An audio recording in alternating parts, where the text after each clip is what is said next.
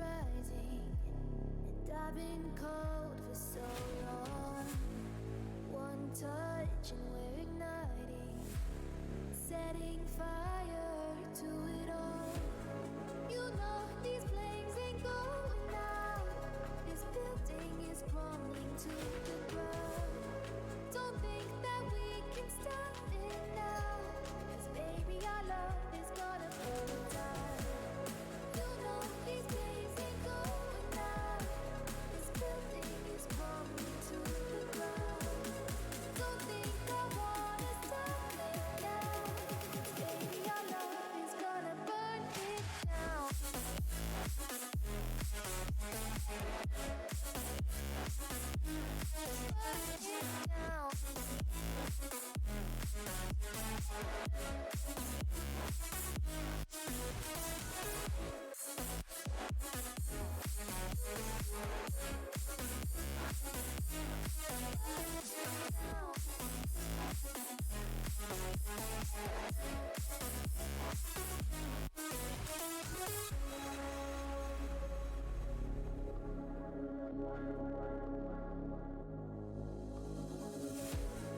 One spark, I feel lightning blazing up through the darkest nights.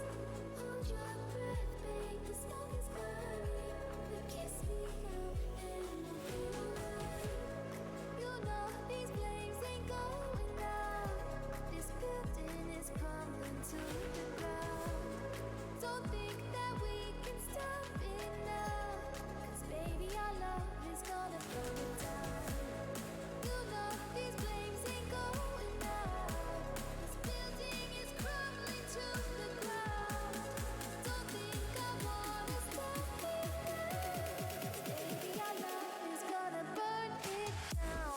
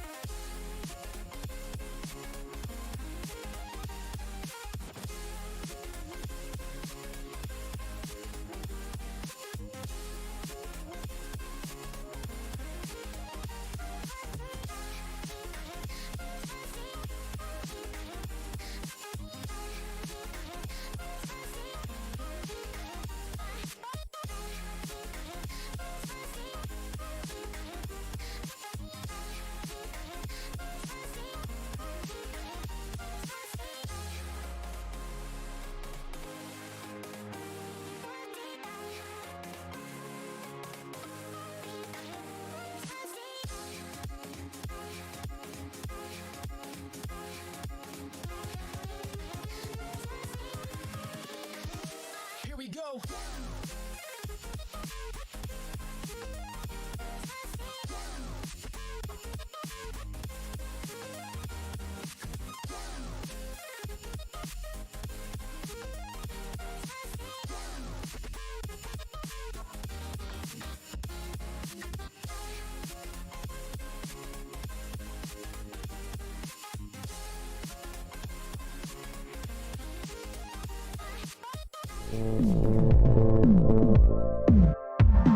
Ultimate not going to find any kills, gets a lot of damage. Juby and Beckham trading with these assault rifles. Kaplan trying to get onto that site but can't quite make it through. Does get one through the smoke.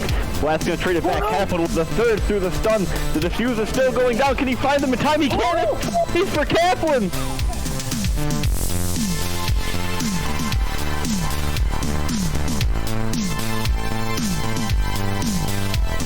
The opposing point opponent peeking out from garage, could move to position, but the second opens up, and immediately 2 down here as AV strikes first and then strike quickly.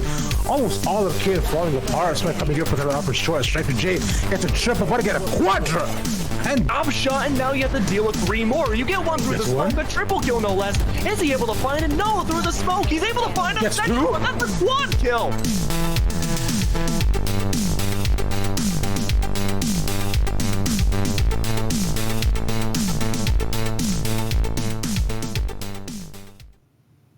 Alrighty, everybody, welcome to Pit of Valor this week. It's Pit of Valor number 37. My name is Vincent, and I'm joined by the venerable sloppy Derek himself. Derek, how's it going? I'm doing well, buddy. How are you? Hey, I'm a little tired, just a little bit, but I will live probably, and we're gonna get through it because we've got some awesome teams here in the Pit of Valor today. Lots of returning faces, lots of fun stuff, and I mean, honestly, the cool thing is that I hope that this is right, but we're not starting on Ascent, and that would make my day, honestly. Though I don't know that that's right, and I'm hearing that unfortunately it's not. So never mind. I was baited, of course, as per the usual arrangement, but we do have our first matchup at the very least. It's going to be Exalted Esports and Kittens, or the Fluffy Kittens, if you will. And so a known quantity versus an unknown force is kind of what I am setting this one up to be. But interesting, to say the least. As we get straight into it, it's the normal setup, Derek, that we normally have: best of one straight into a best of 3 grand finals.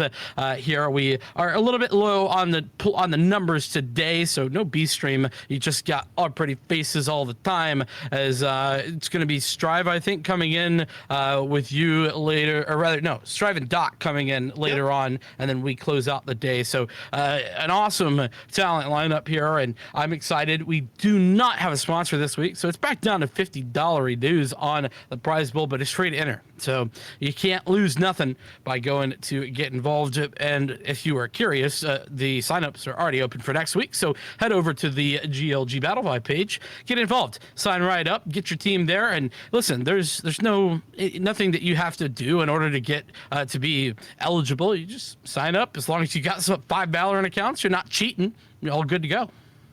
Yeah, that's exactly it. And, you know, if you are going to sign up, just make sure that you bring it, because there are some very, very good teams here, tier 2 and tier 3 teams that come every single week, honestly. And I mean, it's just great practice for them.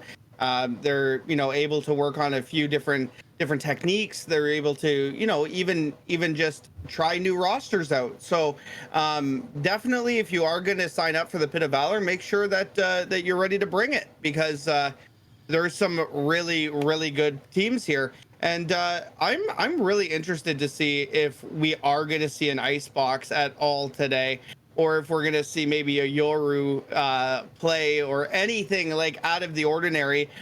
I know we'll probably see a Viper at some point, but I'm really interested to see just if we are going to see a more versatile map being picked, rather than just always Ascent, or I mean Bind, or, you know, just the typical maps. I'm really hoping that if somebody's watching here and you're playing, you know, maybe Icebox will be that map that you guys decide that you want to pick. Yeah, you know, get a little bit spicy, make it interesting, as we like to say, and that would be nice. But you know what? We don't get to control those things. The teams do, and we can hope, we can cross our fingers, but that's just about it. Speaking of teams, though, we got a pretty solid field today, I would say. We got Miracle coming back through after their nice little run last week. Exalted, I know we were seeing here on the opening matchup, and Bark, who have come back here to try and take that title that they were unable to pick up before. And you know, Hyperspace Dark, a longtime member of this community, has always been awesome. Aguji Gaming, another one that you may have heard of, as well as a returning Wichita Wolves. Now, granted, that's not the OG Wichita Wolves that you might have remembered, but it's still a really awesome, you know, team that is come in here and definitely has something to prove. So I'm excited for today's events, as we are still waiting on everything to get prepped and ready with the with everything on there on the server side of things. But I mean, nonetheless, I do want to remind everybody that if you're interested in an amazing meal replacement, you can go over to Drink Control and try some of your favorite flavors. Awesome stuff. Use code GLG10 for 10% off.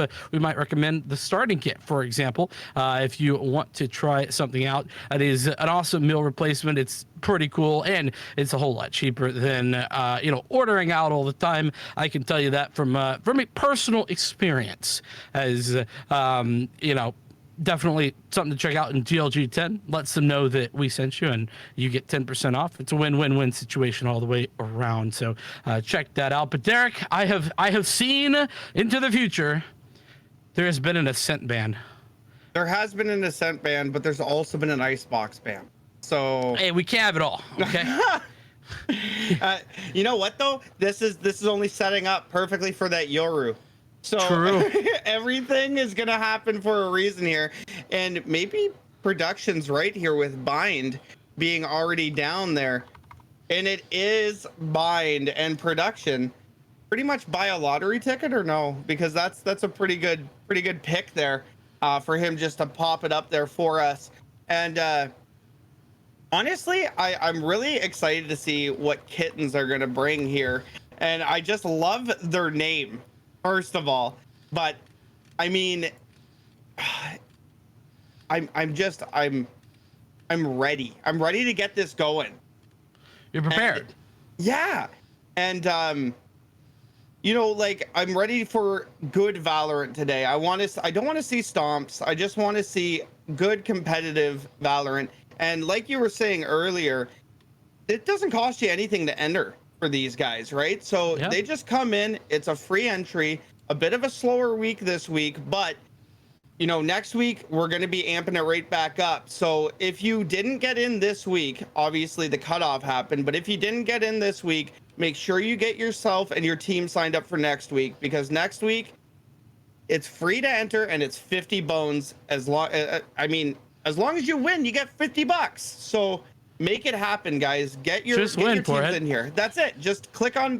What's so hard? Click on their heads. Yeah. I've been told that's pretty simple. Now granted, if you were to ask me to do that, I might say I'll pass, but that's not the point. Not the point in the slightest. I just talk about the game. I don't play it. That's the difference, but yeah, exactly. Free to enter. Don't worry about it. It's not a problem. You're thinking, do we measure up? That's the whole point. Do you measure up? You can find the answer right here at the Pit of Valor. Absolutely incredible, and we absolutely love it to be here putting on the show for you folks.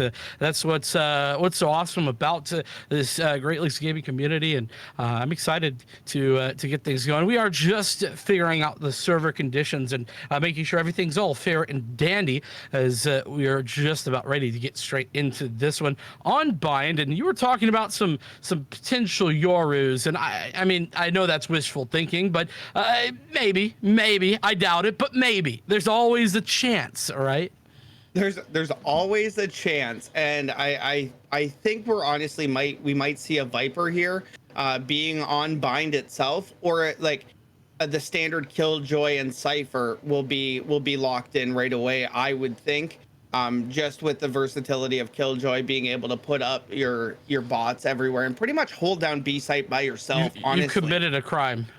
Why? You've committed a crime, Derek. Why?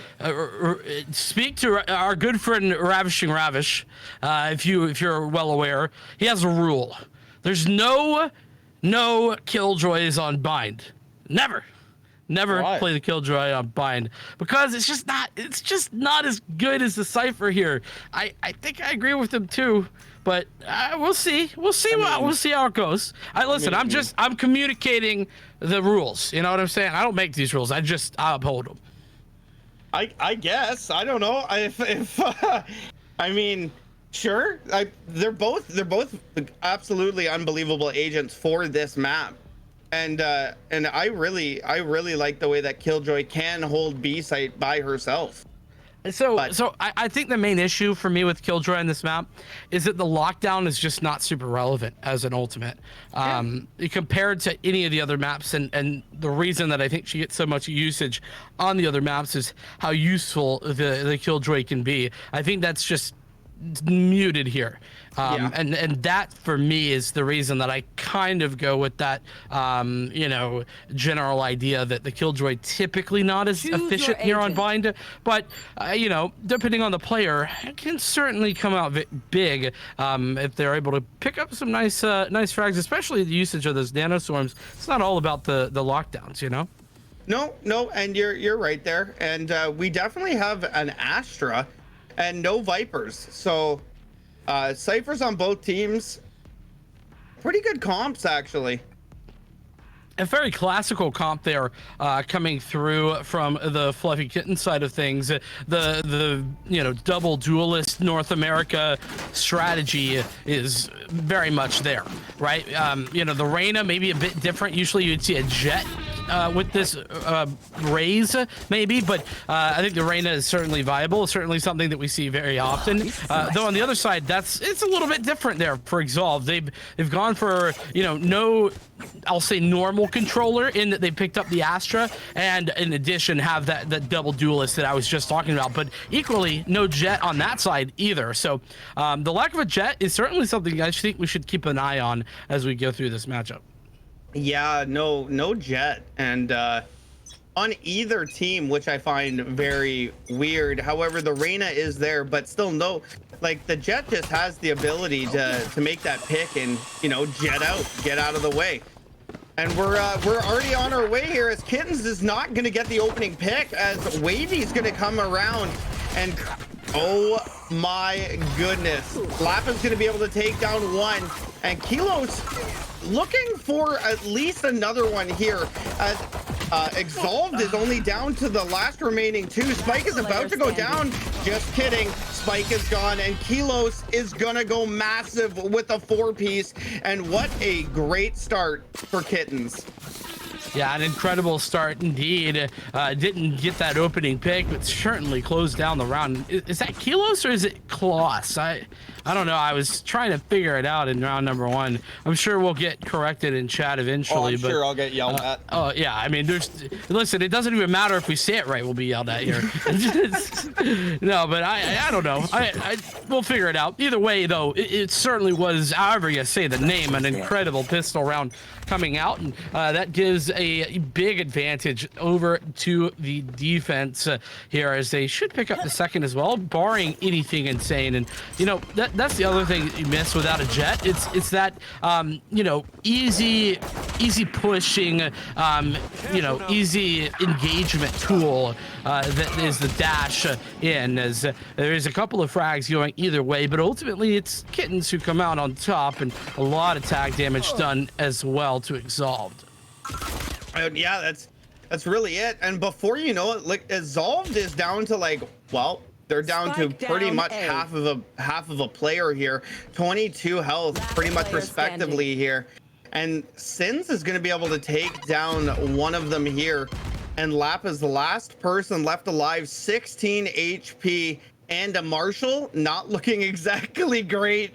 But I mean, just try to get a pick here and take guns away is pretty much, I think, what he's going to look to do, because I don't think you're going to be able to take down the last remaining 4 of Fluffy Kittens. Well, not like that. Certainly Sins with a nice shot there through the edge of the doorway, and it makes it look quite simple, quite easy for the Fluffy Kittens as they resolve themselves to a second round. We're gonna get straight back into things though here, as the buy is good for Exalved. They've gotten out the full Vandal assortment here, 5 of them on the board against the pistol and SMG buy that the Fluffy Kittens have online. So it's a big it's a big value that we could see come out here from Exalved. They definitely have the advantage when it comes to weaponry. We'll see how that goes. Yeah, and Kitten's now just going to be holding down towards the B site, and it does look like multiple members are here, and Good Luck is going to be able to take down one, and Manny is going to get another, but Ego's going to get that trade. Oh my goodness. Is that Enos? Yeah. Enos went massive. Good double kill there, down to about 50 health. But 2-on-2 and Spike is down. Kloss is gonna fall here as Wavy doesn't look wavy at all and takes 2 down very easily. And there is that buy you were talking about. What an advantage they had. Indeed, you know, that's the thing, right? You know, you take advantage of the better weaponry, and in fairness, Kitten's kind of played that as good as you would have hoped for. They played up close. They played very personal with those SMGs. They put them to good use and nearly won the round. It was down to a 2-on-2, and it took some heroics there from Wavy and Enos to pick up the victory, but ultimately it didn't really turn out in their favor as they repurchased some of those guns, and it starts to look like a more regular gun round. Unfortunately for them, the start is not ideal, and Lapa now with the run it back, looking to open the site further, is going to be met with little to no resistance, though, as the rest of the defenders evacuate the area, not wanting to get caught out in the open, and now the plant goes down. And Ego is going to get the plant down here as Good Luck's going to be using his recon drone here, and Wavy with a double kill. What a beautiful nade. And Crazy Blizzard just waiting for Wavy to come out, and what a beautiful showstopper, stopping any type of show that's about to happen. And Crazy Blizzard now in a 2v1 on his side. His Ego is going to ego check Crazy Blizzard here, now 1v1. Oh boy, Boombot's going to be coming towards him, and Ego's going to be able to take it down. Time is not in the favor of Fluffy Kittens. They are going to stick this, and Ego is just going to be able to walk around and take down Sins. And just like that, we're all tied up. Yeah, 2-2 the scoreline now, and Exalted, they put themselves in a prime position to start to run away with things, particularly because if you look at the cash, the weaponry, it's just not that great for the Fluffy Kittens. They've got the sheriffs pulled out here, but ultimately that's not going to be the greatest, you could say. 4 sheriffs and 1 frenzy to contend with is a nice way to have, an eco round, sure, but now you're playing against full weapons, and that's the problem. That's the scary part of this thing, is we see the push here not yet going, but it looks like A might be the destination of choice for these attackers. Is Exalted. They've grouped up 5 players in this direction, nobody holding any sort of area as the showstopper comes out trying to open something up, but it's unsuccessful, and Wavy finally does find success, but it's with the rifle. It's got the frag and nearly goes down to the utility there, but Sin's a sheriff does the trick as well. Hunter's Fury is committed elsewhere here by Diaz, but this really not connecting. He goes fishing and comes up short. Still 4v3, but a lot of utility being utilized. Lapa finally does find that frag on to Good Luck RL, and Manny returns the favor, but ultimately this is kind of a bit expensive for Exalted at this point. And 2v2 here, Spike still down. Fluffy Kittens not in a great spot as time is not in their favor here. Kloss is going to be looking for one. Ego is going to be able to take down Manny and Kloss. What a beautiful swing for Ego. As soon as they saw the one member over towards Lamps, it was just a collapse, and Ego turned right around and was able just to clean it up very, very easily there. And now that's 3 rounds in a row for Exalt. And if you're Fluffy Kittens, now you have guns. You just gotta almost get that initial pick, back off, and just kind of wait, and then see what you're gonna be able to do here. I would say don't overextend if you're Fluffy Kittens. Well, you certainly have to try to make a play here early, and that's exactly what Sins is trying to do. A bit of a wide swing there by Lapa. No utility to follow that up either. I'm not a fan of that one, but it does gift the Fluffy Kittens a free frag, and you talked about getting the opener. That's certainly how you do it. The opening frag gotten, and you get away. No jet, no problem. as it's simply a solid position. Is now the push looks to come over here towards B, but it's you know, at a man disadvantage. And yeah, but that was the opening pick that Fluffy Kittens needed, and they got it. They fell back, and now that rotate has happened here.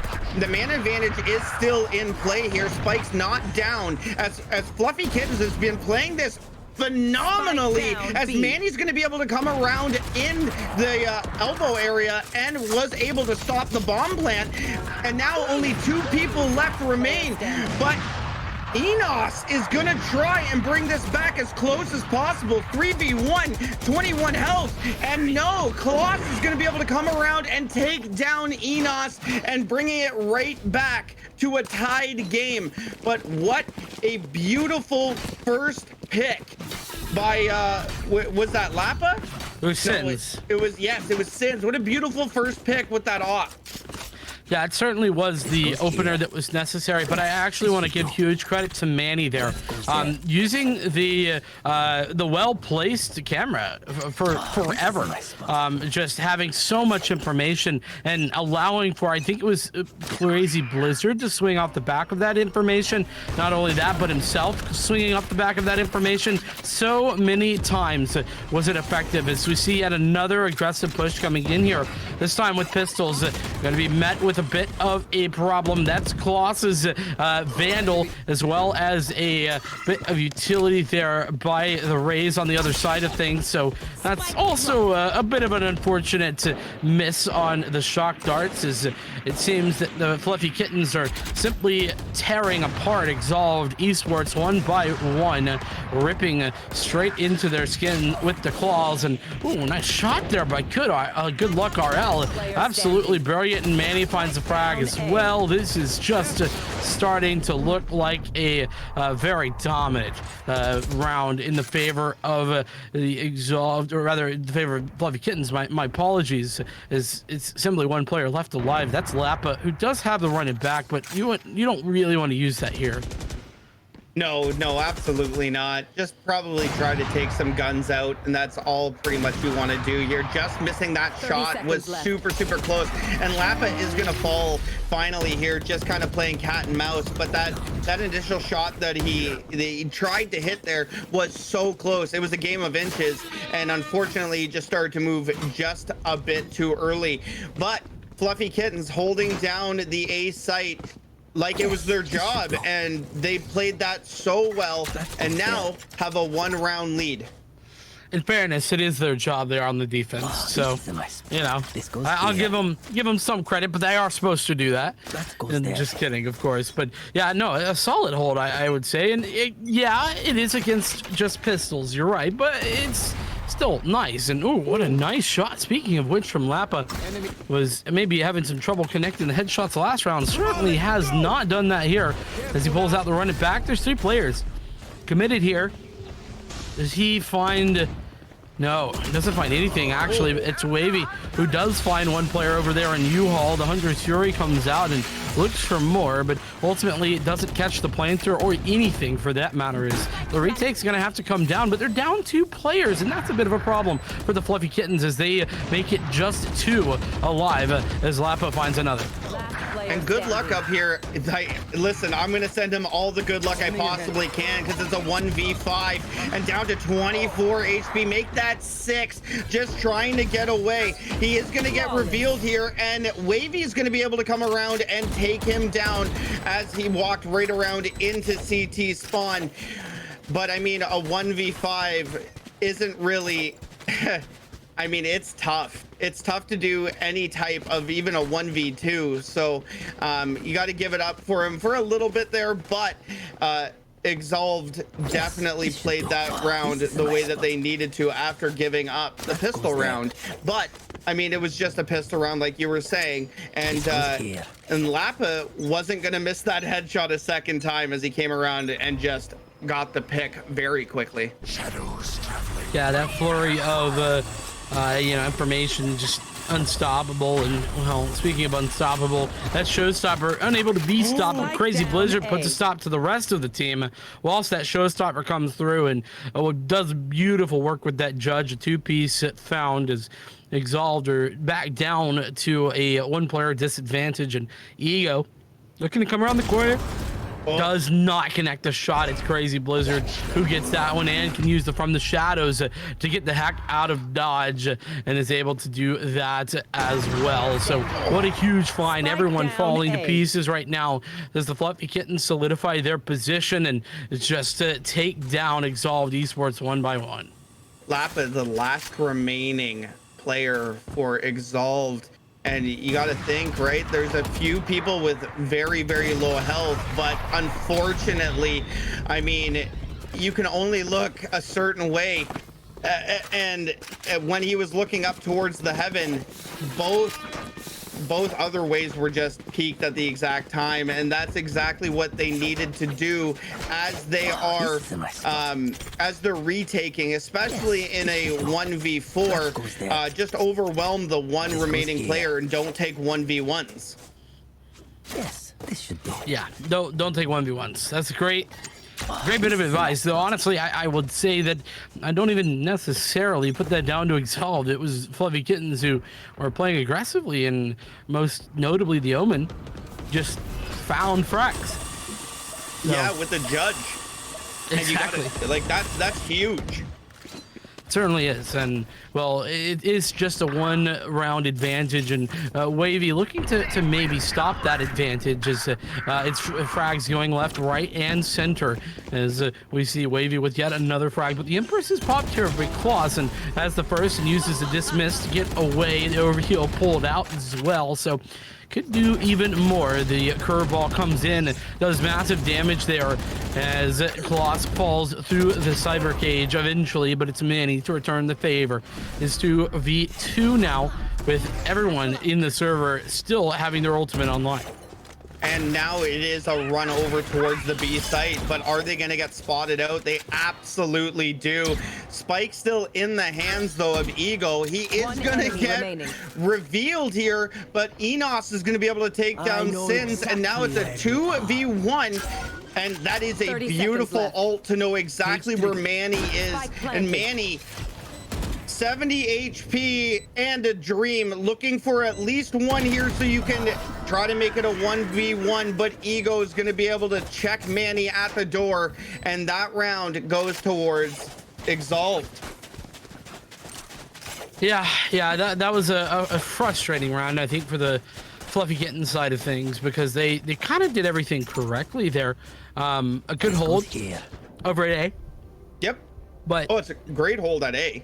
You know, the biggest problem there is that you put yourself in a 2v2, and then you just straight up lose that 2v2. Yeah. You know, off the back of, in fairness, a solid ultimate there for the neural theft. One of the rare times that the neural theft is highly impactful. And, you know, it's maybe a little bit frustrating, but we'll have to see how this goes. Wavy using that boom bot to try and clear out the entirety of Hookah, as the run it back is committed here by Lappa, taking down both of the bits of utility there for the Cypher, and Wavy finds yet another frag as he throws out the utility is through the Cosmic Divide, but they don't know. Actually, he does. What a great find from Wavy to check that one. Not something that you should be expecting necessarily, but it is a great find as the Cosmic Divide works wonders as the spike goes down. And Exalted now with 5 still up here. This might be a flawless as Kloss now looking for at least one person to fall, and Ego's gonna check him, and Wavy with a triple kill. But that Cypher peak, when he noticed that Cypher was sitting on this side of the wall, on their side of the wall from Cosmic Divide, what a beautiful check for him, because Wavy there could have just assumed that wall was gonna wall off that box perfectly, and it didn't. And Wavy, just paying that extra little attention, was able to take down Ego. So that was a huge pick there. Absolutely was. I mean, and Wavy finding the prior frag as well is you know, an unstated big find. Yeah. Plus, opening frag, Sends with another one as Wavy gets involved. And Wavy and Enos both with frags in return, but Kloss is still there. Has found yet another one. Uses the dismiss perfectly in order to swing a little bit and find Ego, but Ego has the pick. Definitely the frag, and oh, what a nice find there through the edge of that Nebula. As good luck RL with that kill, but Deus alone 1v2 could pick this one up certainly as he's found the first one, the headshot. The rotations are coming very, very slowly there from B. As now we get straight down to it. Spike recovered, about a minute left here on the clock. Minute left on the clock. Spike now up in the hands of Deuce. Is it Deuces? Or is it Deus? Deus, I think. Deus? Like Deus Ex? Yeah, yeah. Like, yeah, okay. That's the way it's spelled, at least. Fair, yeah, well, that's what I assumed, right? But I was just thinking maybe like, you know, like the young kids where they're like deuces. Anyway, regardless, Manny's going to be able to take him down, and that defuse is going to come out. And I guess if you really wanted to say it, Manny said deuces and got rid of him very quickly. So just like that, we're in halftime. We are going to go to desk for a second here. We just got to edit a few things out. You know, stretch it out. The production needs to get up, stretch it off a little bit. They're going to do the buy phase anyway, but we are going to be talking about that last round. Now, perfectly played 1v1, knowing that he didn't, he might have had time to run, but maybe not. And just being able to hold down in CT, just kind of walk over and then just see them and bang, away she goes, get the defuse. And that round now goes towards Kittens, right? So yeah, I mean, I actually think that it was a pretty poorly played 1v1 from Deus.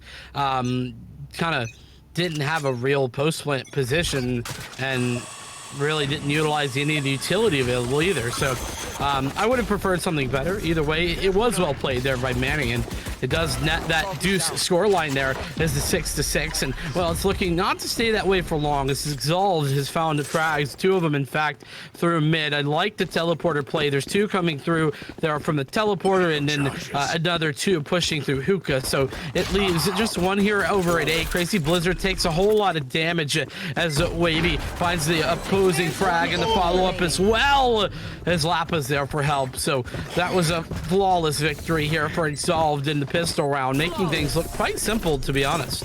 Man, I thought Wavy got that second burst. I was just like, holy smokes. But I mean, still with the ability to flick around, he might have still had it. But yeah, just a beautiful double peek by Exalted. So Wavy looking very good. 16-9. I had no idea. I really wasn't paying attention to the score individually, but 16-9. You want to talk about carrying your team? Wavy's doing just that. Yeah, Wavy's certainly having a good game at the moment, and well, maybe needing to continue just that as Exalted with that pistol round, put themselves up one in this game, but we'll have to see. That, you know, hasn't really ever you know, been the case for more than a round or two. It's been such a back and forth one there in the first half as we get straight back into things. The push coming through, a nice fag there from Enos as Kloss finds only one. Good to get one, honestly, with that pistol, and it's Wavy with a triple kill. Manny, the sole survivor with that spike, drops it down and looks for more over here in the showers. Yeah, and I mean, the last remaining member for Fluffy Kittens here, 1v4, maybe. So he does see one, and Deus is able to just take down Manny there. And Exalted here with two quick rounds. Round number 3, though, coming out onto the second half here. So Kittens are going to have guns, and full shields. So now comes the real game for Exalted Esports, and seeing if you can stop a full rush with guns. So the prayer there for Exalted, and we'll have to see how that goes, right? I mean, I was talking last night, you know, this maybe an 80-20 that we see Exalt win this round, considering the weaponry advantage. 80% in the round, Fluffy Kittens picked this one up, but that's still a winnable scenario. That means that a fifth of the time we still see the eco, or I should not say eco, more accurately the force by the bonus round working out. So we'll see how it works out this time, with some utility being traded back and forth. That shock dart misses its mark just a little bit, so it's ultimately a bit wasted. Same thing can be said for that one though, as it doesn't do any damage either. The push looking towards B. There's 2 players in hookah and 3 coming up long as the owl drone gets some information, finds out nobody in the dark cover, and 1 player up in elbow as that push comes through. It's Wavy to find the first onto the opposing raise as Manny comes in for the trade, doing a whole lot. Diaz with 1 to make it 2 as Manny looks for a trade again. Good luck RL with a frag, and Lappa gets in on the action. So Exalted, they're up 2-1, and now as Kittens have to win this one out in the 1-on-2. So good luck here all by himself, and that's all we can give him is good luck. Going to be looking for at least 1 so they can bring it back to a 1-on-1, and he is going to spot out 1 with the little teabag over in the corner there, and he is looking for 1, and not a lot of time, 14 seconds, and they're just going to play this time perfectly as Enos is going to be able to take down Good Luck. And man, the time just seemed to tick down faster and faster, and there was just nothing Good Luck could do other than play cat and mouse. He needed to get aggressive there a lot earlier. I don't think he realized the frustration that is that time until it was a little bit too late. And we talk about it, right? The way those rounds go, and usually it's that 20% of the time that the team with the bonus weapons wins out. Well, that's one of those. Exalt pull out a victory, and that puts them up ahead 3 in this game. The showstopper misses its mark just barely, as Wavy has a forward position and could find even more as he goes through that cage. I don't think anyone was there to hear that though. Lappa actually getting, and then another forward position, going to get caught out with shot in the side of the head by Manny, who is good to find that one. But either way, it's a player advantage here for the Fluffy Kittens, and something they've sorely needed in some of these rounds. Yeah, and just like that, Hunter's Fury's going to come out, and Wavy's going to go absolutely massive and take down 2, make that 3. Wavy triple kill, and he's just continuously pulling kills out of the air, and unbelievable. Now 23-10, that flank from Wavy missed the showstop at the very beginning, but was brave enough and walked through trap. Nobody heard it because they already rotated away, and he just got them on a flank there, and they had no idea he was behind them. And that's where Manny just has to understand that Wavy's never going to respect that utility. No. Like, Wavy's on a heater right now. Wavy's feeling very good. And I mean, now we see Manny setting up something in order to potentially deny that sort of rotation next time around. But that's the problem. Next time, Wavy won't be right there. It'll be somewhere else. And that's, like I said, granted, in that round, I would say I'm sure Manny was limited on utility. It was an eco, so they weren't really fully invested. But nonetheless, we are in a bit of a pause time at the minute as things get sorted out. But whilst we do that, Derek, I just wanted to mention, like, this Exalt side has just really run away with the second half. It's 4 rounds now in a row as they basically pick up the pistol, right? They win that 3rd round as well on the bonus, and then the next round as well. So this round, this kind of feels like a make or break round for Fluffy Kittens. They need to win this round if we really want to see them continue on in this bit of Valor, because if they lose this one, they're pretty much forced back onto a half buy or a save, depending on if they want to save for match point. So it's going to be rough no matter how you slice it. Yeah, and this was attack pause coming out here, and I think it was for Exalted, correct? I believe it's what we saw there. So. Yeah, so Exalted using a attack pause there, even though they're just winning these rounds over and over, and it kind of a weird pause in my opinion. But I mean, regardless, what do I know? They do it, and now if they can win this round, it will be. I mean, it'll be a huge round for them, especially coming off that pause. Manny's going to be able to take down Lappa and just kind of running right through Teleporter. I know the flash came out, but I mean, kind of went willy-nilly there, just as fast as he possibly could with nobody to pretty much back him up there. I guess he was looking for a pick. Bomb's still, I mean, yeah, Bomb's still up in the hands though of Fluffy Kittens, and they are going to be hitting towards the B site as of right now. And Crazy's going to get spotted out here as Enos is going to be able to take down one, and Eagle is also going to take. Oh my goodness! Everyone just winning their gunfights, and then Enos wins them all there at the very end.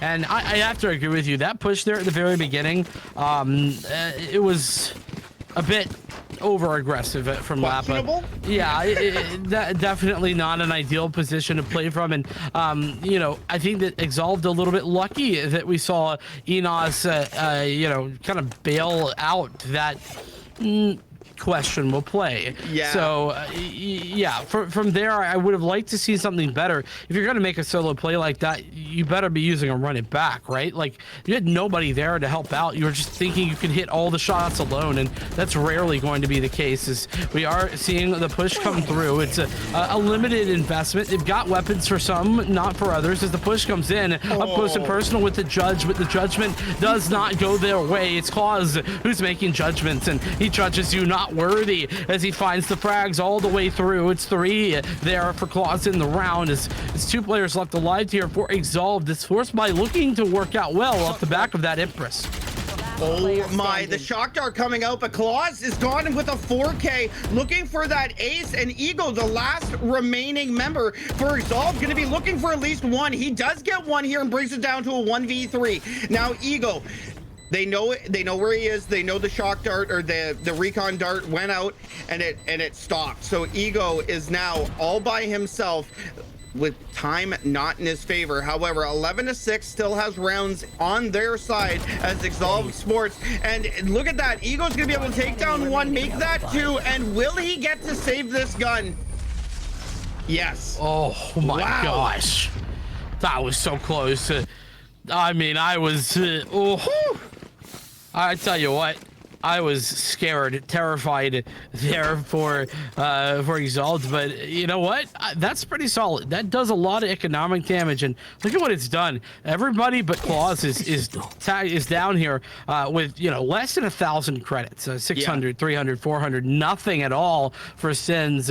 So you know, whilst I don't know if that's going to end up mattering all that much there in the long term, it certainly keeps everyone quite honest here for the Fluffy Kittens as they have to try to make this comeback and make it happen pretty quickly. Now, both the leaders committed there in Hookah takes all of the positioning as the push is not quite ready to come in. There we go. If Lappa was going to do that using the run it back, much better this time around, Derek. Very, very true. That run it back was the right play to do there. Don't just send your body through, right?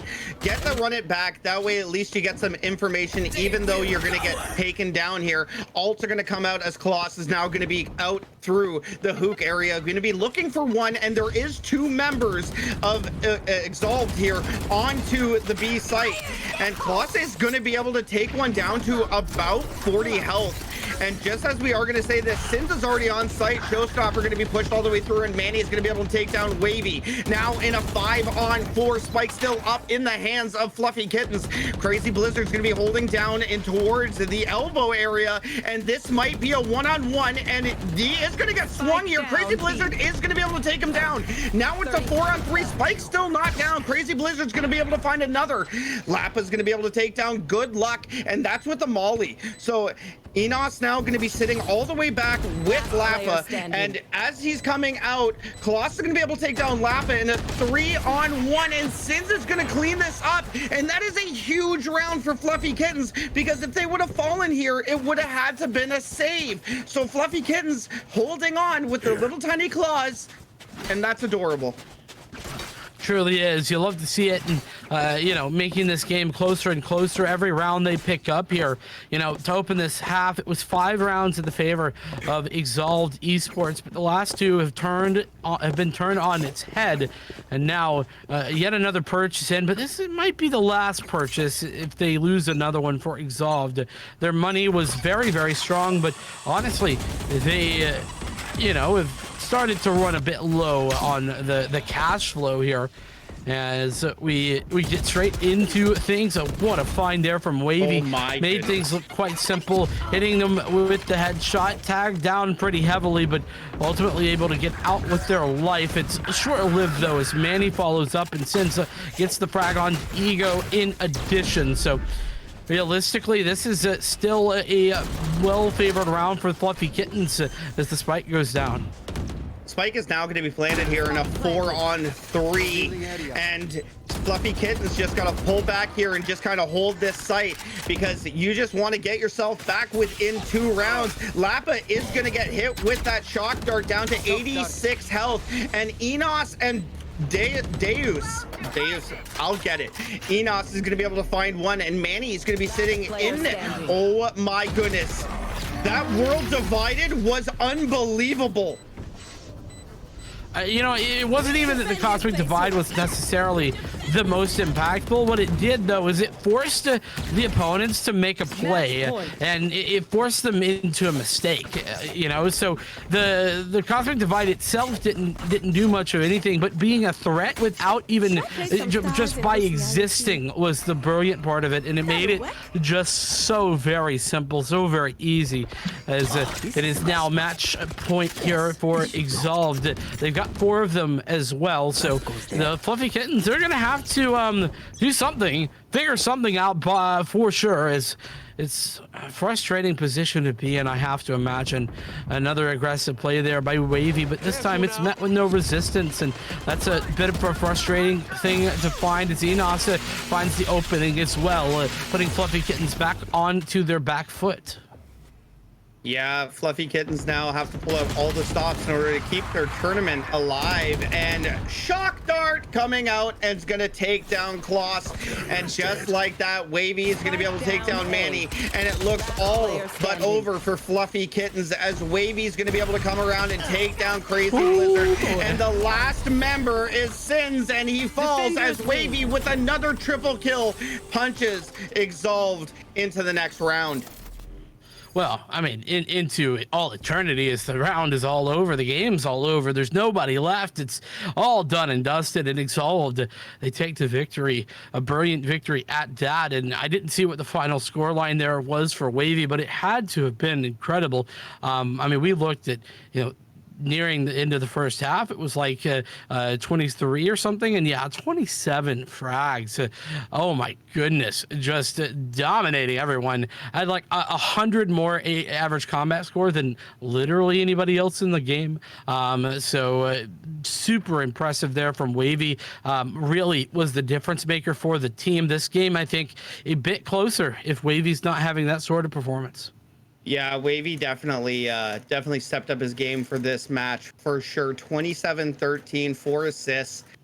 Combat score was just through the roof, and 5 first bloods, so most on both teams. So just the very first picks that Wavy was getting and getting the information was huge. And I mean, they looked great. I don't really know how Exalted is going to do in the next round, but they looked very, very good for this first match. They absolutely did, and I mean, I'm hoping to see more of them. We saw them for the first time last week, and I think they did pretty decent. I don't know where they went out, but I'd have to check back up on that one. Regardless of what the actual outcome was there last week, we are going to be headed into a short little break whilst we prep the next game. I think we're going to have Zinmia Gaming and Go here to bring in next, but we're gonna have to get that prepped and ready, so don't go anywhere. We've got a lot more Valorant to come at you throughout this evening. We'll return in just a few moments.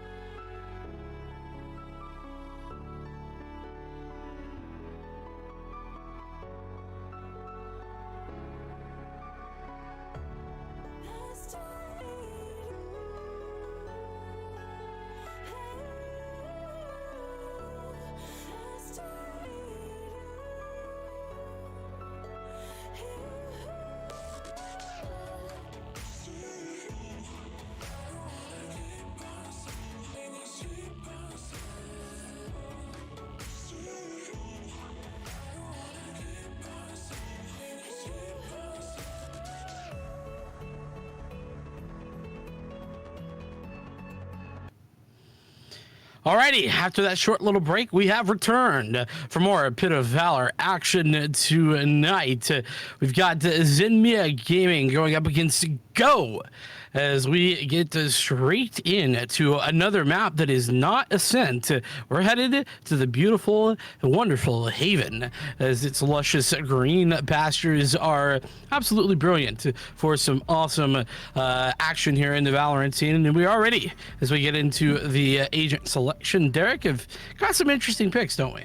Yeah, an Astra here. That's a pretty interesting pick for sure for rated.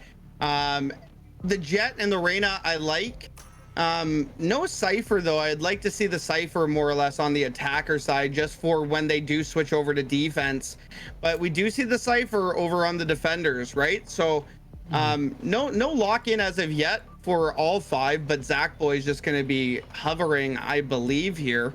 And maybe he's just going to flip it over to a York. No, never mind.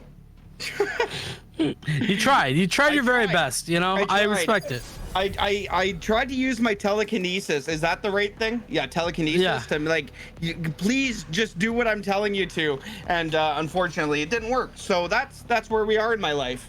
tough luck. I mean, truly tough luck. I thought, honestly, I was prepared for that to work, but you know what? We're here, and it hasn't. But we certainly have gotten interesting picks to go through here. The Brimstone, I'm drawn to that one there by Raph, is kind of a bit of an old school one. You used to see this one come out a bit more often, as you know, it does have a little bit more time on those smokes, though it's a bit less. You have less of them. Number one, you have 3 smokes instead of the potential of 4 or even 5 if you're an Astra, and it is you know, a lot less area of effect. You can't put them down from anywhere on the map. It's got to be in the area that your iPad can reach, and so we will definitely see how that goes. The breach as well is a different swap up. So I like this composition here from Go, but it's a very different one than the norm. Yeah, it's definitely different than the norm, and like I said, I was almost a little shocked that we didn't see a Cypher or even a Killjoy. I know how much that she can hold down sites, and as we are saying this, Go is already gone as they're on site, but Raided's going to be able to stop this from happening very, very quickly, as Eddie is already on site, going to be able to take down Raided, so that trade's going to happen, but Raided's already taken down 2, so now it's a 4-on-1. Wow, that happened fast. And Zachboy goes, guys, where did you all go? I was fine. It's like, guys, how did y'all die? I'm hanging out over here. Like, I don't understand what just happened, but yeah, no, I feel that, Zachboy, it's frustrating for sure, but ultimately it was just 1 frag, and that was for Eddie, who picked it up. But yeah, Zinmia doing a brilliant job right there. Everybody but let's be honest, picking up the frags. So you know what, fair enough, right? A solid pistol round, and you know, the opening there not looking all that strong for the bit of an odd composition that is this attacker side, with the you know, breach plus the brimstone. But I didn't even mention the sage on the other side of things. I feel like that's just fine, but it may be a little bit weird on this map in particular.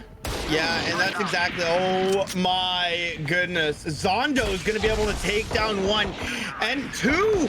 Oh my goodness.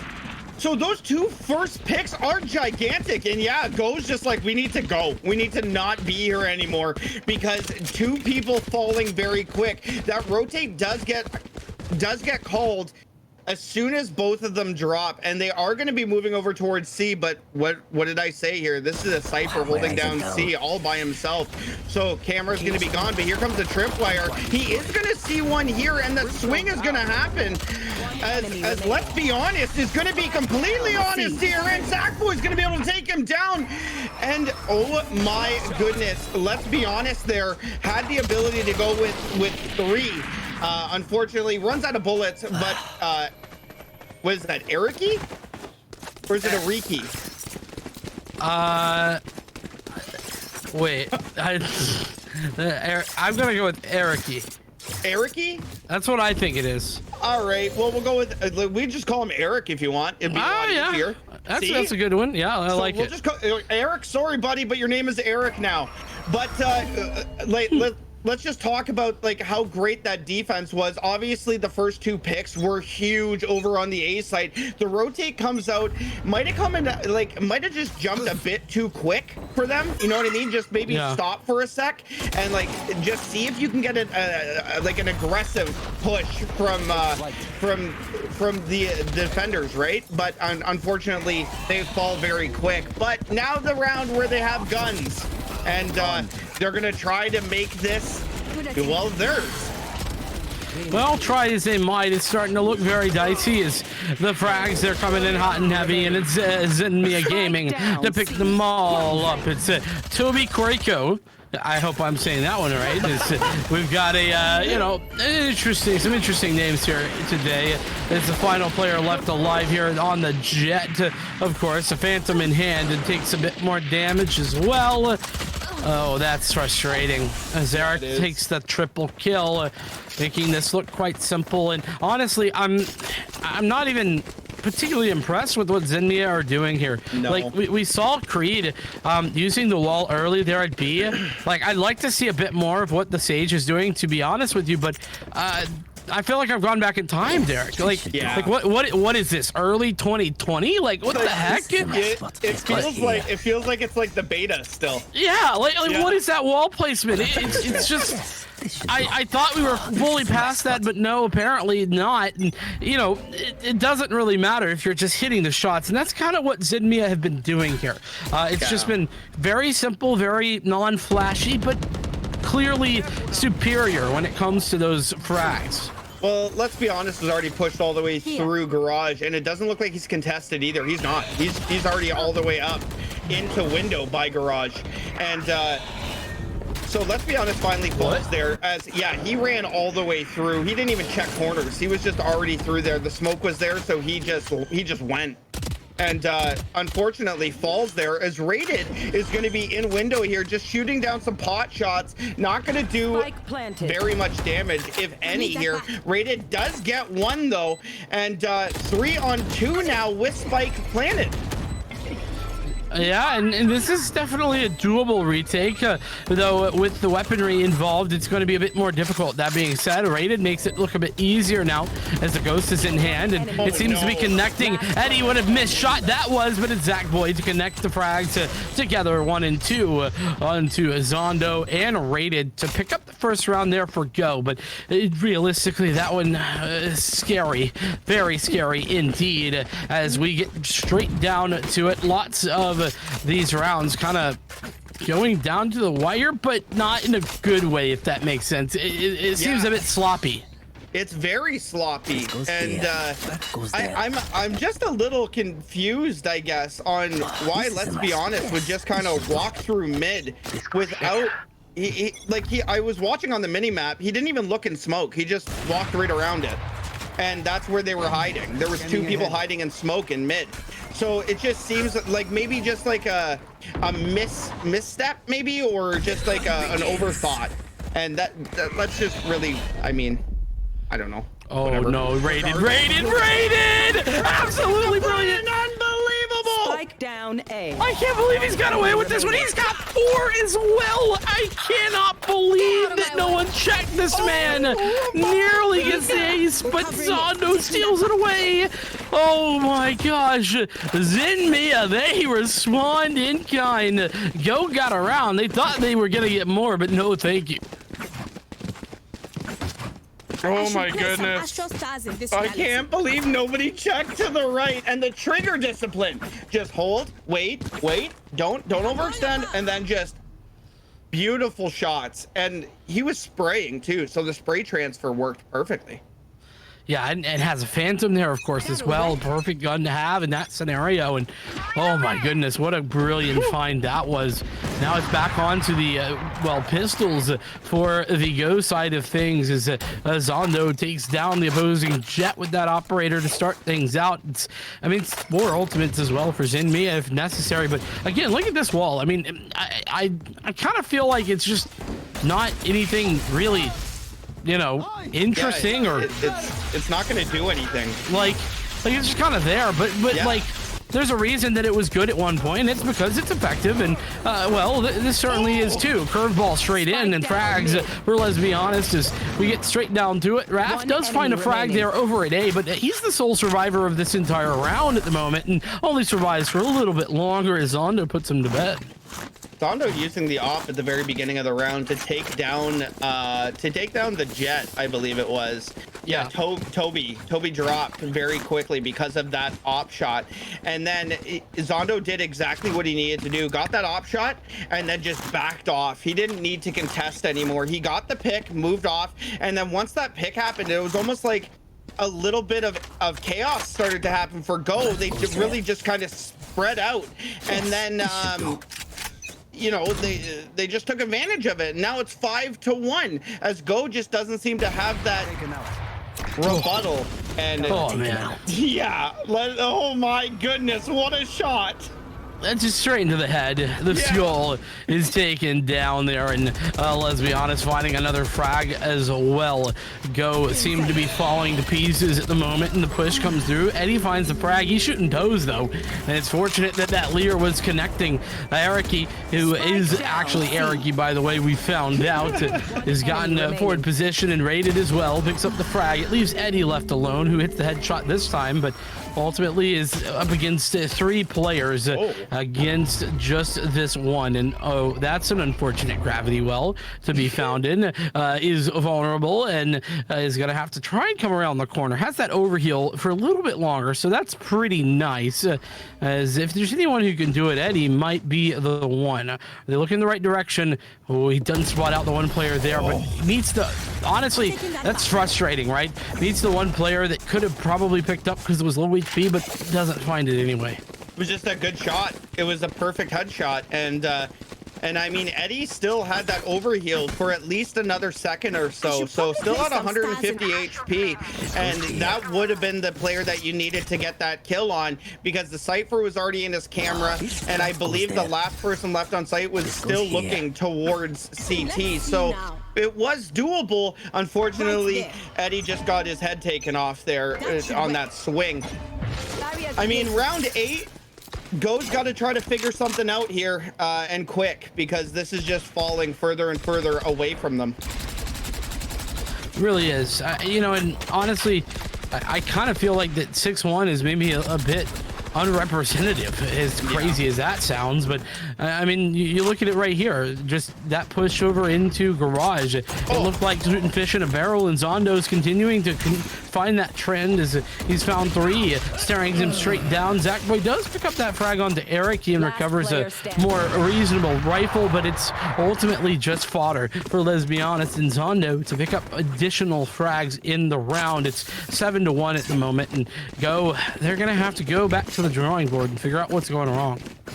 I mean, Zondo is consistent with that op, to say the least. I mean, he's 9-2, and the last 3 rounds, he's gotten an op pick in each of the rounds. Need be like, if it needs to be very close, he got it underneath into cat area long, and then he got one middle as well. So, I mean, he's kind of everywhere that you want to be, and nowhere you want to see him if you're Go. Yeah, and I mean, this solo duel is set up here for Zenmia. I feel like it's not even a factor at this point, even though it's an interesting you know, setup. I don't think we've seen it very often. You know, no jet or anything like that, just the one duelist, and a lot of utility. But there goes that rolling thunder. It's going to ultimately net not much of anything, and the Hunter's Fury gets shut down as Creed finds Wrath. So those smokes are going to be dislodged, and it's just shooting gallery once again. Creed and Rated both picking up a double as Toby Koriko, the sole survivor of that massacre, is taking a shot, but ultimately has 5 players to find if they want to recover this round. No, there's nothing that could happen there. Creed was already sitting there, and the rest of the team were all long A. There wasn't a single person anywhere else on the map, and it was just a collapse. And I'm sorry, did you see the Sage wall up top on A there? I did not. I missed it. What was it? So he did a Sage wall on A, and you know where the bomb plants, that little box that is on the way in from long A, that little box right there, was his wall was above that. So he was sitting up top on top of that. And I've seen this happen before. Basically, the Battle Sage is one of those characters now that people are starting to use more and more aggressively. And I'm starting to love it more and more. They're almost using her like a Reyna. Yeah, I mean, yeah, it's those TikTok walls that you see coming out. Exactly it. Yeah. You know, but maybe we're seeing some evolution there for Zenmia. That's not something we've seen just yet. Now maybe so, as the push comes in. Zondo electing not to swing with the operator, actually pulls out the frenzy. Does hit that. Nice job. Good call on that one as Eddie goes down, and well, now it's Oh no. Spike down. Mid. Poor guy. Poor guy. Zach Boy just didn't find the timing correctly. And Ericy now with the 2 players on site takes a bit of a spray and doesn't connect. But it's Zondo's who has an operator but just elects to use the frenzy. Apparently, he's just a frenzier. You know what I'm saying? He's just showing people that he's versatile. Right. He can use an op, he can use a frenzy, he can use his utility with a shock dart. That was for production. And he can make stuff happen. And just knowing exactly how damaged those 2 people were middle, and the ability just to use his shock dart, knowing that he doesn't need to overextend, gets a kill here. And Zondo's been playing, well, really well. And look at this. Like, I don't ever get a chance to hang out and see really good Sova darts. And maybe that might not even have been a really good one, but like, my brain doesn't comprehend how those work. Yeah, I mean, they're definitely crazy, it feels like at times, but another massive bit of information. Talking about Zondo, it's the information game that makes him so powerful. And here's another good wall that has given Creed a positional advantage. And unfortunately there for, let's be honest, the one player who was potentially able to be fragged is gone. Eddie with the kill there, able to get the overheal as well. Gets away with 1, but it's still a player disadvantage for Go is they've got to recover not only you know, some weapons and get onto the site, but they've got to win the round, and that's been particularly tough for them. 1-for-1 trade is probably best case scenario, but let's be honest, with the re-aggression, finds the frag, and but Eno falls as well. So ultimately this just doesn't turn out in their favor, and it's double digits here in the first half for Zenmia Gaming. Yeah, they just ran away with this. I mean, after they got the first 3 rounds, they lost the 4th round, which I mean that, in my opinion, that's pretty rare. Getting the 3rd round as well, you have all the money in the world, and you lose the 4th round, but they just seem to almost pick themselves up, dust themselves off, and haven't looked back since. 10-1 last round here, and money is not a factor in any way, shape, or form. There's the wall. There we go. Yeah, that's an interesting one for sure. I like it a lot. And yeah, it definitely is one of those TikTok walls. There. Yeah, he's high as a kite, we'll just say. He's way up there. Yeah, definitely is. Well, there's a plethora of ultimates to use. One of those already committed, and oh, that's big. Tobin Koriko falls with the Blade Storm popped, and Raph as well falls down. So 3 players left alive now against the entirety of Zenmia Gaming. Zondo, oh, there it is. Another frag going away. Wait, it's honestly, I thought it was Zondo. You're right. It's Creed who picked that up. That was outrageous. Zach Boy finally comes back, but Creed has a quad, and this is it fair to say that there feels like a bit of a skill diff here? Listen, that was awesome. Like, I know that it's a completely mismatch, but we just got to see a Battle Sage basically pop himself up, and they had no idea he was up there. None whatsoever. They walked around the corner, 1 person dropped, and then they were just like, wait, where did you die from? And before that was even an option to look up, another one was dead. And then the 3rd one died in cat. So that's awesome. Flow with this energy. I mean, they were reeling the whole way, no doubt about it. Now, I mean, it's just on the pistol. I don't even want to pretend like there's a big chance for Go to come back, but you know, we'll see. We've seen crazier things. I don't know if we've seen crazier things. No, probably not. Yeah, you're right. I mean, it's 11-1. I'm trying to be hopeful, okay? I know. I know. Give it a go. Fair enough. But at the same time, Zenmia have kind of just had the run of it here in this game, and it looks to continue here. It's just 5 alive here against 3 on the retake for Go. Yeah, and a 5-on-3 spike down. They have a lot of work to do here if they want to even start this comeback. You need to You need to get Creed down, and he's already up on this box. He's going to be able to get 1, 2, trying to get the third, and Eddie is going to be able to take him down. But that was 3 kills for Creed already, and a 3v1 spike already planted. This is not great for Eddie. That was a shock dart as well as a low. Oh, no, it wasn't. That was a shot. Oh, my. He's on site. Eric let Eddie just walk right by him. I don't think he did. I think it was just timing. Really? Yeah, I think he came around from the front of sight and just got timing. How did he get around the wall? I think there was an opening on the gap, if I'm not mistaken, but maybe I'm wrong. Oh, I didn't realize that there was an opening. That's why I just assumed that he was just sitting there. Maybe he did. Who knows? Either way, regardless, the round went to them anyway, 12-1. And I mean, this is it. This is do or die for Go. Yeah, I mean, this is absolutely the moment in time where you have to, win or you go home.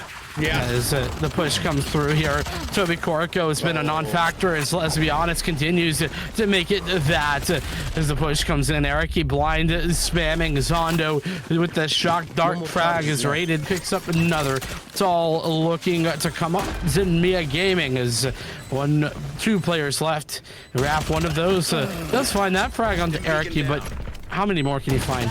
Player standing. Oh my goodness, look at that wall. Like what? That's just a ridiculous because I can wall. Yeah, shock dart and location gonna come out, but Raided's gonna be able to come around and take him down. And I just want to know how much time that Sage puts into the walls. And yeah, you are 100% right. That was it. Check out the wall that I can make here for no reason, and I'm gonna stand on it and then kill you. So just because.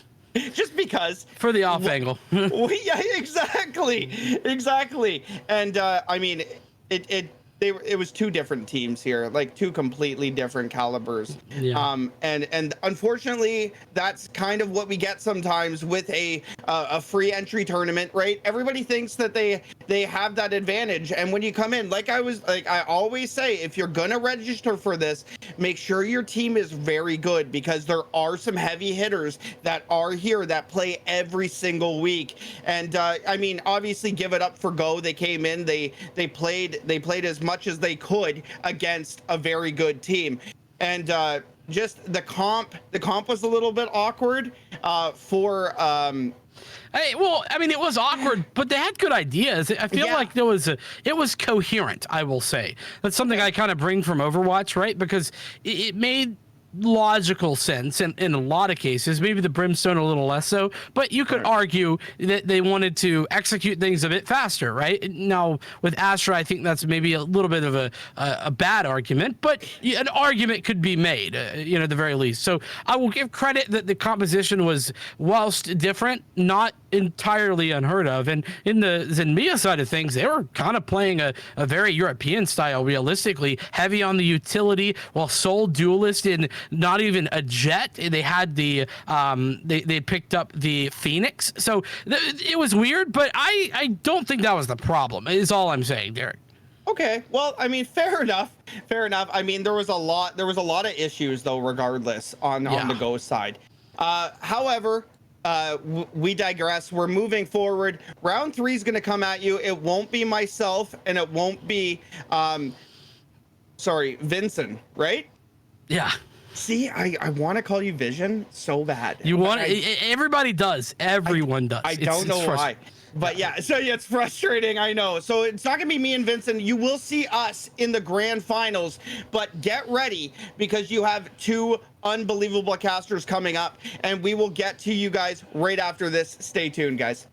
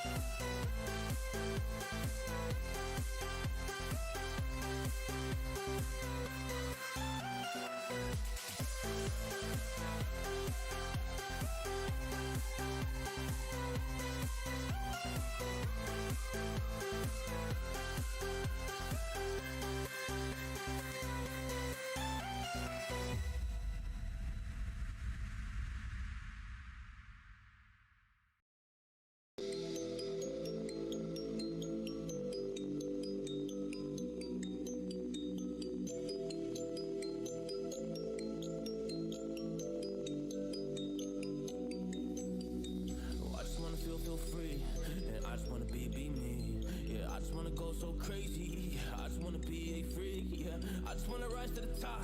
Yeah, I just wanna go reach the peak. So I've been really well focused on success. Hey, y'all will see. Yeah, you'll see that I will get it. Cause I'm really focused, man. I make it with the rap and I just follow my path. I just follow my passion. To me, this is what's precious. Yeah, in my soul, man, I can feel it. So every single verse, man, I just gotta go and kill it, man. I gotta be the kid. I could be the guy taking you wild. I could be the villain, but that is okay. Lately, I'm painting my path on my way. Yeah, I got no time that I can waste. So I've been sitting in the space. Yeah, making rest every day, man. You know that I go insane. Yeah, I hit you with a bullet to the brain. Let us stop first, cause we going insane.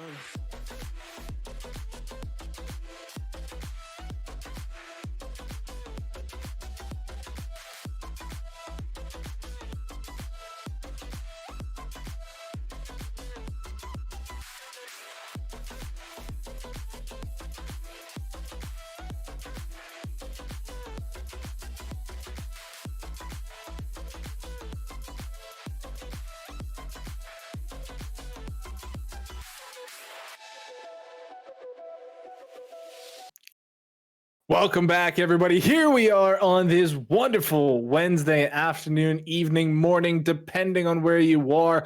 I'm the doctor being joined by Strive, my co-caster is on this side because our producer likes to flip-flop my camera and it confuses me, but whatever. Strive, how you doing today, my man?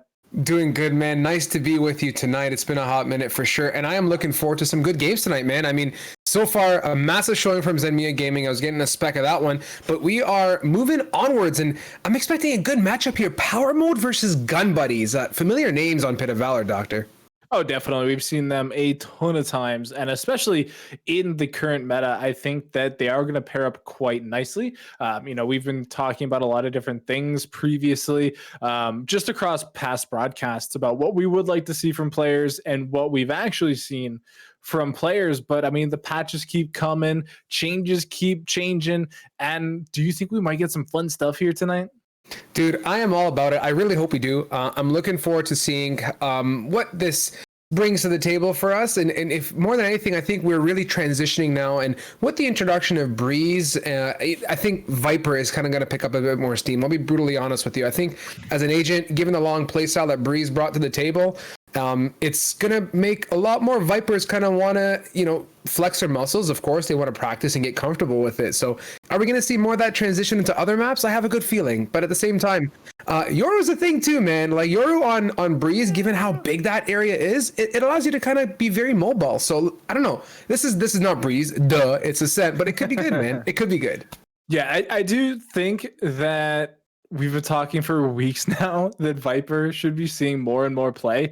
And we've been seeing some in the Challengers Leagues. We basically haven't seen it here in Pit of Valley, though. Never. So we keep talking about how it should come back and we should see more of it. And the players just don't heed us and they ignore us.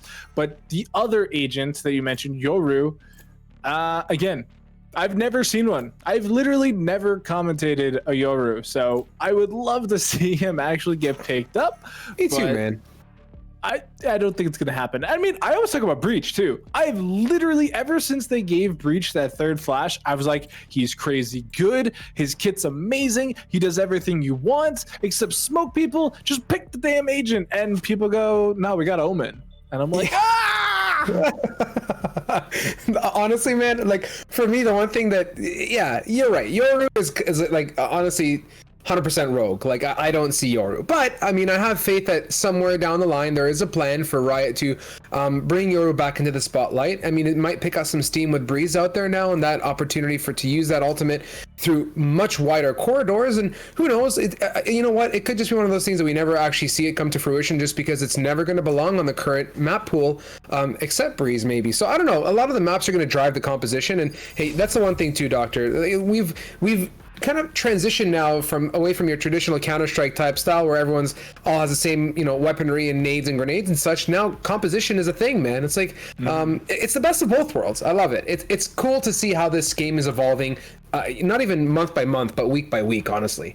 Yeah, I mean, that's something that I talk about across all genres that Riot brings to the table that we don't see enough from other genre developers is change, right? Like, if you look at fighting games, they almost never have patches. If you look at some older games like, say, Counter-Strike. There's patches, but they're not very common. So coming to Riot Balancing, we get a patch every couple weeks, and it can either drastically change the meta, or it can just kind of wave as the changes, drive by on their mega yacht. But for now, we're here on Ascent, no waterways, no boats in the sky, and pretty standard compositions from both sides. And we get the traditional Cypher versus Killjoy kind of handshake. I like it, man. It's nice to see and kind of expected on this map. Both these agents excel respectively. They do a great job at holding on to their sites where necessary. We'll see Killjoy most likely be on that B when they switch, but no, not even a chance to breathe. That is Reyna denying entry onto site, supported by Sova. So 3 nice and quick picks make that a 3-piece combination for Florg. And flawless 3 and 2 combo, Doctor, to get us going with ample time in that round. A flawless pistol is actually crazy too. It's not very often that we see that here, and so it's always nice.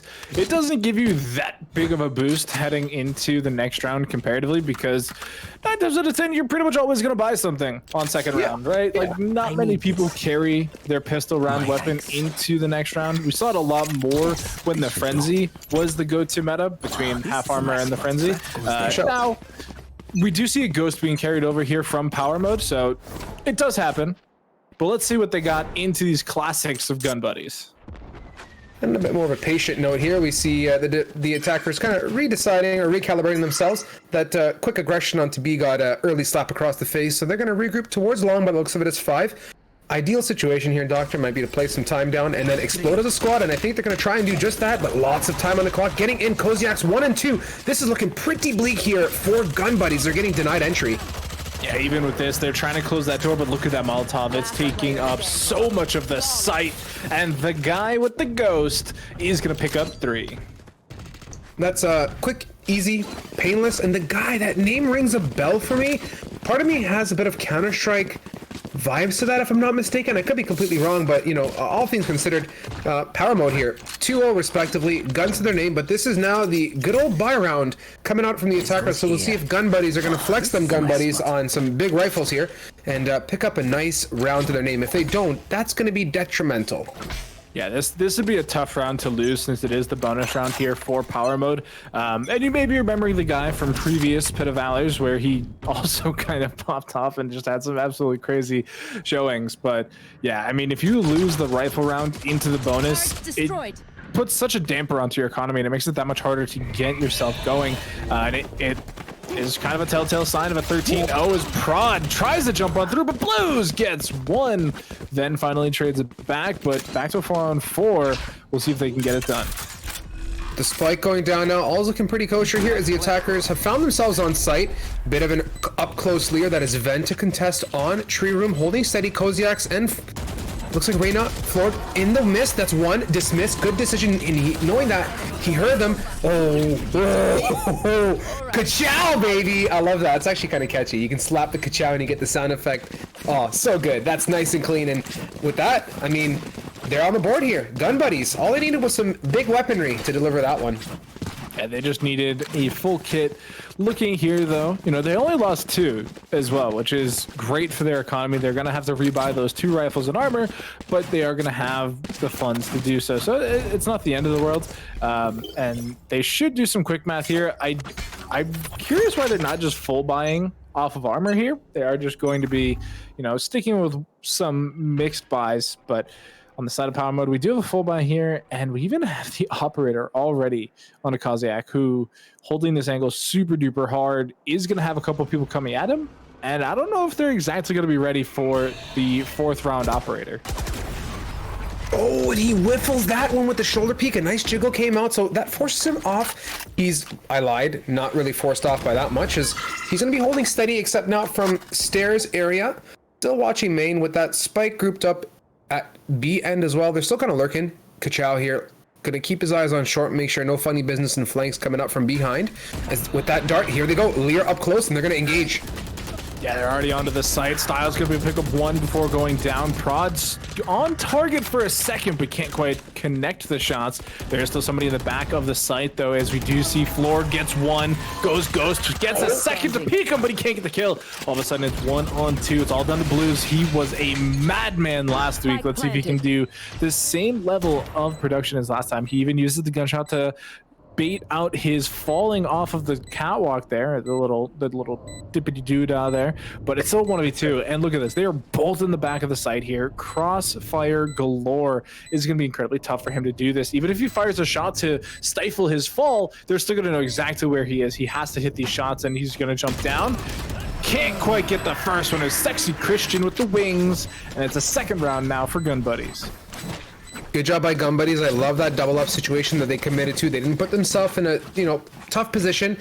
Sticking together, buddy system tends to deliver. I'm not going to say always delivers, but it does a darn good job of it, as we've seen now. So that's 2-2. A good bounce back here from Gun Buddies. Looks like with the bye, they're able to contest the likes of Power Mode, who had a very, very strong first 2 rounds. Kind of got us wondering what's going to be coming. But hey, on that note, we're moving ahead. Round number 5. Let's see if Gun Buddies can keep the weapon strong and plow ahead here. Yeah, coming into this eco, they should be able to take the lead away from Power Mode right now. I think so. Going into the next couple, it might change because, Power Mode will gain access to the full weaponry again. They are trying to play a little bit cheeky here, but they only know that the turret's there. They don't know anybody else is. Koziak with the mini shotgun there is going to get the headshot on the Prod, and look at the peak. They're losing members very quickly into this eco. Trades coming out there. Kachow contest that from Tile, so all's good. They pick up something out of that debacle. Try and even it up. There's still a 1-man advantage in favor of Power Mode. We have Silva Hunter's Fury and that Empress available on the likes of Power Mode. At the same time, Lockdown from Gun Buddy's side. It's going to be fantastic to engage on the attacker end. Grouped up now, that is Koziak's. Does not have the dash away, gets a pick, and he's out of there. Still holding steady on tree. Close up, denies that dart, but they are pushing right on through. He's forced to reload with the swing. Yeah, boy, Taco delivers on that one, and they are right on through tree here. The attackers have a good opportunity to contest with Power Mode. 3 members on the retake. And 2 ults. Let's see if they can do it. Oh, plus the 100 coming through. Oh, he gets it! The spike's planted, but it doesn't even matter. They know where the last guy is. This is terrible for Gun Buddies. Larg! That Hunter's Fury, Doctor, was a vibe, man. That was a really good call, and good comms, too. I think there was some sort of comms saying he's up close, do not alt default, and he went right for the backside of Jen and was able to pick that up. So, marvelous job and a great retake from Power Mode. Yeah, and there's no halfway plant. It's only halfway on the defuse, so even tanking that first shot, you have just enough time to get the spike down, but as soon as that second shot comes in, you're obviously dead. And that's exactly what happened to Sexy Christian. And what a turnaround, right? Like, that was an eco coming in from Power Mode, and yet they managed to take away a couple guns in the beginning, mainly giving Koziak the Vandal, which proved to be so problematic for the rest of the round. Got a second frag, was able to stay alive for a little bit longer before Taco put him down, but the way the rifles fell, he was still able to be productive with it and giving them over to the rest of the team.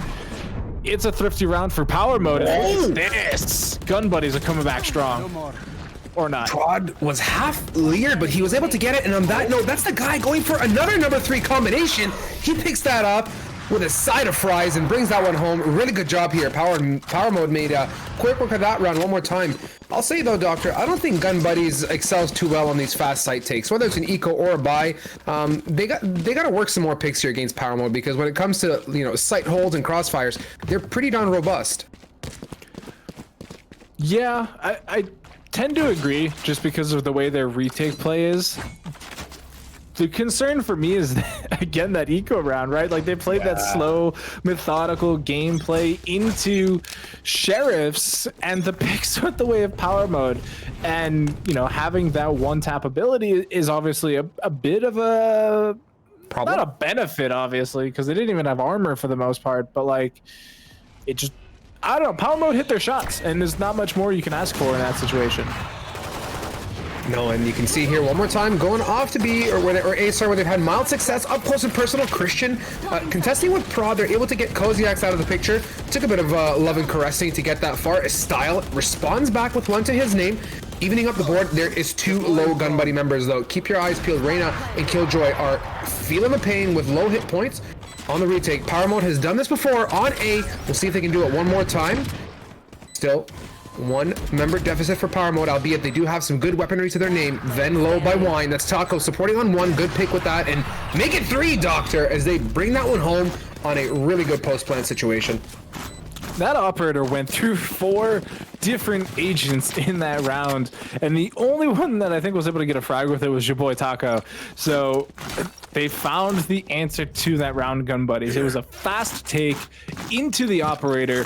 And what's crazy is that Coxic actually hit his first shot. Like, he didn't whiff really anything. It's just that he legged him. It only did 70 damage, so it allowed a lot more time for Prod to get into the site, chase him down with the tailwind in the updraft.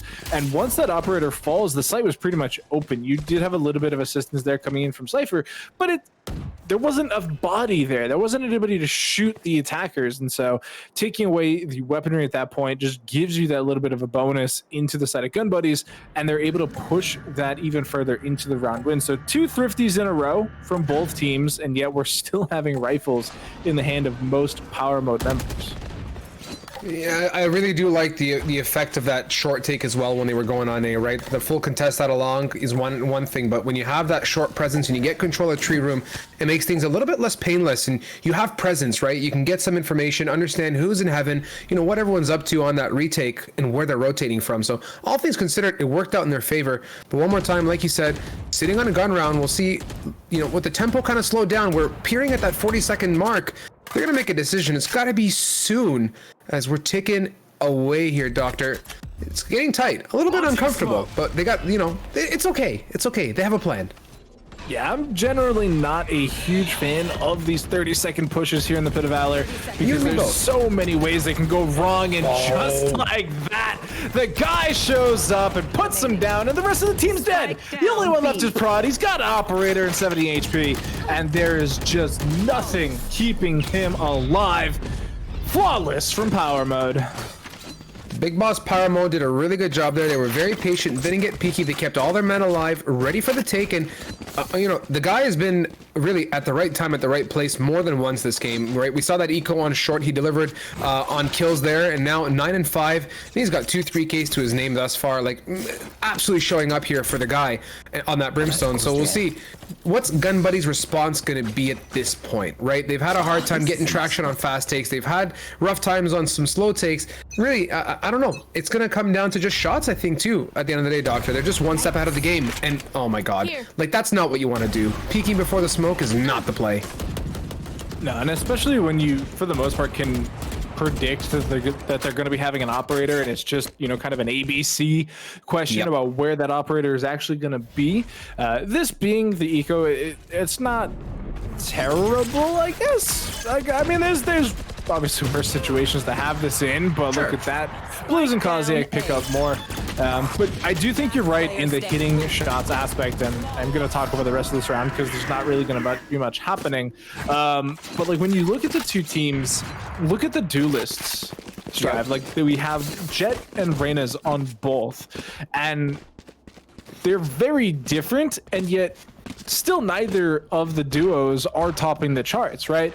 Like, you have the Power Mode duelist duo sitting at positive KDAs, the Gun Buddies duelist duo sitting at very much negative KDAs, almost the antithesis of the Power Mode guys, and yet the ones who are topping the charts are the Sentinels and Brim. So not exactly high-flying fraggers there, and yet they're just hitting their shots, they're doing the grunt work, and they're making the round become successful. And on that note, too, with the Hunter's Fury, this might be the early pick they're looking for, and no connection, unfortunately. So that's tough. There was a slight tag coming out, and that's unfortunate. Gun Buddies really and honestly would love to have gotten that early pick. It would have done them a huge favor as the guy holds steady on market. He's been delivering there. Christian, though, has a response on that note. And yeah, to your point too, Doctor, I think on the attacker side, maybe we need to see a bit more of a daredevilish, aggressive jet play, you know, some slippery in and outs with an op to open it up. But it's getting tough. Like, you need your duelists to drive some of these takes and be the aggressive driving factor in these rounds. And thus far, like you said, the kills are not delivering that. Ven finally gonna get a nice kill there through the smoke. The push is still a little bit stalled there as Florg with 17 HP trying to get something done, but this is tough. 17 HP, there's no shot you're getting out of that as Christian puts him down with the classic, but now the retake has to happen. 2v2, excuse me. And Enemy remaining. that'll do it. That's all it needed. That was a shot, man. Really good job. Crosshair placement on fleek as he cleans up the last, and Koziak's the monster doesn't need only an up to deliver, but he can do it with a Vandal too. So they're picking this one up now. 7-3, a great showing here from Power Mode. And so far, leading the charge. If they can wrap this up at a 9-3 half, they are going to be feeling pretty healthy on the attacker side. But you know what, Doctor? We've said it and seen it time and time again. Ascent can be one of those maps. As soon as half switch comes out, the tides just completely shift to the other direction. So there's still plenty of opportunity on the table here.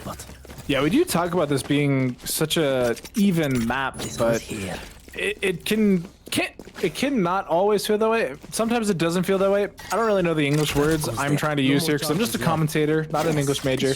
Although I guess technically I did major in English at a certain time in my life. However, it's 7-3. Oh, that's a good start for Gun Buddies. Koziak's, I like his style, right? He's risky. He decided to contest that recon dart, knowing they're going to peek and swing off of it, and he held steady after the first ping. Not much came out of it, unfortunately, minus some damage to him as he's going to lace up his Jordans and get away. And on that note, the attackers got that early information, and they're going to just, buddy up, turtle up here a little bit. And I don't want to see any more of these 30-second rounds, Doctor. I don't think it's the play here for Gun Buddies. It's just leaving them no opportunity to breathe, and they try and take a site, they get denied, then what? You have 15 seconds to rush the bomb to site? That's really troubling, right? Yeah, I mean, the other half is that they've reached the stage of the half where they are down by so much, they need to force buy everything. And so look at the weaponry they have. They have a Marshall just first person onto the site as Blues gets one. Sexy Christian with a sexy shot, but the flank is in. Koziak gets 3 with the knives. Masters flex with those knives, Doctor, and they're getting that 8th round, and on they go here. Last round in our half. Potential 8-4 scoreline on the table for Gun Buddies would be fantastic for them to see. They do have jet knives available. Reyna Empress is also on the table for power mode, so more than expecting those to be popped here, as they're not opportunity-based ultimates per se, except Reyna, who's going to need that overheal or that Empress to stay active long enough to pick up a kill to keep that fueled and going. Let's see here. I'm hoping Gun Buddies picks this up. They're really going to need this for the second half. Take flight. Yeah, I mean, if you lose this, you're only within 1 of double digits on the stat of power mode. And if you take that pistol, it's so scary because you're automatically double digits. If you win the second, you're right on the cusp of map point. And in a best of 1, that's not how you want to be starting your second half. So Gun Buddies need to get that momentum started here and now. And like you said, they do have the ultimate available, but it's already down to 76 HP. Gun Buddies, they don't really have a better opportunity to start to pull out the ultimate, and it's literally the last round, right? Like, even if they win here, it's not like they carry it into the next one. So I am a little surprised they're not already out, but maybe they're just trying to get that insta headshot pick with the Vandal for now. Yeah, let's see what they choose to do. And one more time, we are reliving history of about 3-4 rounds ago, teetering down to the 40-second marker. This time not taking it down to 30, and off they go here. Prod now has the knives, going to go up and beyond and over. Jumping, he is leered and cannot connect as Florg is bringing that one home. Swinging out, that's your boy Taco, gets one. Florg, 3K combination, playing the patient man in the back, is able to get it, but Ven and Kachow respectively are still on the board, contesting, so good opportunity. Killjoy, though, is heavily lit with 22 on the clock. They got to make the magic happen and commit to a site. They do have the spikes, so they can make a rotation, but it's not going to be to the A site. They have to get the B site down, but this Empress is still active, and it's going to stay that way for the rest of the round. Spike is down. 6 seconds left of the clock. There is nothing left to be seen, and it's the ace for Floor. Beautiful. and we get that Switching Reyna sides. voice cue that we rarely get on an ace with the Empress active. So on that note, 9-3 half here, Doctor. Power mode came out swinging. They were near flawless in my opinion. They gave up some, iffy rounds. I think one of them was an eco, if I'm not mistaken, as well. So all things considered for them, it's looking pretty good for this half. I'm curious to see what is in the tank here for power mode, and are they going to keep this momentum going? That's still up in the air for me. I think it's that, man. It still leaves me guessing. Yeah, and I think I'm going to harken back to the point that we were making earlier about the duelist duos, right? I mean, we have Ven and Prod going up against Florg and Coxiac, and last time we talked about it, Florg, Coxiac were middle of the pack with Ven Prod at the bottom. Now come halftime, obviously we just saw the ace from Florg that skyrocketed him up to the top position of the server. But, I mean, compare the two ultimates. We talked about how Prod had the Bladestorm available, never even got a chance to activate it, whereas Florg, who had the Empress available in that last round, perfectly timed the execution of it, gets that opening 3K, and then with the very last couple seconds of it, continues it off of that 4th kill, securing the round, and then gets the ace for good measure. So just, it's crazy to see the difference in duelists right now compared to what you would traditionally expect. I agree with you, right? At the same time, we've talked about it time and time again. I have a true soft spot for Reyna as an agent, right? That still, to me, despite the nerf, the impact of Reyna is massive, right? Especially when you get on that Empress, things become a little bit hairy. And you can see Prod, who really needs to be at the top of that scoreboard, is kind of suffering. You have to think, what's Prod going to do this half now to step up and drive the attack, right? Get a bit more peeky. And that's what I need to see out of the Gun Buddies team right now is really that step up of the duelists, especially. Like Kachao is sitting at the top, but that's not the driving factor. You got to get the Jet getting peaky, much like we saw Kozaks do, right? Yeah, and I mean, it would, speaking to Kachao specifically, we only saw one lockdown to my memory last half, and it was immediately answered by that orbital strike, which is a big portion of why this Brimstone is selected. These long range area of denial abilities in the Molotov and the orbital strike, whether it's, disrupting a plant or disrupting a defuse or destroying the lockdown, like it's just an answer agent. It's not exactly the proactive one. It's, hey, I'm going to be a problem for you. I'm going to be annoying. And, with the 30-year smokes, your mortgage will be over first. But here comes the attack as it's 1 for 1 for 1. Coxiac gets the lead, which is the classic, but there's still one more member on the site. Will they be expecting him? They certainly are, as Christian falls, and it's a 4-on-2. A fantastic collapse there, taking short and long like it's nothing but drinking water for them, as they're on site, spike planted, 2-man advantage as well. So Gun Buddy's got a retake with a Sova and a Killjoy. Of course, no major utility I'm expecting to be available, maybe a dart or two. And there it is, the first shock dart coming out. Is this one going to be the recon? That it is, to clear out hell. And they're going to get onto the site with the support of the turret, clearing generator and long. The guy holds firm though. Can he get the 3? Oh my god, he does. In close proximity, Taco cannot bring that one to the table here, and that takes power mode into the good old double digits. Just like the last pistol, it's the guy popping off with the 3K. And it's, I don't want to say it's doomed for Gun Buddies, but it is, it's kind of semi-doomed. Yeah, it's just a vandal on their side. Come on, Doctor. It's a little chalked. Yeah. I mean, so here's the thing, right? Like, they're in a position now where they can either, they can play for the win still, since it's not exactly map point here for power mode, but with the way the economy works, right, they saved this round, so they're going to be able to come into next round a little bit stronger, and if they lose that round, it's doom city, because they'll be not only economically broken, but it'll be map point. So the other option is save for 2 rounds, so like save this round, which you obviously already are, and then save for next round, and then just play for the tie and just hope that you win 9 rounds in a row, which is, nobody wants to do that. Nobody wants to try and win 9 rounds in a row when you've already lost 12 at that point. So we'll see what they can do after this round. For now, it is going to be the B take, and there's only one member here. Oh, Oh no, Kachow decides to contest through the smoke and gets denied, and you know what, Doctor, yeah, the guns are just too strong here on the side of Power Mode. They're absolutely united as one getting on this site. And you know, to your point, I don't think the double save is going to be the deciding factor. At that point, you have a 50-pound weight tied to your foot trying to swim upwards in the lake, and that's tough, man. Like, to get out of that situation with so little breathing room left, it's going to require a massive effort. But we've seen bigger.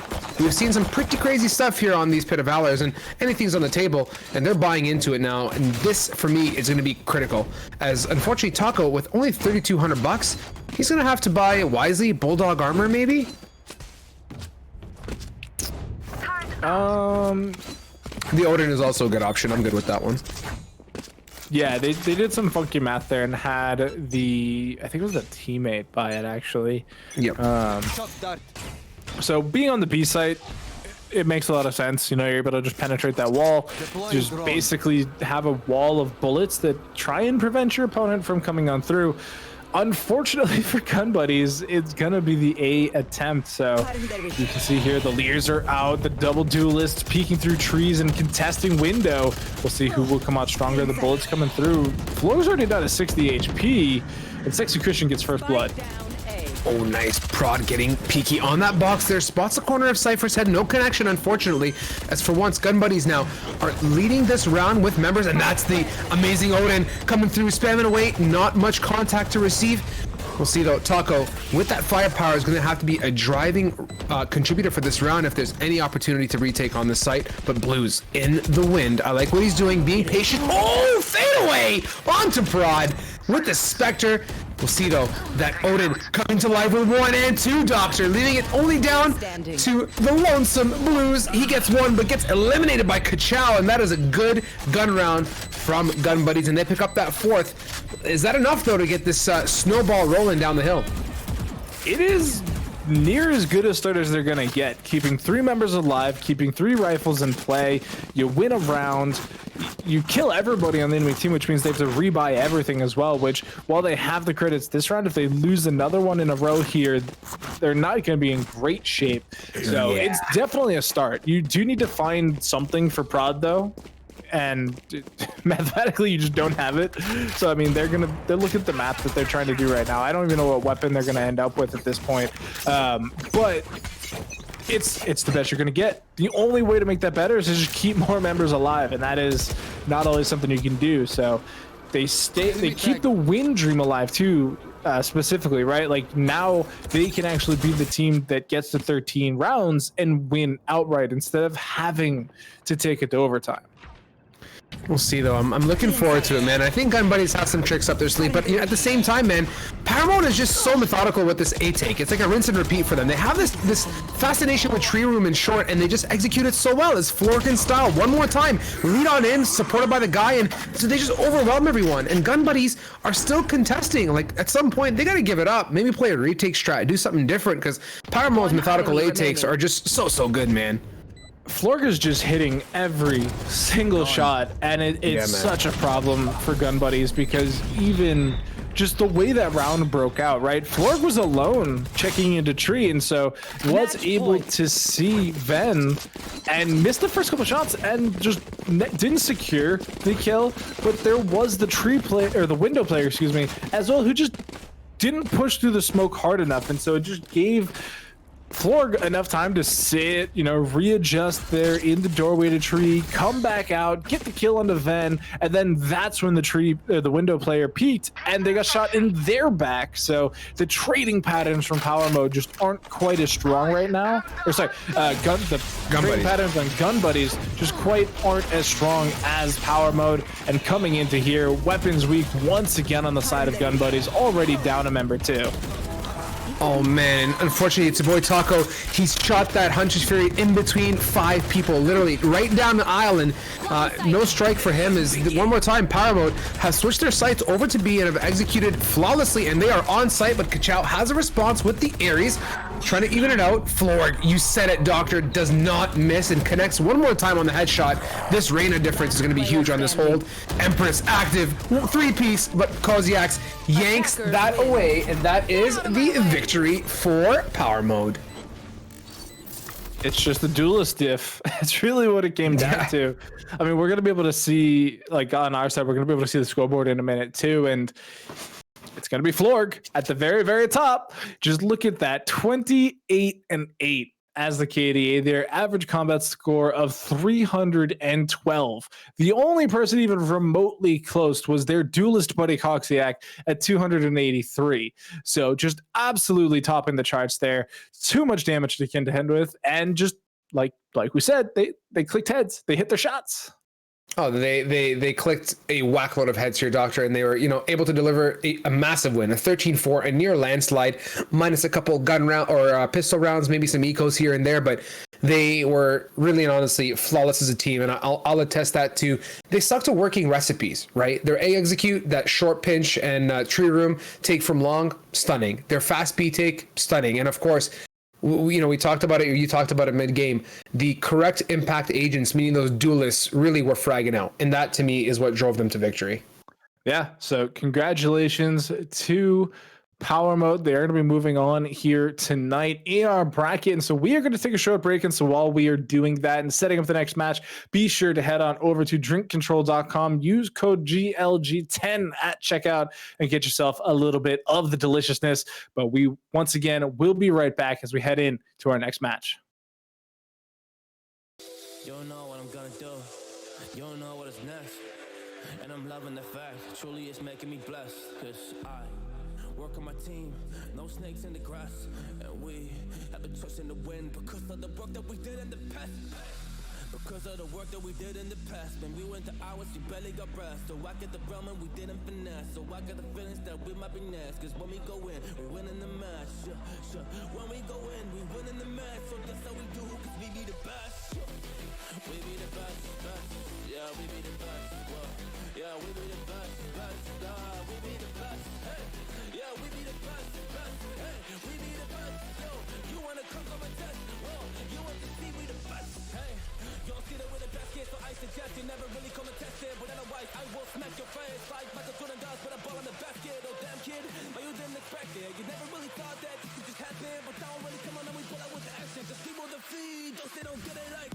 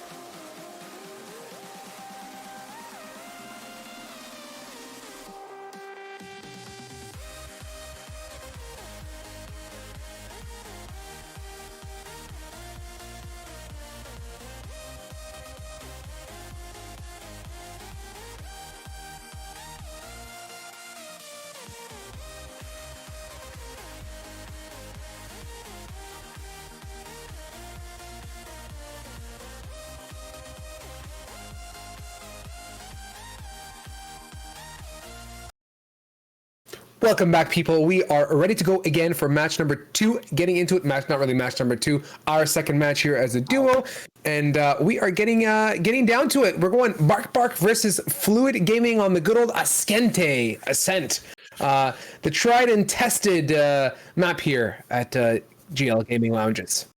Yeah, I mean it really has become the new favorite. It did take a little while after its release, but man, it is everywhere. And obviously, when a new map is introduced into the pool, you like to think that new strategies and new compositions arise and that it can then be integrated into the map pool.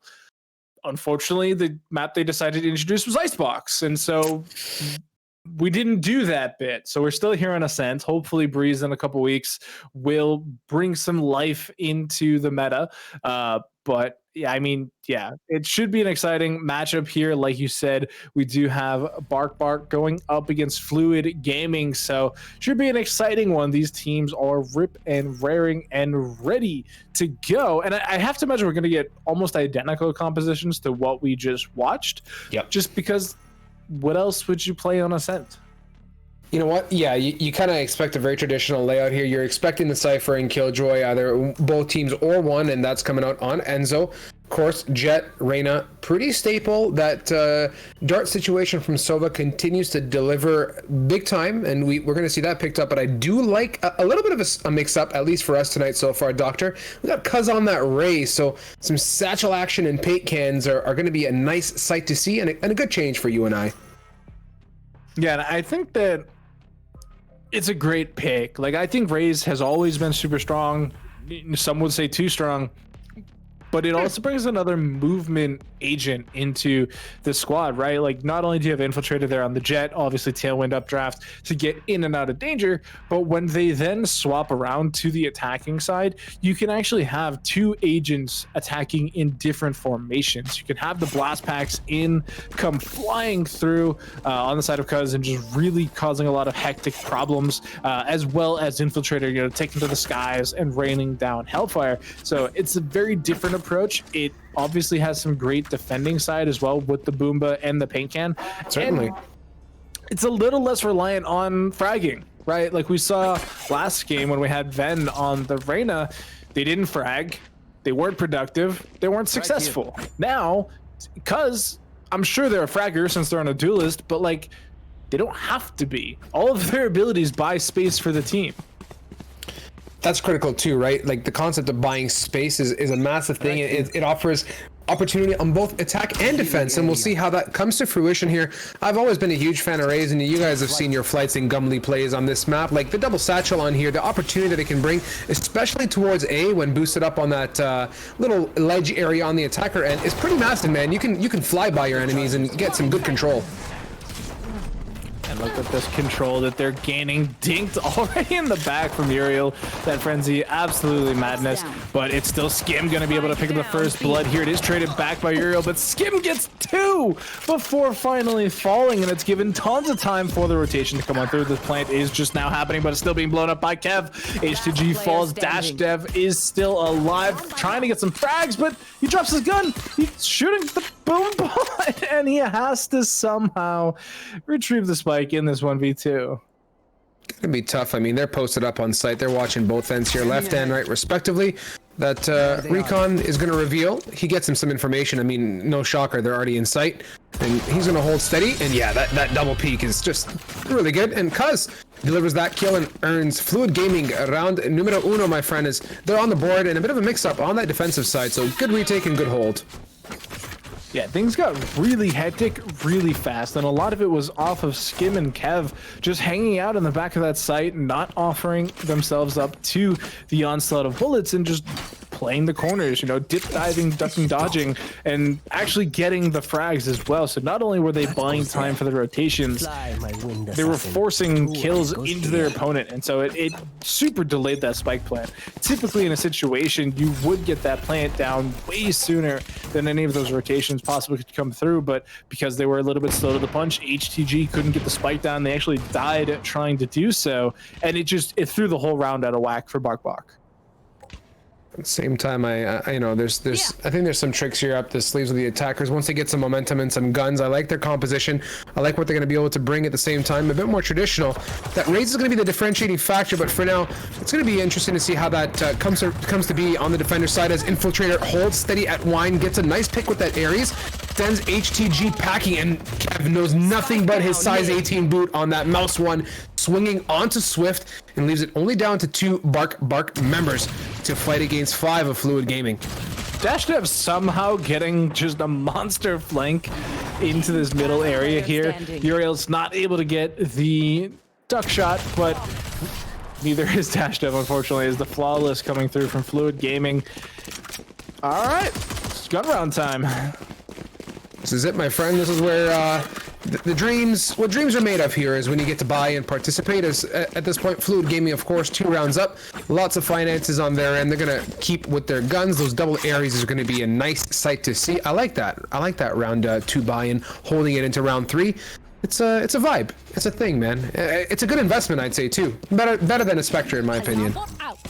Yeah, I mean, you get the added penetration. You do have that ramp up, which can sometimes kind of get you blown out of the water, but as long as you play around that, you're right. It's much better purchase than the Spectre, especially on a lot of these long corridors that you're having to deal with.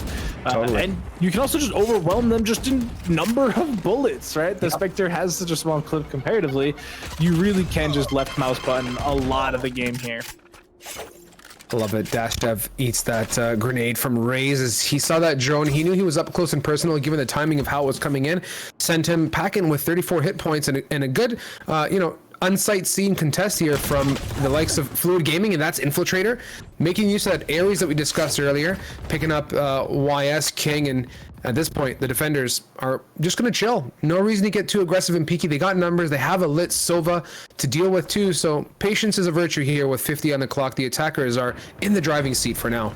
Yeah, we didn't even see much rotation coming through either, so it is still going to be the 2 members here on this defensive side. They are going to hear the smokes, but there's the dead Sova, there's the spike down, there's just W King this site. HTG finally going to get a frag, as well as Uriel, but Kev is going to trade. HTG looking strong still, has full armor, full HP, could potentially do this 1v2 as long as he gets a quick frag.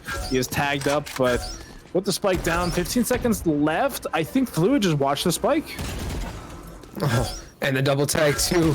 You're not swinging off of that, my friend. Is they're gonna shoot right through you, and Cuz has made his way underneath Boathouse, and good reposition on his behalf, leaves market and is able to get that pick. So 2 versus 1, kind of bleak situation, and of course one more time we went down to the wire on the time too, on the shot clock. So that's round number 3 in favor of Fluid Gaming. And now on that note too, man, they are so well equipped money wise, and they have guns as well, and this is going to force Bark to heavy save if they want to have any chance of getting back into the economy game one more time. Yeah, bit of an unfortunate economic situation that, Bark are finding themselves in. That's just kind of what happens if you're not able to win the bonus round there. And, yes, Fluid was only able to keep 2 members alive, but they were rebuying all their weapons anyway. They all have Vandals, they have the Odin, like they are fully equipped and upgraded. So their economy is looking a little tight, but if they win the round, they get pretty much all of it back, and depending on how many people they can keep alive, it'll be even better than that, as Skim with the double kill finally falls. But what are the retakes looking like, as we do see the flank coming in as well? And on that note, we're going to be patient and see if they can keep the pressure, and they truly do as Infiltrator. Oh no, Uriel didn't go for the right click, instead he went for the single left. It wasn't enough to contest from Logs, and that's Kev to clean that up, and near flawless round for Fluid, man. They are absolutely dominating. And on that note, this is one more time Bark gonna buy into the round. So this is it, man. Really and truly, if they can't pick this one up, it's gonna kind of set a bit of a pattern and trend for me. It's gonna be tough, man, for them to come back and change my perception of what they can do with guns on these attack rounds. Yeah, they are hitting that final level of round loss bonus, so their economy, for better or worse, won't get tarnished at this point. They are going to have a lot of money heading into each round if they continue to lose.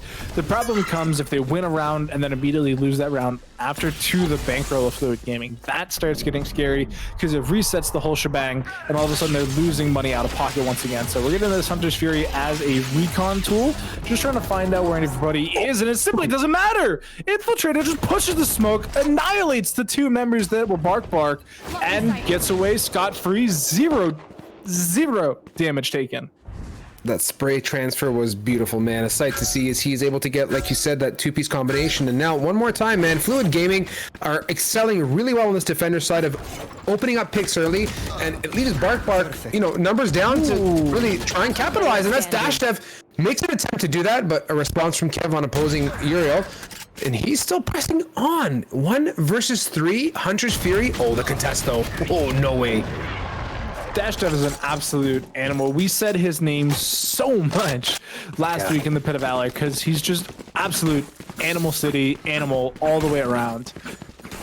And it's insane. And so to be able to see him come out and do very similar things again, even though his team's not exactly doing great, is great to see because it means that he really is a solid player, not dependent on the team, and can just do whatever he wants. It's all about, at the end of the day, individual performance and improvement overall. And it's at the end of the day, you might not win as a team, but you excel as a group, or or as an individual too. You get to learn more and more, and we're seeing him frag out on that Sova. And one more time now, Bark is sitting on 3 ultimates, Doctor. They got to use this. Consider the round disadvantage. Holding is not the play. They want to let the rounds build their ult charges up and give them a chance to use them more often. As they can't really get any traction with guns, it seems.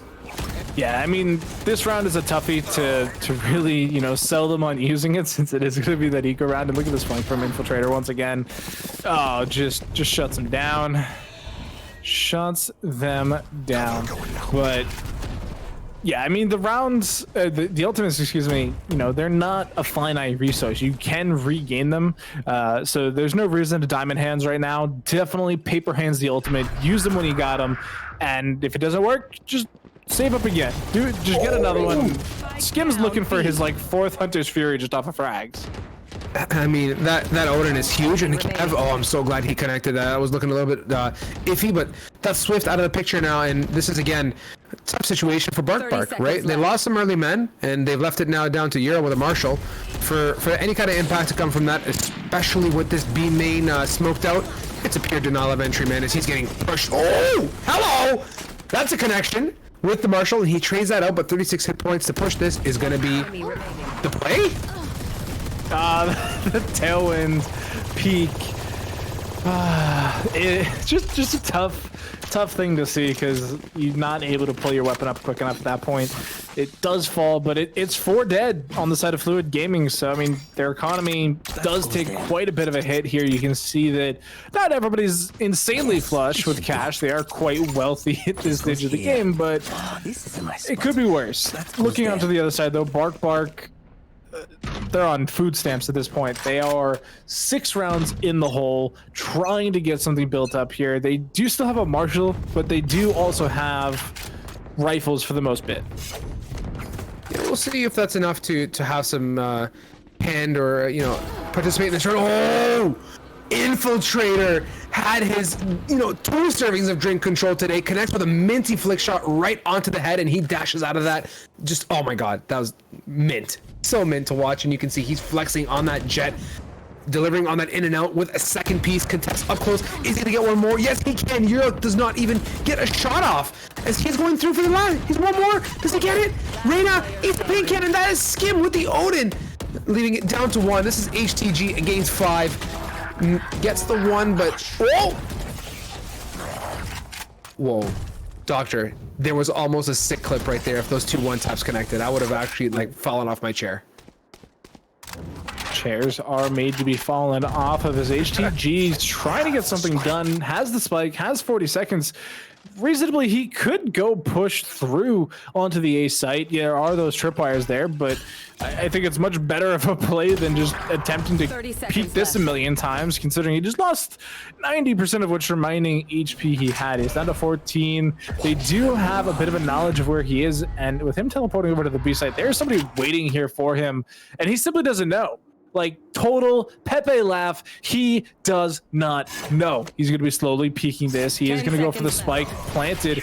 And Enzo could have very easily just knifed him. And he went for the more respectful play, used his gun, but just unfortunate there for HCG. Once again, being left in a position by his team to have to somehow hard carry a round that he wasn't exactly equipped to do. So he at least used the ultimate, got it out of his hands, can start building up towards the next one now. Whereas the rest of the team, Bark, they're fully equipped. And, you know, Strive, you said it, they have the ultimates. This is the time to spend them. Yeah, and of course, same time, right? YS King has been, you know, not delivering on much of anything in this round. He's having a hard time connecting at the same time, though. Okay, so as I say that, he heard my prayers and he picks up the one. They're using that second ult as well. Everything is active now. Knives, lockdown, Hunter's Fury, you name it. It's on the board here as they're going to use that attacker lockdown to get into sight. And they have full control at this point. So Bark, for once, numbers advantage, have sight control. And we'll see if they can hold it off there as Uriel sends a smoke to the heavens and prays that he can make some magic happen is with this Fluid Gaming on the retake. Let's see if they can make this come to be. The Shock Tire does connect, knocking him down to 60 HP there, but it's pretty even retake if you think about it. I mean, the way Fluid Gaming have been playing, you know, I would definitely take their current numbers into effect as 3 lightning quick kills come their way. HTG falls as it is just Kev and and a Dream. Uriel is looking to pick this back up. The spike is ticking away as well. Uriel has the shot, can't quite hit it. Is the defuse in time? Yes. All good there, Doctor. They plenty of time on the clock as Skim finesse his way around Generator really well, and with the Odin, he brings that home, brings home that 8th round. So thus far, man, Fluid Gaming are also now receiving, or on the delivery end rather, of 4 ultimates to their name too. So that's most likely going to be used up in the next 1 or 2 rounds and drive them, but you know, in what I can only predict to be a 9-0 lead. Yeah, and honestly, it's the Prime Vandal. It's just the Prime Vandal, the Prime Odin. Excuse me. It's OP. It gave him, you know, 7 bonus seconds to defuse the spike. It kills them. It does bonus damage. It's everything you could want in a weapon. If Infiltrator had done that with the Prime Odin, he would have gotten the kill instead of dying. Yeah, and I'm gonna make a bit of a sidebar conversation with you, right? What's it gonna take for Bark to pick up some gas here and contest, right? Are they just getting straight up outshot, or are the strats just honestly lackluster on the attacker side? Probably a mix of both. I don't think you go 8 rounds down just off of fragging alone. It obviously can happen in, say, a solo queue environment, but I think if you have, you know, a solid, you know, team on your shoulders. Oh no, that's tough for Dash Dev. But if you have a solid strat book and you can, you know, execute the strategy correctly, it's not always about fragging. Like you obviously have to kill members to make the execute work, but I don't think it's impossible to not win rounds without killing. But for right now, Enzo is in a pretty great position here. They know where he is, but 30 seconds left. they don't at the same time. oh man. That's tough for Enzo, right? He finessed his cage quite well. He was having a bit of a hard time activating it. He made it happen though as Skim from downtown is able to get a tag and a 1. So leaves it down to the lonesome Skim now one more time. Oh my god. Is it, I thought for a second that was truly going to connect and bring something home. They're posted up towards Generator. Is this double Jenny move to play? It is, and that Paranoia super well placed, and they pick that up. So this is Bark on the board with their first We've seen this time and time again, Doc. If they can get 3 more, it'd be really good for them. They played really well as a squad, and I think Enzo falling down at that site was really the deciding factor. Had he stayed firm and was able to connect on kills, I don't think he used his cam, eh? He was looking at it. I don't think he wanted to reveal the position away. Instead, he didn't tag and relied on the cage. So had he tagged, it might have at least got him 1 frag, right? Oh, this is a nice. Yeah, I honestly, I don't even know if the cage was super necessary, because before he popped it, it didn't seem like they knew where he was. It didn't look like shots were going his way or anything like that. So he may have even been able to hold off on the cage, unless he can be seen from Generator, which I don't 100% know, like on top of Generator. Infiltrator, though, opening the kill onto King. Can't quite connect onto Uriel, but 1 for 1's not bad. And so Skim... Oh my god. It's too good. It's the prime Odin. How many more times are they going to fall for that, though? Honestly, like, you got to let him play deep, make some noise, bait the dart, and then go from there. But Dash Dev, like you said earlier, Doctor, is still contributing ample kills on the side of Bark. Is they've driven it down to a 3 versus 3. There is still a Nero theft on the board, which is going to be a nice ultimate to use. If Fluid Gaming can get a pick off that, it's going to really turn this round on its head for sure. Oh, look at this. Oh, Enzo. Much better positioning this time than their last round. Is even able to sneak around over to the other side of the doorway there. Kev lights up Uriel. Dash Dev jumps into Skim. That round completely fell apart at that point. And this is teetering on the edge of no return, dare I say, right? We've gone from definitely. sitting on the edge of a cliff to we're basically holding on with 2 fingers on the side of Bark. They've given up so many rounds, and they're falling to the mercy of the same rinse and repeat moves from this defender side, right? Bark are in the driving seat. Like you said, it doesn't always go back down to frags, and I will agree with you. It's frags and strat, but they're giving into, they're not even getting a chance to peek, really and honestly. So you can't even frag to begin with, right? Oh no, you cannot be giving up that frag if you're Swift. That is nightmare fuel. And, you know, you're saying we're hanging off on 2 fingers. I think we're basically cliff diving, and we flipped a coin to find out if we grabbed the parachute or the snack bag is really where we're at right now. Yeah, I'm trying to be a bit more generous, Doctor. I'll be honest with you. 9-1. Come on, man. Like, we've seen, I don't like going towards the dark side, right? I don't want to be saying we're cliff diving when we're not, there, but you're right. We kind of are there. Maybe I'm just being too optimistic on a Wednesday. It's been a rough Call week. me Anakin Skywalker, because we are heading into darkness. Oh my God. We are, as Ariel is doing just the darkness move. Doesn't even move the mouse. Like, he's just dead nuts looking forward, Doctor. And that's it, 2 versus 2. So they were able to trade the the drone coming from behind from Skim, but they've already rotated to meet them. It's going to be a tough take for them if they. Okay. So they get on site. That's good. That's a start. 30 But the seconds post plant now. Let's see if they can make it happen. As Skim is a bit of a G with that Odin. Yeah, Skim is going to be in a pretty prime position to unload. I'm not a huge fan of them heading from the seam direction as the paranoia hits both of them at the same time. King is able to make it across, which makes this retake a little bit harder for Fluid Gaming. They now need to clear all of the site. HTG is able to pick up the first kill, and it's up to King to get the second, and it's their 4th of the round. We are at it now. One more time with Bark on the board for their second. And hey, you know what? That was what was it? A tough round. Really felt like it was gonna fall on its face because really and honestly, Fluid Gaming has been pretty darn good on that defensive side of the rotates and making quick work with the shots. This game is leading the barrage 14-5. But they made it happen, man, and they got the second round. Is there such thing as reverse cliff diving? Like, can we stop at least midair? Snack break maybe? Because I feel like we're kind of getting there. We're slowing down a bit. If you're Captain America, yeah, you got the jetpack going, and you can just fly up with your wings. I suppose that analogy doesn't quite make sense if you're not a Marvel fan and you only think of Captain America as the shield, but. Yes, technically there is reverse cliff diving. It just requires a jetpack as well. So, lots of ultimates being used here on the side of Bark, and they're reasonably successful. Sort of. No detainees, a little bit of damage from the Hunter's Fury. They do force the teleport out of Kev as well, so fortifying the B side just a little bit more. Yeah, I think we're still diving. Never mind. Okay, that's a vibe. Dash Dev's an animal. I said it once already. Skim also cracked out of his mind. Enzo, amazing on the scoreboard here. Infiltrator is going to get shot in the back, but Nice job.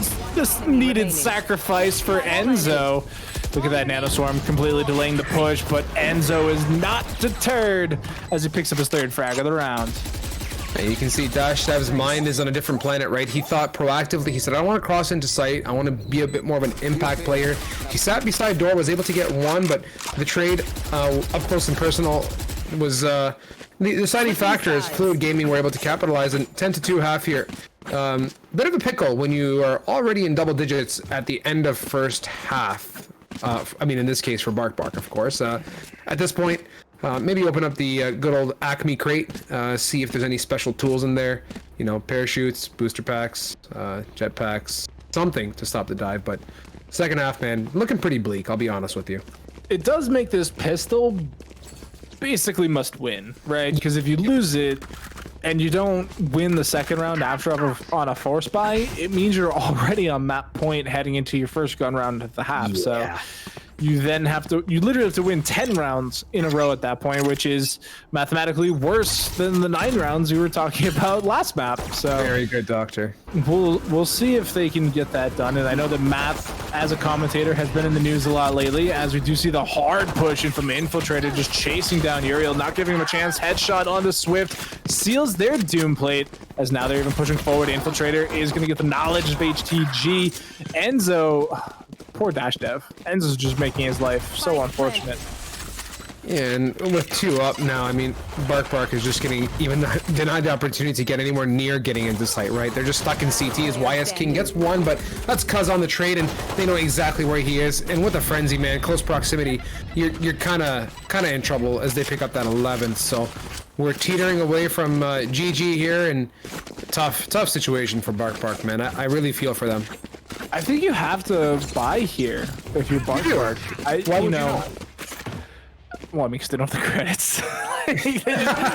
they literally can't buy.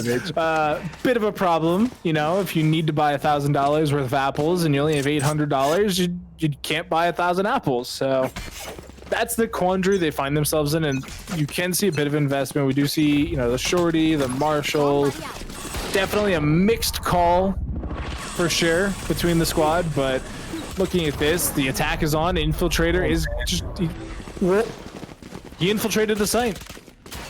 This guy, that combination with that dart was just massive, man. He was just sitting in smoke shooting people and picks up the 2, full hit points, living his best life as Cuz throws a can under Swift's butt, sends him flying to the moon, and oh, finesse from Infiltrator. Flying classic to wipe up round number 12, man. Match point. So, yeah. Yeah. How about that? Cuz with the ace steal, tragic. Heartbreak. Definitely report Cuz afterwards, guys. X9 Cuz stole away the ace. It's 12-2, and it's tough because Bark just never really got the chance to show the full utilization at their fingertips. I think they never got the economy going. They lost 4 straight into 6 straight, and so they literally never had the economy to build up. And so, oh, man, it's continuing to show here in the final round of the game. Oh, 1. Oh, Infiltrator. I like what Raze did there on that take towards A. He baited out with the paint can and made Reyna swing, and that was easy work for him as well. Oh my god. These guys are, yeah. He just W-keyed him. He literally, no fear, no concern for his own safety, W-key left-clicked through the window, around the corner, and then pulled his knife out as soon as he sees an opponent, and he's just like, oh wait. He's so lucky he had a teammate right there to keep him alive. Man, like that's tough. I don't have too much, I don't want to say analytical insight to offer on this matchup, just because it was really, and honestly, man, like it was a 13-2, right? It was a bit of a wash. We touched on some key points in the middle of that matchup regarding, shot or strat, and we both agree that it was basically a combination of both, and you can see why S King was sitting at basically a 6-14 score line.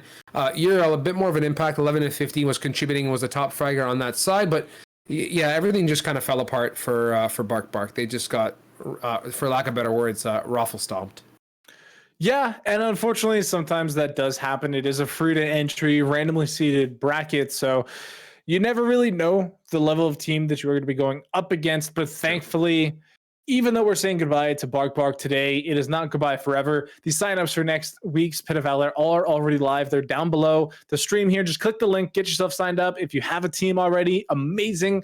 If you just want to get together with some buddies, that is also a great use of your Wednesday night. So be sure to hit the link down below. Also, there's the link for Drink Control down there, I believe, as well. And remember, use code GLG10 at checkout.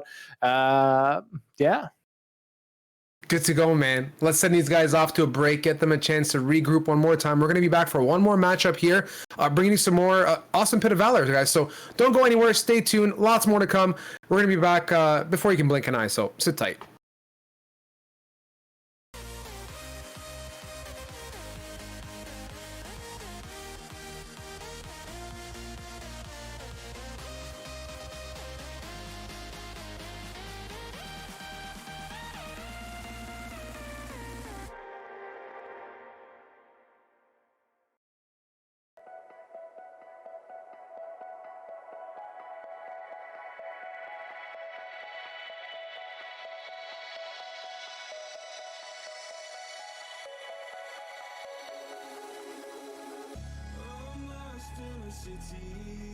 Still so far from home. I've searched for you all my life. Cast out like a shadow, racing towards the light. I pray to see you one more time.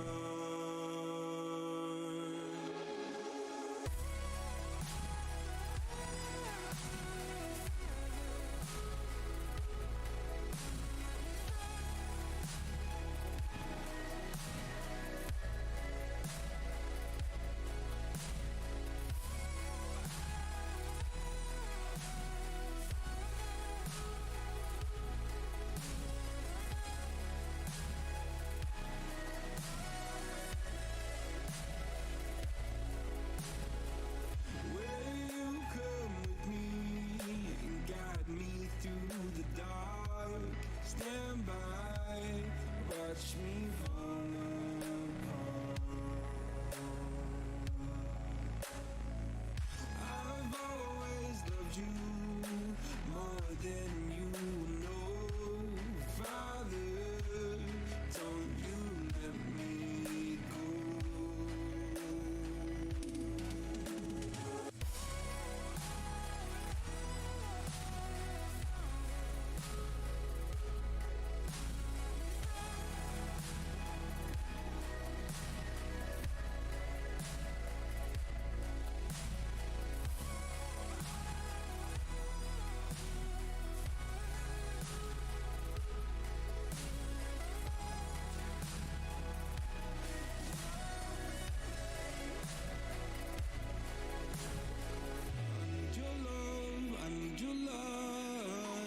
City nights and satellites. When I'm home, the losing sight. Carry me home all through the night. I need your love, I need your light. Like city nights and satellites. When I'm home, the losing sight. Carry me home all through the night.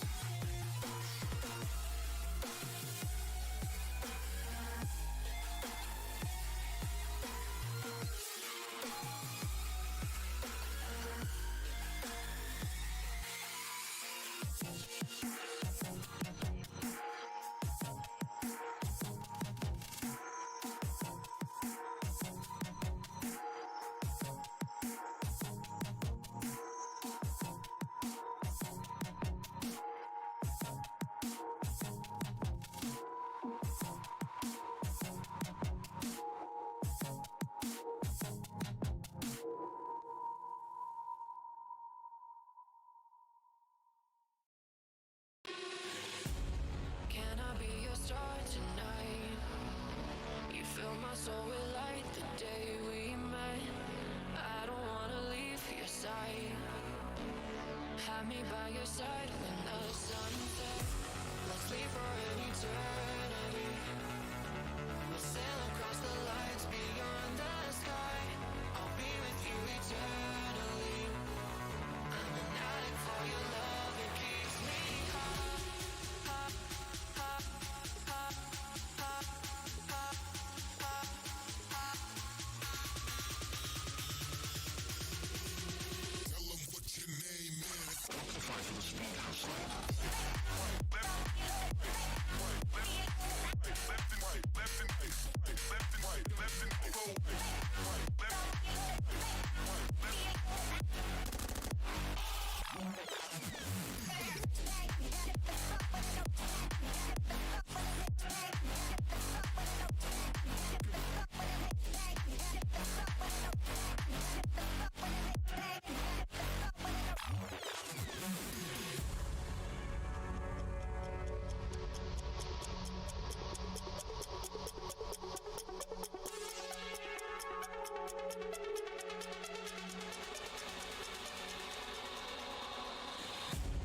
Can I be your star tonight? You fill my soul with light the day we met. I don't wanna leave your side. Have me by your side when the sun sets. Let's leave for an eternity. We'll sail across the lights beyond the sky. I'll be with you eternally. I'm an addict for your love, it keeps me high.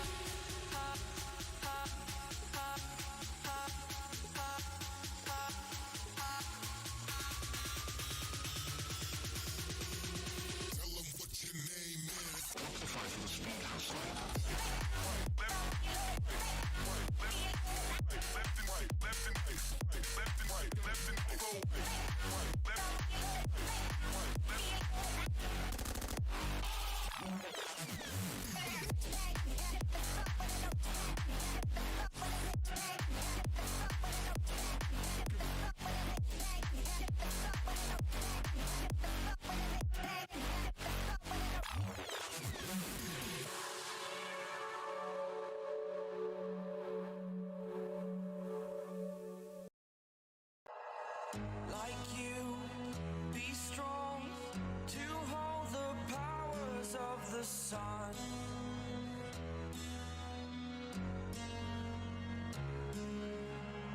To dream, believe in strength. Now I'm the only one, only one.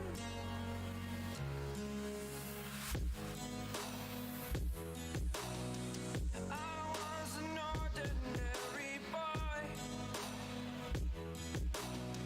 until I broke the rules. My life destroyed. Life destroyed. Welcome back, everybody. Here we are, Wednesday night, Pit of Valor, Valorant action coming at you live and fast. I'm the Doctor, being joined by Strive on my side, and we have our next matchup coming at you live. It is going to be Fenrir Black going up against Def Mode, coming on to a bit of a chilly map here, Strive, but it definitely got your wish secured. It's not a cent. I'm happy to see it, man. I'm looking forward to it. And, you know, Icebox for me has been an awesome one to watch. I love it. But most importantly, it gets us out of that traditional bubble that we've been seeing, right? We've kind of branched out a little bit more. And we get to see some map that has, in my opinion, the best verticality, some of the best verticality in the game, right? And that's always been a nice mix-up or change-up in Valorant, of course. Yeah, for better or worse, it exists. Oh, come on. You don't like it, Doc? No, I think it is one of the worst FPS maps I have ever played in the history of gaming. And I've played Call of Duty 4. I've played shooters. You don't like it one bit, do you? No. Okay. No. All right, man. Listen, Strive, listen. The You're gonna do it community like is that? on my side. The community knows it's a bad map. I have the people. Even production is like, yo, Strive, move on. Move it along, guys. All right, well, I mean, I'll just pack my luggage up and put it to the side. Strive. I will give you this. Not only does the map exist, but it breaks the agent select meta. As you can see already on your screen, we've got Skies and Vipers. And if Icebox is terrible for everything else, at least we get different agent picks. You call it breaking, I call it diversifies, right? It's just half cup. You know, is the full half cup? Wow, is the cup half full, right, or half empty?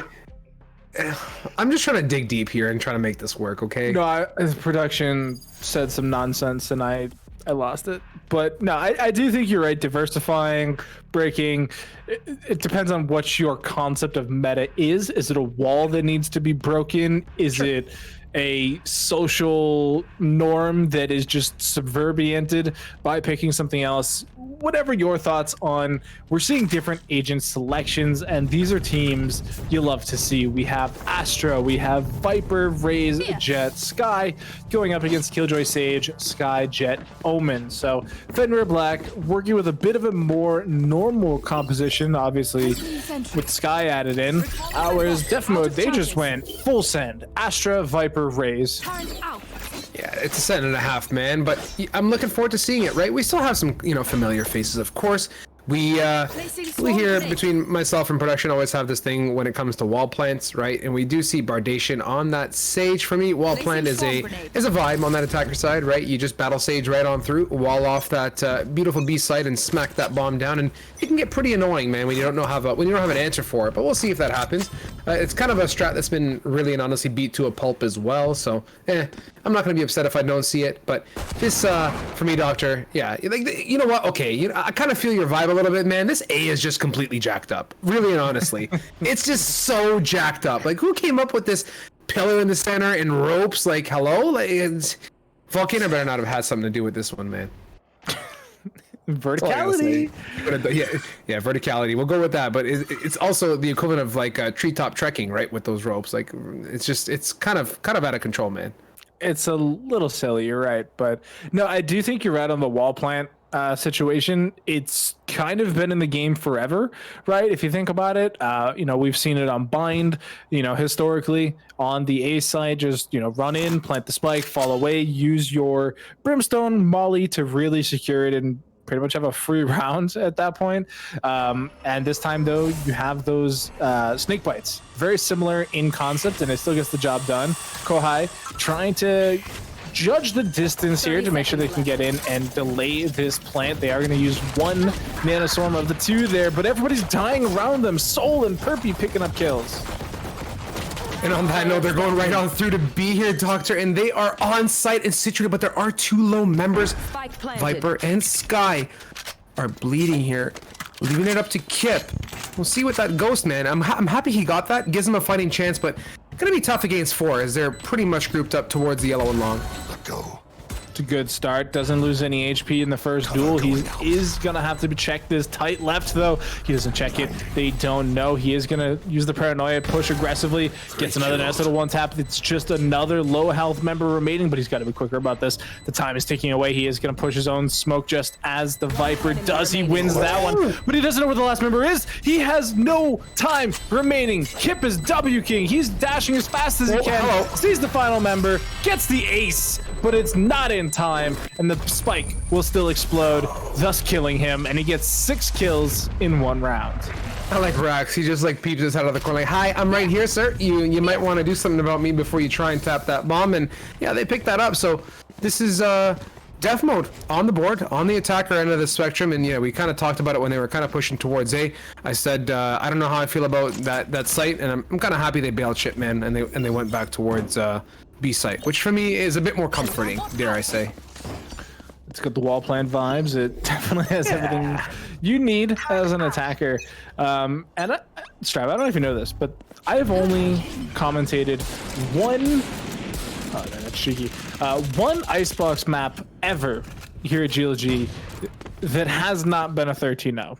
And it was Keklinuk's fault because I told him this tidbit, and I think he PayPal'd one of the teams because there was no shot that a team actually picked up around there, ruining the 13-0 dream. But we'll see if that can happen this time, because Fenrir, they are on pistols once again, but it's Icebox. Anything can happen.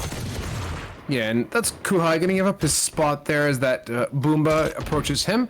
Still, I like it. Def mode gonna play their time down respectfully. I like this is you know, you've casted one match, Doctor. I'm sure you've seen plenty of matches otherwise, or played on this map too. The attackers, of course, given how large this map is, opening up picks is critical. The rotate time is just absolutely biblical as well, and that's a key factor they got to keep flexing on here.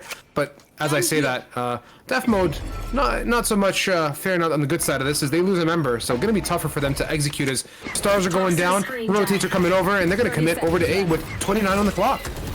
Yeah, they're gonna have to do this late round push once again. Slow orbs coming in, buying so much time as Basics pops off, picks up 3 kills before falling, but Bardation with the Bodonkulous double kill there is gonna close out the round, and Fenrir Black quickly take a round away. Easy peasy lemon squeezy. 1-1. I like it. A bounce back here coming from Fenrir, and now they are holding steady with guns as well. So buying into it, and unfortunately, Def Mode are gonna pay the price of that last round and hold steady with pistols. Looking like a pretty free round for Fenrir if they can capitalize and not give up anything early. If they fall to guns early and just hand those over, they're gonna have a really hard time getting back into it. That's what I would have said about defense mode last round too, but here we are. We are going to get the Blade Storm pull from Fenrir Black as well. Blast backs into the site, just trying to buy so much time. That's Poison Wall hasn't quite gone up just yet, but they are waiting for the opportune moment. Nice. As they do get the Nanoswarm out. Madley still gets first blood though, so that's a bit of a problem, as they don't seem to really care too much about anything that's going on in the world. As Burpee gets one, but everybody else gets annihilated. Yeah, Bazix goes on a bit of a whiffing spree with those knives, but he connects after with the Sheriff, so all's good in the hood here. Fenrir capitalize on the buy, of course, and earn their second round as we progress now on a buy-back opportunity for Def Mode. We're expecting Perpy as well to buy, and yes, he truly does. Fully equipped, armor and all, as they're going to be looking to hunt the likes of Fenrir, who are going to go for a bonus. I mean, a good decision. They're leading the charge, and yeah, this is it, man. Like, Kuhai, his swarm denied that plant opportunity so well that last round. It's so good, man. Like, this is where Killjoy, I think, excels, especially holding down on B. Yeah, it buys you so much time, and it's problematic. It's so good against the old wall plants as well, because it doesn't care about the wall. It's already there. Unless you shoot it beforehand, it's gonna stay there too. The jellyfish are swarming. They don't seem to find anybody. Those Bazix picks the perfect moment to flip that corner and get the kill. Kip also gonna pick one up here as well. Bazix spotting one more member, not able to secure the shot, but he's gonna keep pushing this problem. But look at this. Definitely picking up some quick kills. Kip, has a bit of a pixel and a half to shoot. Doesn't connect on that, and this is it. With 50 on the clock, Def Mode is in the driving seat now. They have the spike. They have 2 ultimates as well. Star is going down to get him across, and Kips thinks there's someone there. Rightfully so. Shoots. No connection as they've progressed onto A and are now planning. So we'll see can Fenrir retake, as that is Fraggleton denying that opportunity. But there is a res here. The good old Sage delivers one more time. And this is what really grinds my gear about Sage, man. I think the res is just absolutely ridiculous. Pretty good. It's why the rest of the kit's just hot garbage on a sweaty New York day. There's nothing you can do with that kit as long as the resurrection is in place. So for now, it is going to be this 3v3 retake. The Cosmic Divide is going to expire, but just like that, Soul picks up 1, can't quite grab a second, and all of a sudden the round is in danger. It's all up to Fraggleton here, who has to somehow win this 1v2. The snake bite and the shots on target, though, clutches up for the team. Yeah, Doctor, I mean, I've definitely casted more than one on GLG for this map, and time again, and, you know, hop into an unrated, hop into a comp and play Icebox against a Viper. Vipers will single-handedly turn your day upside down. Like, you will go from having the best day, you got a raise, you got a promotion, you bought a dog, and then you come and play Icebox against a Viper, and at that point, you just want to off yourself. That's kind of how I feel about Viper as an agent, and also on this map. Like, that splooge is just absolutely ridiculous, and there's so many plant spots on A that people go to, and most Vipers that play this map, they know what's up. Get out of my way. Listen, I've commentated more than one Icebox. You said one. No, I was saying I've commentated one that was not a 13-0. We're like double digits of 13-0s, and then all of a sudden Max Kuglina comes in, pays off a team to not go 13-0, and all of a sudden the streak is ruined. My apologies. I completely misinterpreted everything there. Yeah, you did. Sorry. Forgive me, Doctor. No, maybe next time. Okay. No, it's fine. We're good. We're chilling. It's Icebox. It's 2v2. It's turned. Oh god, that's the situation. Yeah. Knives hurt. Yeah, they hurt from afar and close apparently too, as Perpy connecting onto Kip, cannot get the second from Bardation, who's lurking on the rafters, supported by Kuhai. They get that second frag as well. One more time, history repeats itself as we are marinating in a 3 versus 3 situation here, as they are gonna go back to the good old trusted A, and why not? You got Viper alive, so plant the spike, go sit somewhere really far away, you know, cookies and a coffee, and just wait for the, oh no, Fraggleton, you let me down! 30 seconds left.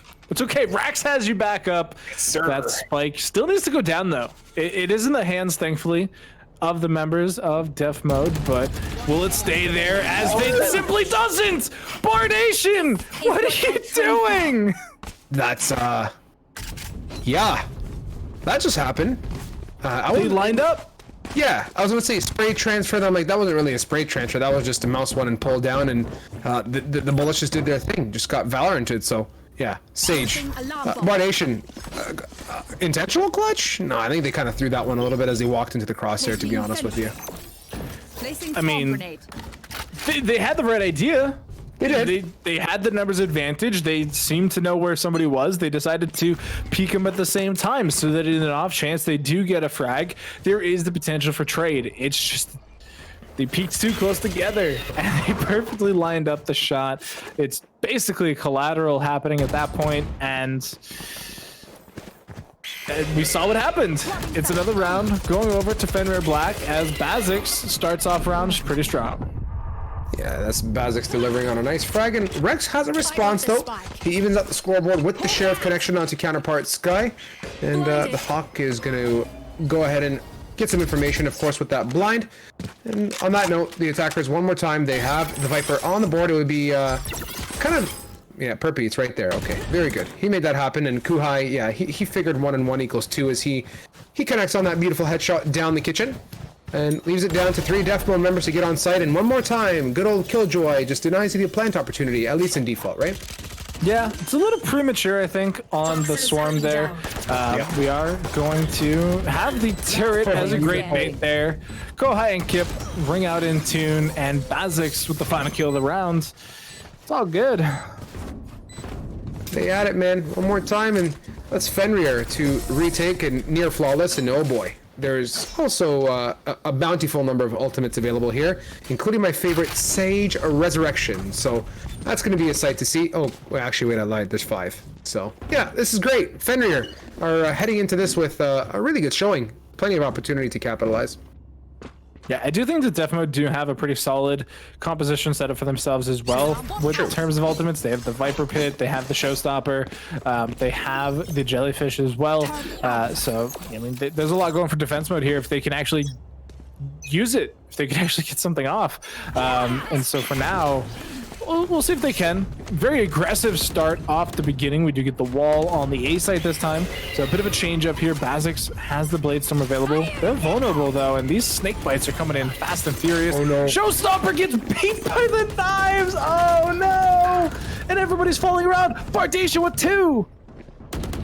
The bait pull there from the dash was so good, Doctor. He was mid-air flying around, and the rest of the team was able to clean up house, and that is Fenrir to fend off defense mode, and they held firm on that. I mean, despite everything, they made the magic happen and picked up that 5th round, and man, they only consumed 1 ultimate that round, which was the Jet Knife. So for them, a good value. They got plenty more on the board here and a lot of opportunity, especially with that Omen that I think is going to be a good decide. I mean, Omen teleports are always great, not only to, you know, rotate, but to even get early information, right? As rounds tick down, 30, 40 on the clock, pop your Omen out, go see what's going on, right?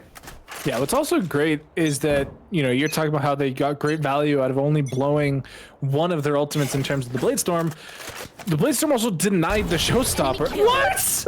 Hello! Even Bazix is like, yeah, that was pretty sick. Like, they just stop moving, hands off the keyboard, hands in the air. And what do you do now if you're Def Mode? You got collateraled, and the rest of your team is completely split. Like, there's nobody even remotely anywhere near anybody else.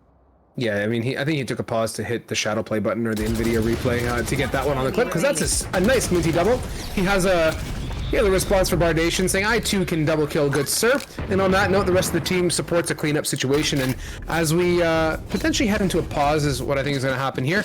This is Fenrir still holding on to 4 ultimates, 6-2 lead. And they've been really denying Def Mode on all sides speaking, right? And B, that Killjoy layout, mint. I mean, so good with those the nano swarms, that turret bait, beautiful sight to see. And at the same time, you had Bardation holding steady towards A respectfully. So at this point, Fenrir are looking really, really strong. This defensive side has really grown into a monster for them as well. You know, it looked a little back and forth earlier, but that economic reset that we saw in round number 4 was really problematic on the side of Def Mode. And so we're getting a bit of a pause here now.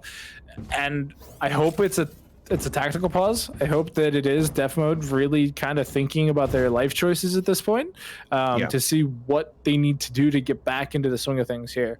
They are going to have this full buy here. It's obviously half armor on the soul, but they have that operator. They have that big gun that can be so game-changing in a lot of ways. Oh, for sure. And I mean, I'm happy to see that it's on the Jet. Of course, the in and out tactics with the dash is beautiful sight to see. I would like to really see that, you know, be used early on. Given the size of this map, you know, waiting too late into the round to open up picks is a bit troubling as Bazix. Oh my god, he's fearless. That's a cool sight to see through the wall with that dash for dashes. He's still pushing ahead. Arms him though, no connection. But he's now left Jet in a bit of a situation where he's going to be a bit more timid, right? He doesn't have full hit points and can get easily one-shotted by a rifle. Yeah, Soul can now die to pretty much anything. There's that information play from Kip that, excuse me, you were alluding to a little bit earlier. Operator finally gonna draw even more blood as they do take out Perpy. Oh, here's Soul. One more time, gonna take a crack at this peak, I think. But Bazix's crosshair is in all the right places. There's the bail ship. He senses some things going on here as he's gonna rotate right on over. Head to A as they're picking up that bomb, and yeah, it's gonna be pretty tough for them to. Oh no, that's Soul. He cuts off that rotate coming out from Madly. So that contribution is great to see as they've driven it down to only 4 members now with Fraggleton's ultimate too. This is where Viper really excels, is using this ultimate on A site. Yeah, and it's bought a lot of time already. They're not even really fully in it. They are waiting for somebody to push it in, but this defender lockdown is gonna prove problematic for Fraggleton in just a second. Never mind. Why? Why leave the smoke? I mean, he also not only left the smoke, he took a step. So Killjoy knew exactly what was happening. He looked right at him, right, and just waited for him to swing out. So that play for me, Fraggleton could have easily finessed that smoke a lot better and played time a bit more. I do think that they were in range of the lockdown. So if they had stayed there, they would have been locked down. But say Libby, if there was a lockdown, I completely missed it. I truly apologize. Like I'm too busy looking at Viper bubbles everywhere that I don't even know what's happening otherwise. It was very blendy on my screen in terms of, yeah, there definitely was a lockdown, but like the ticking clock at the bottom of the screen was very blended into the Viper pit, so Get out of my way. very easy to miss, and yeah, it would have basically just it won the round regardless, because there was that portion where Fraggleton was trying to hang out in that deep back corner, but I don't think it was outside of the lockdown. Yeah, unfortunate. I missed a lockdown, but yeah, like you said, got them the round. That's the Boomba bot there doesn't do too much in their favor, as that's Kip to connect onto Rax with a nice early pick, supported by team member Madley on the Sky onto Fraggleton, who it's great to get that Viper out of the picture, and that verticality, my friend, what we talked about before, is the brokenness of Icebox, plays really well in their favor from above, and that's Bardation to clean it up, and flawless, man. Beautiful job for Fenrir, as yeah, I think Def Mode really didn't have much of a chance considering the gun situation.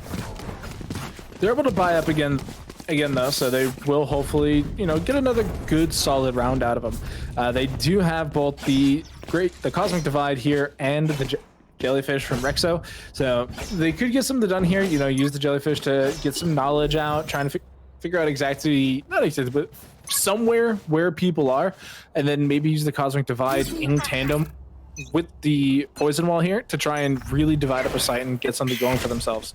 They are gonna flash peek this corridor here, but this hasn't really been a spot that Bazix has watched since that double kill. So yeah, we'll see what they can make of this round. Now, one more time, spike drop. The attackers are going to be kind of poking around, trying to get some information as Perpy sends his Boomba for a bit of a roller coaster ride with a bump and a land. No one really there to receive that much from this. As Bazix, one more time, the mid lurker himself sees a bit of a jump peek from Rax. No connection, though, as they're trying to feel him out as well. But Kip here on this vertical up above position here on A. We'll see if he can connect on to Fraggleton, who's lurking down below, as the rest of the team grouped up nicely towards mid Astro Utility to deny that opportunity to aggress, and that is the Sky Alt as well, hunting its way through. They're going to destroy that, which reveals a good chunk of information. That's Madly flashing swings as well, and I think that was just one big decoy of a bird, as it didn't fully explode. Picks up the kill, and this is one more time Fenrir leading the charge. Oh no, Kip, do they? Oh, they're not going to check it. They're not going to check it. He gets one. No, does he get the second? Kip, how could you do me dirty like that? I thought he honestly had it, as Bardation's contemplating the res as well, Doctor, leaving it down to only 2 Def Mode members. With 20 on the clock, this is a bit of a worst-case nightmare, as they've divided the site, but they have to plant the spike too. And I mean, how many places really are you going to plant on as Kuhai from behind and Bardation to support? Bring it home with 3 members alive, and at this point, man, 9-2, we are approaching the infamous double-digit first half that we were kind of dreading. Bit of a tough situation for Def Mode. Yeah, and just economically, it does look like it is going to be a 10-2 half. It's tough to see a world in which Spectres overcome just the full kit that Fenrir have kind of, secured for themselves. And Kip had a great spot. I mean, you talked about him disappointing you. He did get the 1 frag, which dropped the spike, completely was able to make the call at that point. And yeah, they didn't quite get the spray transfer, but Bardation had the great, trade opportunity, so it didn't really lose a whole lot. The flash peek once again not gonna work out, as Bazix takes first blood. Kohai takes down 2 before finally falling, but Rax and Madley are gonna trade out. Here comes the Blade Storm. Yeah, I mean, dude, Bazix has been just on point with Switching that sides. operator, and also his knives have been just really, really beautiful. And we've earned our beautiful 10-2 half here. Fenrir are absolutely slapping their way through it. We kind of, I think you touched on it before this matchup, Doctor. We saw a bit of a landslide coming. Icebox can be that way, and I've seen it go. You know, it's either been really, really close, or to be quite frank with you, really big disparity score-wise. And I think we're on that disparity end of the spectrum here tonight. As now we're going to see if Fenrir has some funny tricks up their sleeve on the attack side, and what Bazix is going to do, or is counterpart Jet going to, serve up some of that punishment with the op and hold steady on some of those choke points. I think really the duelists are going to have to make the magic happen here for Def Mode. It's going to be tough otherwise. Yeah, it's another duelist duo situation that we talked about last map, probably the map before that. Pretty much every map that has these duelists in play, you do need strong showings from these agents that are designed to pop off. And so when you're not fragging, you're not using the most of your utility as an agent, and look at that. Soul rips the head up of Bazix before falling, but 4-on-4, lots of utility being used here at this A site, and rotations are not coming through. Look at the minimap. There is no here on this A site for defense mode. And this is it. That wall gets denied. Oh no, the Viper splooge one more time. Lands and forces them to kind of fall away. And yeah, that's kind of frustrating, man. Just when you think you're okay, Viper kind of ruins your party. With Fraggleton obviously knows his lineups. He's going to do it again. No, he's waiting. He kind of predicted the fake, so good on him. And they're pinned now on site with 40 left. They choose to fall off. I think it's really kind of too predictable at this point. It's going to be tough for them to make it happen. You can see the floating coming through. There are pings coming out, and you basically just have to 30 try and seconds play left. non-default. I mean, the wall is gone, though, so that could pose a big problem for that strategy. He does pop up the rope swing. Gonna try and get some knowledge here, but can they get it back? Bardation up top. Rax gets one. Fraggleton's gonna fall after using the snake bite. So it's Rexo versus 2, but only needs to stay long enough to stop 10 the plant. seconds left. There's only a little bit of time left. They can't get the shot, though, and they are going to fall. Fenrir win the pistol. They take 11, and I've seen this story before, Strive. Is this the story where things just go upside down and all of a sudden Def Mode pushes back for 9 rounds, or is it the story where we go to 13? So we're going to 13. Oh, okay. So I'm like, maybe he's being optimistic, right? Maybe he's kind of picked up on some of the Strive vibes, wants to really see a really close to my Icebox game, but no, it's going to 13. I think I'm on your side here, boss. I'll say I don't know if you've watched me commentate before, Strive, but we don't have the happy fuzzies here on the doctor desk. It's realism. It's half cup full. It is whiskey time. All right, Doc. Well, you know what? I'll put in a notebook. I mean, now that you and I don't get too much, one-on-one love time together. You know what I mean? Like, I of course I watch you, but it's different when you're, in the depths with the doctor. And I think, Very true. You know what? And maybe I'll just, fall right into the cup too. This is dead ass over. I don't know what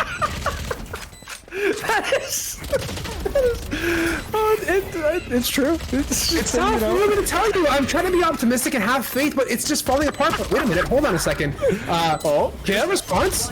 Is there something? Oh no! No, do me like this. You gonna shoot? Pros don't fake. Pros don't fake. Fraggleton! Oh my God! He's gonna go for this pen too. If he got that, oh my God. Yeah, that's a round, dude. That was sick. That was nutty, dude. He's like, yeah, I'm going for it. What drove him to want to jump? Like, why not just shoot? I don't know. Maybe just having some fun, but Pros don't fake? Okay, no, they don't fake, right? But okay, whatever, man. They got that third round, so they're on the board. They're yearning back, and maybe option 2 is going to come to be, as we may go to a much closer game than we're expecting. I don't know, man. Yeah, we'll see. I think that's a lot around. I think Kip maybe might have underestimated the poison vulnerability there. Yeah. It's strong, man. It's so strong. Yeah. And when you don't play against the Viper a lot, it's totally reasonable to not fully grasp, what that does to you. So, solid round win there from defense mode. I think the Viper could really start coming online. Astra, I'm not really sold on the agent. I've seen some really good performances. I've seen some so-so performances. It's a great smoker, but through and through. I don't know if it has the power needed to really contest with a lot of these. The snake bite is causing vulnerable, and Perpy racks just line them up, shoot them all down. What? Okay, so happy Collat Day, everybody. Welcome. This is GL Collat Lounges. For that's two in a night, man. I have not seen that many Collats in my time. Like, that's cool, man. I'm happy you got a tune with a sheriff. Like, good job. I mean, really good job. That's insane. That was sick. Yeah, I'm super happy this is happening. And you know, Strev, if it does come back, if we do get that overtime score line, I'm not gonna be mad. Viper's one of my favorite agents. Raze is my other favorite. I never get to see Viper, so to see them both here on the same map is always a great show. And I mean, look at this.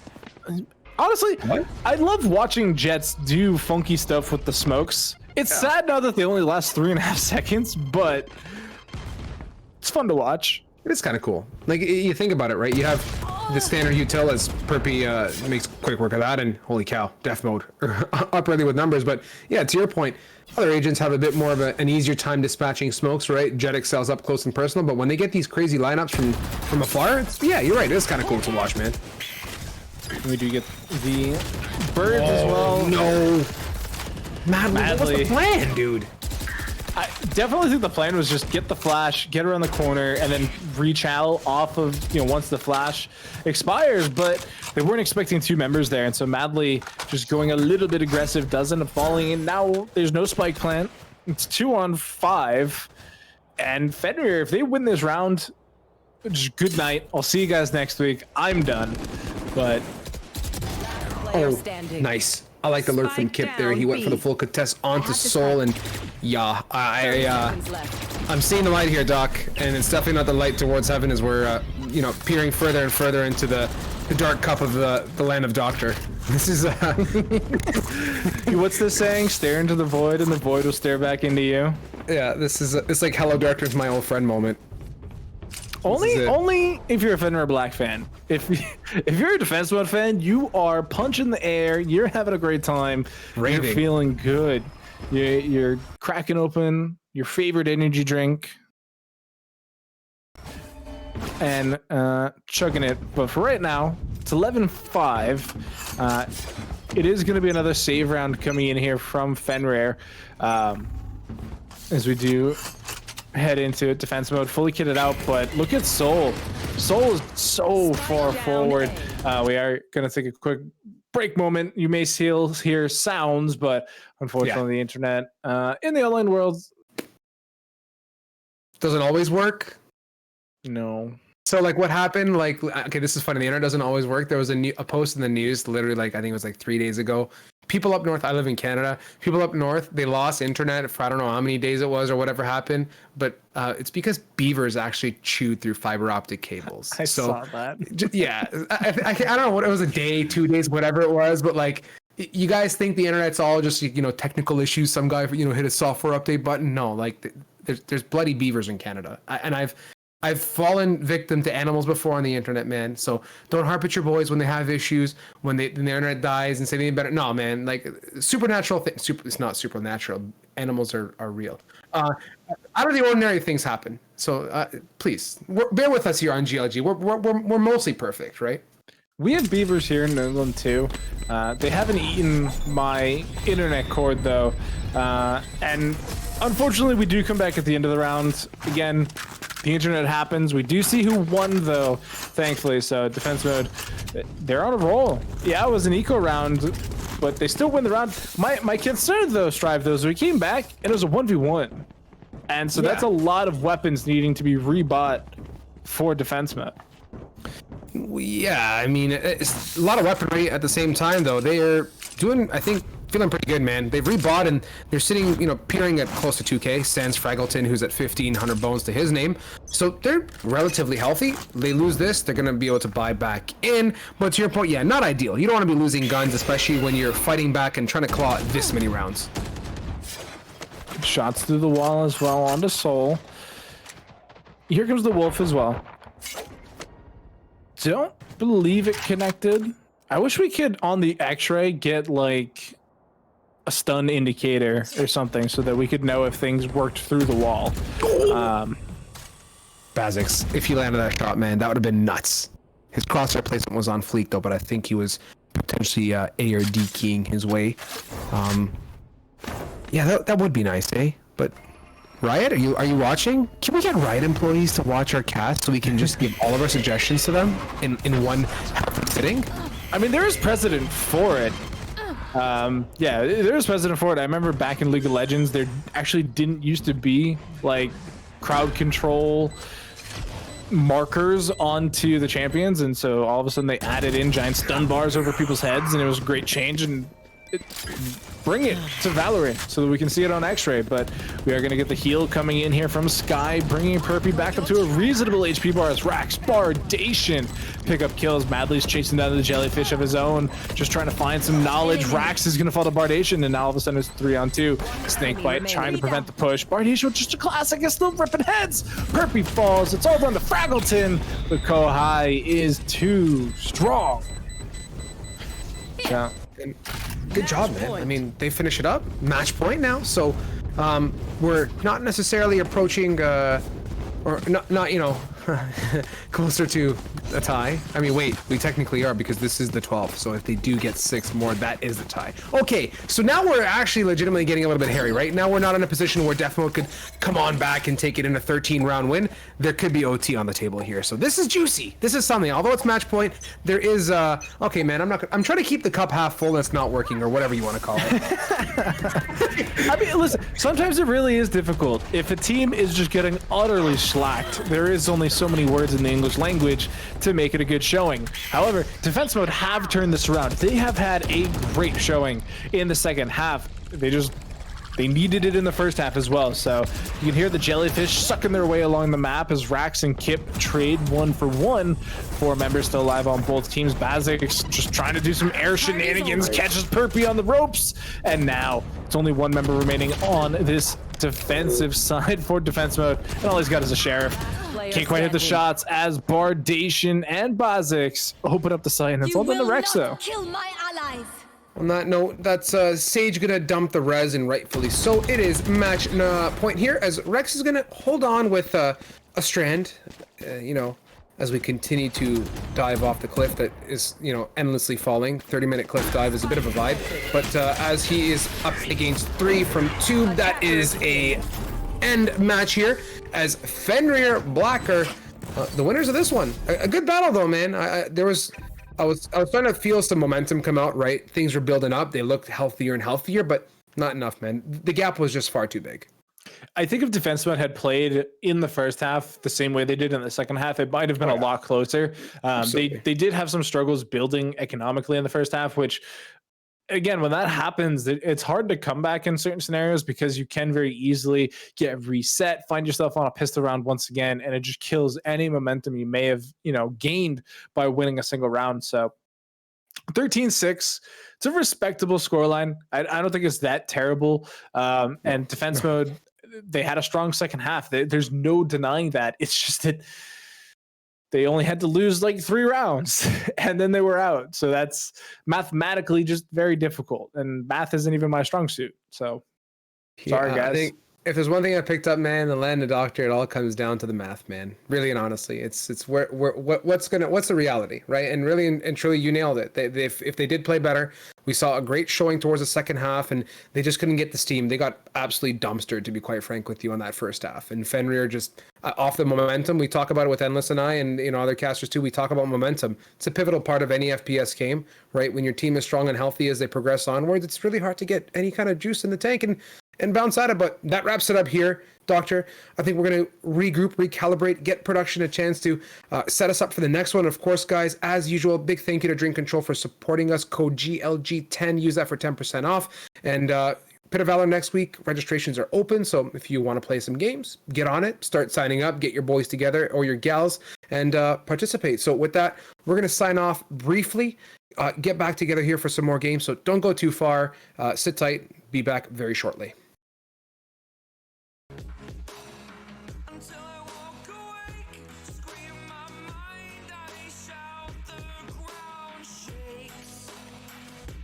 much can I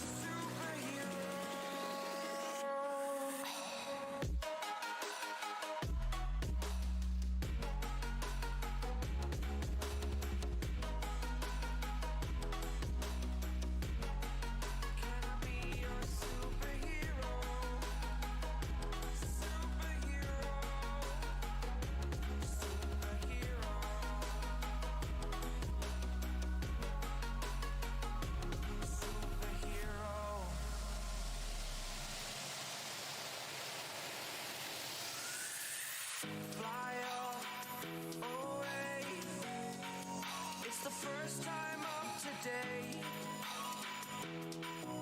Today. To dream, believe. You are the strength, you're all I need.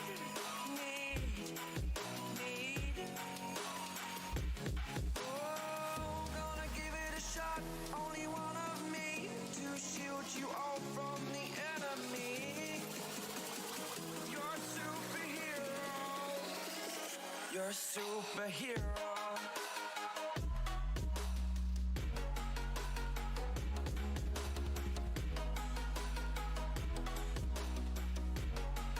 Can I be your superhero? Superhero. Superhero. Superhero. Can I be your superhero?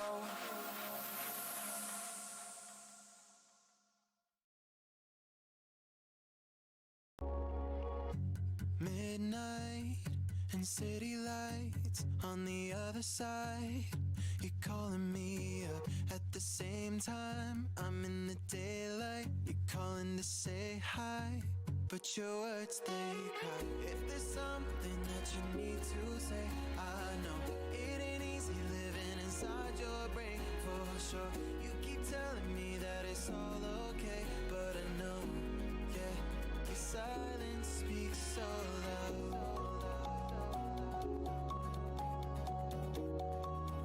Your silence speaks so loud. And I hear you calling out, yeah.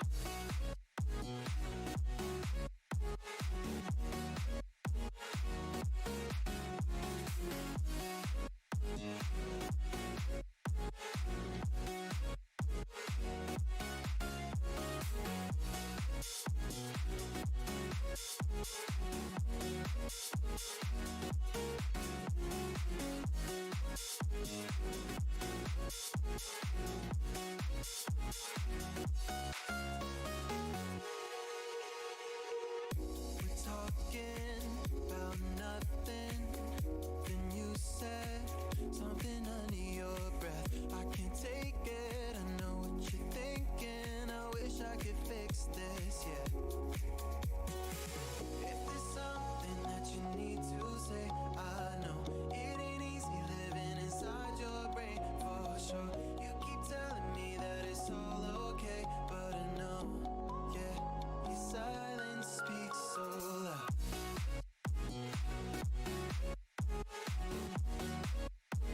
Silence speaks so loud.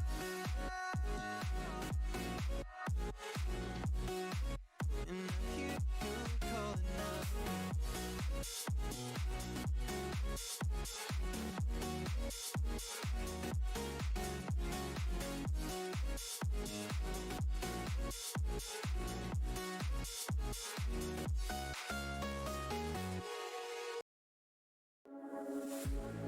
One look, the heat is rising, and I've been cold for so long.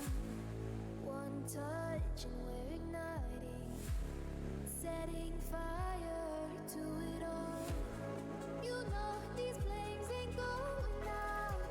This building is crumbling to the ground.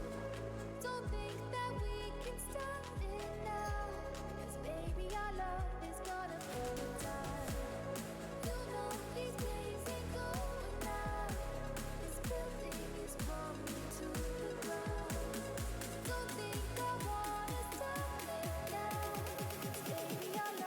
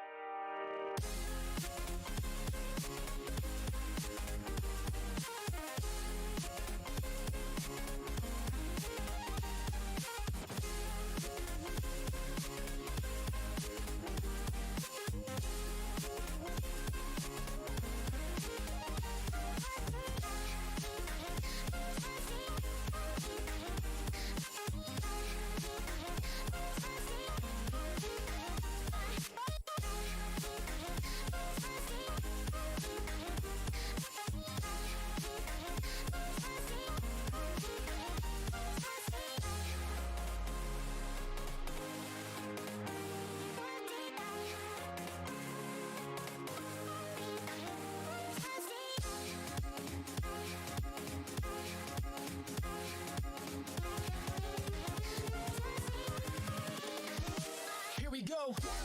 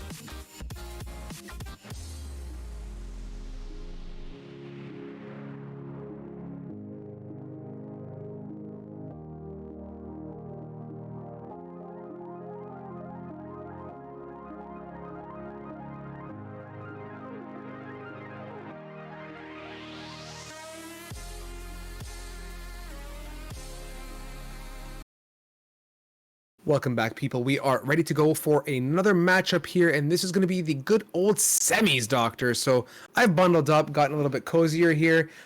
Things are chilly, but I'm feeling okay. I'm looking forward to it, and this is going to be a stunning matchup here, and we're going on the good oldie Ascent. So a little bit sad. It's not Doc's favorite icebox map, but that's okay. It's going to be good nonetheless. We got a break from Ascent for a single map. That's all you get here at GLG. That's it. it. 1 off, 3 on. That's what you got to deal with. But Especially it is if Doc going is to be here. Oh, Jesus. I typically get Ascent or Bind, which I don't mind. I like Bind. I like the teleporters. Rarely I'll get a Split, and I like Split too because it's so different and it's so new. But 9 times out of 10, it's Ascent. But I mean, it makes sense, right? It's a best of 1. It's the map that everybody's played the most of. It's arguably the most even map, and so most teams aren't going to be willing to just like roll the dice on a map that they're not very practiced on. So it makes sense that most teams pick to Ascent. Speaking of teams, we are going to be watching Final Sunset versus the Gorillas here in just a second. As you can see, the agent selection. And so it is going to be Sunset on defense as well. So they are going to be rocking the team that you can see in front of you. Sova, Omen, Jet, Cypher, and to be determined, since that is not locked in from Punk. Yeah, and you know what? I'd be very pleased with the breach lock there, Doc, right? We talked about it. Ascent's entryways are very much wall divided, the polar opposite of what Breeze is for the most part, with a lot of open space. So we see Breach excel quite well on that. I'd say reasonably on par with what Reyna can bring to the table with the through wall flashes. Of course, we've seen Astra too be a strong player on Ascent. We saw, I think it was Vincent and I, or it was the Endless and I, we saw a beautiful Astra ultimate that was put down, and it works really well when you're taking A, right? On the attacker side, you put that wall down, block off heaven, it's just like a whole bunch of Omen smokes. They have to jump through it and you get first peek at it. It's really nice. So I'm looking forward to seeing how this comp pans out in this match, especially with Breach. Yeah, I talked about Breach. I'm a Breach simp through and through. Yes, sir. Not for any real reason outside of just his utility, right? I mean, triple flashes that have been buffed to the moon, the fracture that just disorientates people so easily, like you were talking about on these long corridors, the rolling thunder that will hit every portion of either site for the most part. It's just so good. Like, there's no downside to picking the Breach, in my opinion, outside of like you're taking away a duelist spot, I guess, but like you just have so many flashes, you're effectively a duelist. Yeah, it's kind of tilt worthy, man. Like flash after flash, just when you think you're not blind, you're still blind. So yeah, in a sense, it does offer some good entry opportunity. If it's not your team, you can even make some moves off of that and swing with it. So we'll see what Breach brings to the table, and that's the first flash consumed. And they're gonna go, and yeah, you can see Hyunseo gets nice up close and personal as he gains control, but that's a dart to push him away. They're gonna bail ship, and he supports his member, or supports him by giving a bit of a concuss. and they're good. The fault line keeps them at bay. Nothing else happening. Is this looks like one massive bait sesh. They've left Cypher alone at B, and the bomb's going there too. But oh no, miss from behind with the flank. I mean, it does leave the the B side's pretty open. There is this one member here defending his case. He's trying to get the knowledge, but Basha actually loses it. Punk gets the frag, drops the spike, and now they need to recover it somehow. But recon bolts, shock darts galore. Here's gonna get the plant though, so good stuff here. It's a 4-on-2 though for the Gorillas. Not exactly ideal as Lucas and Hyunso pick up frags. Remix does get one, but a little too late. I mean, all things considered, the defenders were not really present on B to kind of react, but Cypher did his best. He kind of baked some cookies in sight, fired a couple shots. The rest of the gang showed up to the party, and as you can see, they pick up that first round. So Final Sunset are in the driving seat for now. And, well, okay, I saw a bit of a phantom buy there from Mist, but he quickly sold that off and went with the Spectre. So kind of mild round 2 heart attack. I do not like that. That's been like the biggest failure from teams, is those like massive round 2 buys the hero plays. It rarely works, man. I think it's fine if like you aced and you take that money and reinvest in it like that. If your player gets an ace, yeah, let them buy the Vandal. That's totally fine. But I think in most scenarios, you're right. You don't have the credits for it. So yeah. And it's just pistols, right? Like you don't want to overkill it too early. But for now, spike drop. Lucas on the board onto Remix. Look at how deep into the garage he is. He's so far forward. Yeah, this is going to be a pickle as they're ready to explode on A. They're lined up. Guns are loaded, and that's the first Astra denial, and they're going to go right on through. Hanseo's going to deny that. Dart gets the dink off, but oh no, gets smacked by Messi with the one clap. Has something to say about it, gets the one, but alas, a trade from controller as the attackers now are still trying to get situated on site and get comfortable, but that's missed to deny that opportunity. A jiggle and a jump as he is posted up on Jenny, but that's Messi up close and personal, picking it off, but hey, easy done there as Final Sunset pick up the second round with that firepower in hand. It is a little problematic that they only had 2 members alive. As you can see here, their economy is not amazing here on round number 3, whereas they are going to be heading into this fully rifled round of the Gorillas. I mean, half armor onto Casey and Spring could prove to be a benefit, but I mean, what does Final Sunset do here? Do they buy up? Do they just stick with the pistols and just take the L here and be that much more stacked for the next round? And I think that was actually the play. If we can actually hit tab real quick. Yeah, I think the tab button's broken. Well, I can see Hyunso just has a sheriff, it looks like, on the X-ray, so I think it is going to be the save option, because I mean it is a whatever round. The turret kills Mist. What is happening? Gorillas. Hello. What? That's unfortunate. I mean, that's not the way you want to die. And what? Basha. Yeah, this is how do you die to a turret? I still can't like. What? That was the only kill the Gorillas got. Was the turret kill? Turret kill. I mean, if you're gonna do it in style, I guess. But yeah, that's kind of sad. As we are now seeing a 3-0 scoreline respectfully. Lucas, of course, surprise, Sovas are sticking to their B site. Wouldn't be shocked if he pulls out an Odin sometime in the next 10 rounds or so. Or 9 rounds before half ends, rather. As let's see now. Finally, the Gorillas, guns in hand, a chance to get on the scoreboard here as the reveal comes out. To get on site here with that one way, that's tough, man. But hey, so far so good. Jets made his way in. Basha did get a kill on the controller though, so one of the duelist duo have fallen. The second shortly after. Messi's finally gonna get a trade back, but missed. The sacrificial lamb from earlier is gonna make up for it as Basha on the Cypher absolutely lights out that round. 3K on the board. If you guys saw, we got a whiff of Basha set up there at B site, and yeah, he sets that up super nice, man. You can see right now one more time. One way on the top, his standard wire situation as well on sidewalk, and yeah, he's got that on lock, man. That one way is really strong, and he's able to contest, and this is it, man. Cyphers are just as good as they are with their utility as they are with kills typically when they know how to use those cages for anything more than just a noise beacon, right? Yeah, and I do like that, you know, the one way. Oh, that's sneaky. You definitely make sound doing that play. But I think they tried to cover it with the shots from their teammate. So we'll see if Hyun can get a kill here, or if they are just going to be forced to fall away.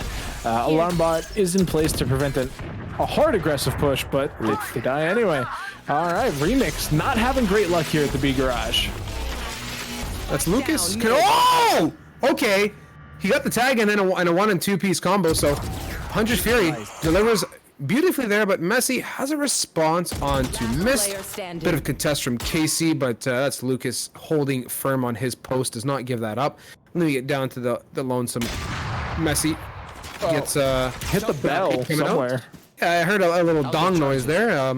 But no hit points taken away though, Doc, because he's gonna try and make some magic happen. Does not have a spike in hand. Could probably get it though. It's in a fairly accessible position. But Final Sunset knows they just gotta stay steady on a site. And of course, hey, send the guys on a flank. That's Punk and Hanseo to clean that up and earn them that 5th round here. This is looking a little rough. I don't want to spiral too early though on the Gorillas, because if we've learned anything about Gorillas lately in the media, it's that ape strong together, diamond hands. So you just have to believe long enough for the Gorillas to maybe make this comeback. We are going to be heading into a bit of a pause though. It is a tactical pause here, so we will be getting a little bit of a breather here. And so I mean, Strive, talk to me. What's happening with the Gorillas buy right now? What is this? What am I looking at? You're seeing a bit of a curse splat type situation, right? They're absolutely just not making this happen. Like, this is going to be really tough for them. They're already in a bit of a tough position. 5 rounds away from them. You can see money wise, hella broke, right? They've decided to go Sheriff half armor, which to me, honestly, I rarely see those types of rounds pan out. I wouldn't even bother with that. Just stick with the full save, right? Put that extra, whatever, 1,200 in your pocket and just bonus big time as much as you can. But this is one thing that I'm really liking to see is Basha's movement between the two sites, right? One day he's setting up at B, the next day he's setting up at A. And that's what's keeping the defense or the attacker side really honest, right? Just when they think they've started to adapt and pick up a pattern, they just get denied opportunity to entry, as Cypher can be such a massive impact when played correctly. So I think Basha is a sight to see. And of course, Lucas, he got that double with that Hunter's Fury. So everything right now is just... it's just beautiful, man. They're delivering so many good kills and using their utility really well. Yeah, I do think your point about these half armor awkward buys is right. Like, you're getting full loss bonus, sure, but by doing force buys every other round, you're kind of like setting yourself up for failure, because like think about it a different way, right? Like, even if they win this round, if they lose more than 2 members, they have to effectively rebuy a whole round's worth of economy, and then if you lose that round afterwards, you're back in the dumps. You've lost everything, thrown it all away. So I think that by doing a double save here, which isn't super common, right? Like, well, not double save per se, because that's never happened in my collection here, right? Like can you imagine just 2 rounds of just classics? Like, I've never seen that. But if you do a full save here is what I meant. You come into the next round with an extra 1,200 credits that you wouldn't have spent on Sheriff half armor on top of your max loss round bonus. And then if you lose that round again, you either get full round bonus, or if you win that round, it means that you get, first round win bonus. And it's just, I don't know. It makes more sense economically. Not a financial advisor though. So everything you said, I completely and totally agree with, Doc. Like, and that's CSGO did a good job of really showing what you're explaining in a quick, a more rounded manner, right? You had team economy and round by economy, or round by total value, right? And you can see very quickly these types of buys that they do, just how much it actually hurts, right? You lose sight of it. You think, oh, $800 in half armor, all's good in the hood, and yeah, at this point, they're literally going to pay the price for what they did, as they get just stomped, man. Like, what are you going to do? You invested all that money into the round, and you also get knifed. You get knifed. So let's wrap that up, right? So 1,200 by 5, right? You got what? That equates to $6,000 ish, right? I'm pretty sure there's a Spectre bot too. Okay, so yeah, so whatever, 6,400 for all I care, right? you've done you invested 6,400 total economy into a round. That's 2 Vandals you could have potentially dropped for somebody, only to get knifed at the end of the round. I don't know what drives that kind of stuff. So teams, I think, need to kind of wrap their head around a bit more about buy value and team economy value and understand just the implications of spending that much money. Yeah. Sorry, I had a moment. No, you're 100%, man. Like, I don't agree with it. It doesn't make sense to me. Like, and now look, 6-0, and the Gorillas now are going to have to fight back. And okay, this is good. They have a bit of an attacker lockdown, so getting onto site is feasible, and they're going to do just that. But Lucas is lining up for Shock Dart. 1 is Shock Dart. 2. Is it in default though? Is it going to eat some dirt? No. Not default. So, no, not default. So all's good. They get it down. They have man advantage, so maybe that situation was all for something. Albeit they would have had more money anyways this round. Okay, I gotta stop. But let's see. Let's see if they can make it happen here with the advantage. They can hold steady. Final sunset though, man. They're coming in gassing. That's Basha on 1. Evening it up, gets to his crosshair placement, and that's gonna be F2. He's gonna come around. Casey denies from heaven. They know there's one long. Hunseo holds steady. Oh, remix with the 3K, picks it up. And okay, I'm okay. I'm calm now. I'm okay. Go ahead. Great round from Remix, definitely making up for a lot of the earlier rounds that we were seeing them, first blooded over that B garage, finally coming back in, getting that 3K, skyrocketing to the top of their team's leaderboard, and they're looking good. Full buy coming back in. They do have that operator now in the hands of KC, looking to challenge Hyunso, who's been absolutely beasting off with that big gun, completely ripping apart the attacker side for the Gorillas. And I do like this, they used the big suck there in the A doorway position last time. KC actually going to get a great kill on a mist there. Good to see the Jet on the board delivering frags. We like that. That's the right agent to be contributing. You want to keep your Jet healthy, well fed, and of course operator in hand. So we'll see now with Final Sunset down a member what they have, but hey, there is the almighty Rolling Thunder to work on that retake. So we'll see as they go here. That's the leader. Now Hunseo going to give it up. He gets darted, jumps away before getting spotted though, so all's good, and he's going to call for the rest of the team, and I like it. He gives up the site. They're going to go for the retake strat. I think that's the right decision with just the operator. It's really tough to try and, really hold this. Oh, that would have been sick. It didn't work. KC ends up getting the shot as Basha with the Odin completely lining people up. Messi is going to get the frag though. Flash quick and short as Pinks onto the site. Gets one. Why are you reloading? Oh, you madman. He is on the other side of the box. Here comes the fracture. He's just trying to buy time, but it doesn't knock people up, so they don't care. They're just going to eat it, tank it, serve it for dinner, and with only 13 HP, Messi will close out the round, and the Gorillas, they're squazzing. Yeah, they're kind of clawing back here a little bit, man. I mean, like you said, ape strong together. As I'm grateful that Messi didn't try and do anything funny yet long. Like he took a step and made noise. I'm like, oh god, is he gonna swing and just get absolutely one clap? So he didn't. And yeah, one more time, you guys are now seeing Basha on the screen. He's decided to bail on A, and he's setting up at B. So he keeps mixing it up, goes for his usual wire and trap positioning. There's one more time. The Gorillas have an opportunity to push through, and hey, they're kind of making it happen, man. Slowly but surely, right? Yeah, I think that's the mindset you need to have, right? Like every round is a new round. You can only do with what you got, and now that they actually have some firepower, they can do a lot. And so they're getting completely caught out. Like they're being tagged, they're being recon, so they know what's going on the side of Final Sunset. So you can see pretty much all of rotation coming through. There is one member left there over in window, but for now, they pretty much know where all of the Gorillas are. I mean, the rotations are going to start coming in through a little bit here, but with a minute left on the clock, they do need to be a little bit quick about their decision making from here on out.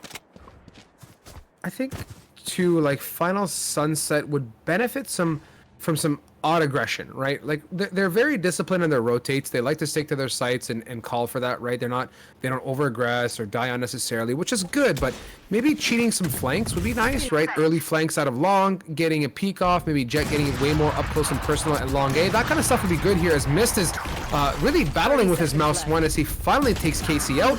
That's controller. Gonna go for the Devour on the first, dismiss on the second, onto Basha, who's been an impact agent here for us tonight, bringing it down to a 3 versus 3. Thank you to Controller's contribution now with the spike planted, and Lucas gonna wallbang Controller by the looks of it, and the Cosmic Divide too. This is it, a good hold opportunity, but does Spring expected? No, sir. That's tough too, because you use the ultimate to throw that Cosmic Divide up, and the other team just doesn't respect it whatsoever. You saw both sides of the site. They just W key through. They get the frags. They caught them, you know, weapon swapping even. So just no time to trade back on shots. And a round win here from Final Sunset. They're able to pick up the operator as well. And that gives them 7, officially winning the half in their favor on the defensive side of Ascent here. But I mean, the Gorillas are showing some stuff. I think they should have another buy worth of economy. Sort of. It's really tight. Yeah, Casey and Controller not going to be on the, you know, most stellar of buys. I think Casey's actually just going to be rocking the Bladestorm. Yes, this should do. But they won 2 rounds. Yeah, and I mean, let's appreciate that the rounds are coming earlier than later, right? We're not like sitting at 9 rounds and all of a sudden now they're pulling rounds out. They've gotten 2, so with a couple more on the board here, they can potentially fight for a 5-round half, which is, it's quite nice, right? Let's appreciate that aspect of it. But at the same time now, they have the knives too. Messi gonna go for a tag, has no Hunter Fury for the follow-up, as this is now Basha set up on A. We get to witness his one-way skills one more time, and yeah, it doesn't work too well on A. I think it's kind of too predictable, and it leaves them, because you can get wine access, and you know, then it kind of nullifies that one way for the most part. Nah, not fully, but sort of. Yeah, I do think that it's a little premature to use it that way as well, because they waited it out. Now you're down your smokes. There's nothing really delaying the push here on the A side, but I mean, the bait comes through, the lockdown is used, but look at where Basha is. He actually can't get anything done. The site's completely swarmed and dead. And with that, Hunter's Fury, Lucas is going to try and make something happen there. Does he have it lined up? Nope, right down the aisle for a strike. And on that note, this is the Gorillas 5 up near, well, it's going to be flawless if they can clean it up here. They're holding steady. Jump peek there. KC takes some damage. Has Spring to support as Lucas is just going to rely on. Nope. Yeah, the Odin's just too good, man. It'll always be that differentiating gun on Ascent, especially because the walls are basically paper mache and chewing gum. Yeah, I mean, it's always been that way here in Valor, and I don't know what contractor built these sites, but they need to give the money back. They just absolutely smazzed everything away from them, and yeah, there's just nothing keeping the site together. But as you can see there, Basha not doing the one-way fanciness, is just going for the run-of-the-mill smoke. Messi definitely saw that dash forward, and Remix still got clapped. So that is pain. Like, that is not what you want to be seeing right now. Hyun's even going to pick up the cone to Spring. Oh boy, this is a turnaround round. See, at this rate though, can the Gorillas fight back despite their deficit? They have no ultimates available. They're gonna have to purely contest on fights. And yeah, no, not with Messi and Controller at the helm here. As they pick up 2, missed. Oh boy, guys, discipline. No! KC's like 7th sense just tingled. He's like, oh, I gotta look over. And yeah, Mist just got absolutely slapped there. So hey, it's okay. Gorillas now are okay, not leaving the charges. They get 1 clapped from downtown. That's Punk, and leaves it down to only 2 members here and a half-lit Jet to make some magic happen. I think that Mistplate might have actually lost the round for Final Sunset. Oh, I think it did. 100%. And I feel for him because it's almost the right play. Actually, they may still win. KC is going to get the frag here from Garage. Basha is on the defuse. They're trying to spray it through, but he's just on the inside of the box. Yeah, pros don't fake, so. Oh, and he gets the. Oh. Cage triggered. Jeez. Last round in the half. That round was a roller coaster of emotions. Yeah. Highest in a glass house. Oh my God. Goes here. Basha. I'm all over the place. I don't know where to go after that round. It was, you know, it was missed throwing and then Basha clutching. This goes here. Man, that was... Basha's sick. I like watching Basha. I want to see more of this player. Me too. Me too. I like his plays. Final round of the half. The big sucks coming through the A doorway. Messi is going to find somebody. Didn't see the back corridor player there. So they don't know that there's actually two people watching this. Now they do. Oh. Resuck. As Punk had a thought. He's like, I'm going to go for it. And then he quickly Astra denied that opportunity. And he's getting darted. No connection, though. He needs to get away. There's a smoke blocking his vision. And he does just that. Hopping away. And all's good as he's back to safety now. And Gorilla's on this last round. 2 ults available, as does Final Sunset. But they do have what I think is a massive differentiating factor, which is that beautiful Rolling Thunder. Yeah, I mean, obviously, if a good Empress comes out, there's nothing like it. I mean, it's so impactful if you are the one fragging. Actually, because you don't need to be the one fragging thanks to the changes that they made to it, but definitely helps if you're the one getting all the kills. But for now, it is an extremely slow play from the Gorillas. There's only 30 seconds left, and they have 30 seconds left. middle control, sort of. They still have to check this tripwire, and so they are going to... pull the trigger, just that. The smokes are coming out now. Lear into market, but they're just taking damage. And Rolling Thunder! There's only 10 seconds left. The round's lost. Yeah, they're not going to get too far with now 8 on the clock, 4 alive. But there are only 2 members. They might make it on. Anseo gets the 1 with 3 seconds left. Yeah, it's not going to happen. What? They killed him. What? Oh, no! That happened! Switching sides. Okay. All right, so the 2 members was the deciding factor. It's good that it got down to that point, because, yeah, they got... Yeah, for a moment there, I honestly went to, like, the stars. I just completely thought, okay, it's a wash. But no, they got it. So, hey, run the clock down and just get the kills. New strat. Just kill everybody. Just do it. That's the point of the game, right? I mean, wait, what? Just kill your friends in game, of course. What? That's a bit dark talk. In game. In game. Okay. In game. Only in game. In game. It's 8-4 half in favor of Final Sunset. We thought it might have gone a little bit even further into the numbers, but the Gorillas, they held strong. They were able to claw back a couple rounds there. And coming into the half, they are going to be given the opportunity to reset the clock, to win this pistol, bring it back within just a couple rounds, and really start, the comeback season, storyline. For right now, they do need to just be defensive, play slow, let them come to you. Yeah, on that note, we can see them doing just that. The Gorillas playing relatively passive, not doing any kind of funny business there. Big suckeroni, as you'd say, Doc, onto Lucas. Denies some opportunity, and Hanseo smokes out Lucas from there as they're going to bail ship. No rotates have really come off, as so far the Gorillas are more or less still posted up. There is that awesome Killjoy turret, which grinds my gears every single time that I play this map. Holding steady at the top of the box. With 50 on the clock here, no Jets kind of floated over, which is good. So there's a good opportunity here for them to retake.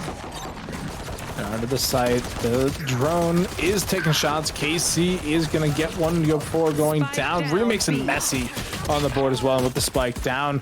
Hyun has to come up large here. They're pushing aggressively. They are just not gonna get the frag. Messi is surviving, but Controller does one better. And this is the start drive. Gorillas holding strong. And so it begins, my friend, in a dark ride down a long tunnel known as the Clawback, as we are a mere 3-round delta between these 2 teams. And yeah, this is good. You kind of saw a glimpse of it in the first half there with the Gorillas. They showed some life, and now they're just a mere 3 rounds away, which really isn't that far of a reach. No, not in the slightest, especially with the way the economy works here. As it is gonna.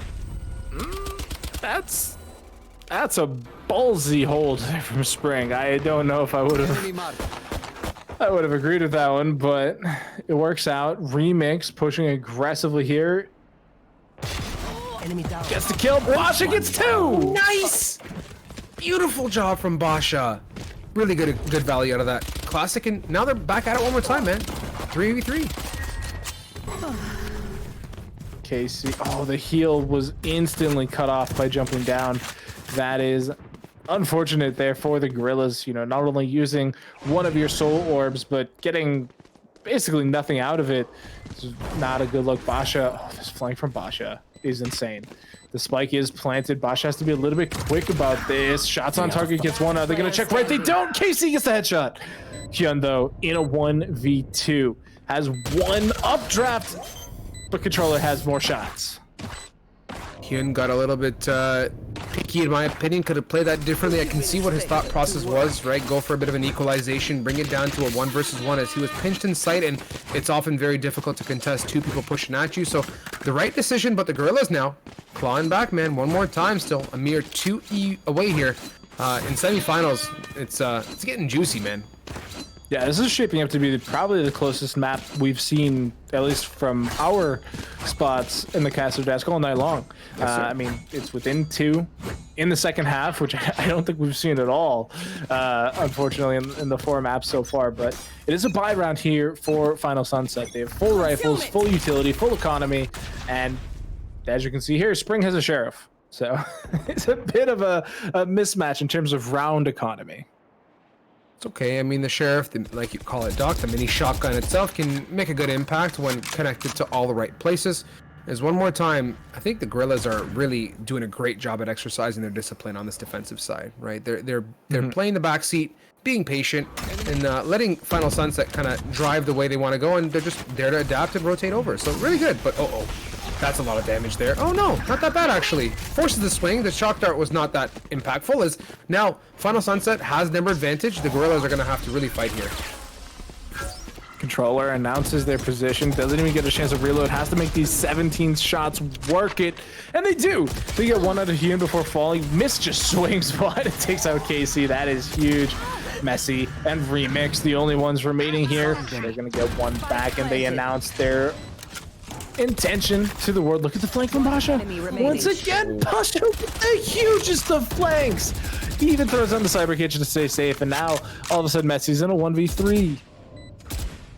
Basha's definitely got the right plane ticket, as he's always at the right place at the right time, this guy. Really, his placement, utility usage, flank thus far on that round, just stunning work. And his impact on that, for me, was a huge deciding factor. Had he not gotten that pick, it could have completely gone on its head. His Remix could have broken door, turret was there, you know, who knows what could have happened after. So big ups to Basha, 16 and 8 on that scoreboard. Right there. Yeah, very, very large impact on the map, just overall in most rounds. And another huge portion of that was that Final Sunset were able to keep 3 members alive, which meant they carried 3 rifles into the next round, so they didn't have to rebuy everything. They are going to be playing into a fully kitted Gorillas now, though, which is something to be concerned about, as they do announce the operator on KC. But it's just a Bladestorm on the side of Final Sunset. No big green gun, no real one-shot power for most of it, but we'll see if they even need it. Yeah, Astra had a bit of a vibe there, thinking some action was going to come. They're going to fall that drone in, so went ahead and dropped 2 stars, activated 1, and no real connection as he denied the opportunity. As you know, it doesn't matter at this point because Final Sunset has left that spike way back outside of B, now picked up by Cypher as they're regrouping. There are 2 stars on the ground here, so that Astra is going to be a pivotal role in this hold on A, or at least to deny entry if they can. Yeah, I mean, there's so many things you can do too. The smoke, the giant vortex, either one of those really starts the denial there. And the first one's going to be the smoke, but they're just going to continue to push on through. There's the tailwind. Controller gonna get one. Basha coming up big once again. Hyun's gonna take out the Hell player as well, and now they know where everybody is off of the back of that Neural Theft. Spike planted now. Hanseo holding firm here, making sure no one can do funny business from heaven. Double shock dart. No one there to receive. That's Messi trying to make a connection. That is now down to 3. The Gorillas, only 3 apes here to battle against 4 of the attacker's side. No connect. Oh, yes, sir. Jumping right click to make it happen. Leaves it down to 1 and make it another updraft there, Doctor. And that's quick work on to Messi, earning them 1 more round. Final Sunset are so far looking really, really good. Yeah, double digits on the board there, and Hyun has been a very big part of that as well. You know, we're talking about Basha and their flanks and their timings and things like that. Hyun, for only being a frag behind, is very aggressive on this Jet, and it's not uncommon for me to see Jets in two duelist compositions, which technically Final Sunset isn't, not always be the top fragger, right? Like, because they're rocking the operator, they're, you know, first blooding everybody, but then not always able to get more. Whereas Hyun's been able to pretty much do it all. They're showing up on pistol rounds, they're showing up with the blade storms, the operator kills are coming through. Lucas picking up first blood on the controller onto. That's tough. Yeah, that's brutal. That's, yeah, you deny the Jet and you deny the knives, and it was Basha getting the one clap one more time. So that's super unfortunate. And being down 2 members with a minute 10 on the clock, there's really going to be tough for them to bounce back from this one. Especially with the weaponry that they're currently working with. I mean, once again, just pistols on the side of Spring, and so you can't contest an operator or a you know, Spike planted. can't think of the word, Phantom with that. Like, you can't win. I mean, if you can't win it with a blade storm, you largely can't win it with a pistol. Messi, though, is going to finally take down Basha as Lucas and Mist close out the round. On that note, Doc, you were very much right. The firepower is unable to make it happen. You can see a fair amount of damage was done to Final Sunset. 3 members were lit up, 50 minus respectively, but it's not enough, and they're now on that 1-1 score line. Basha still leading the charge with Lucas, and a bit of a change of pace, man. You'd kind of say, yeah, I'd expect Hanseo to be way up there, and he is. I mean, 16 and 10, only 2 away from Basha, but it's, for me, it's always a spectacle to see Cyphers deliver, you know, really effective utility usage, and of course, to lead the scoreboard. It's a nice change of pace. Yeah, we all know Battle Sages back in the day.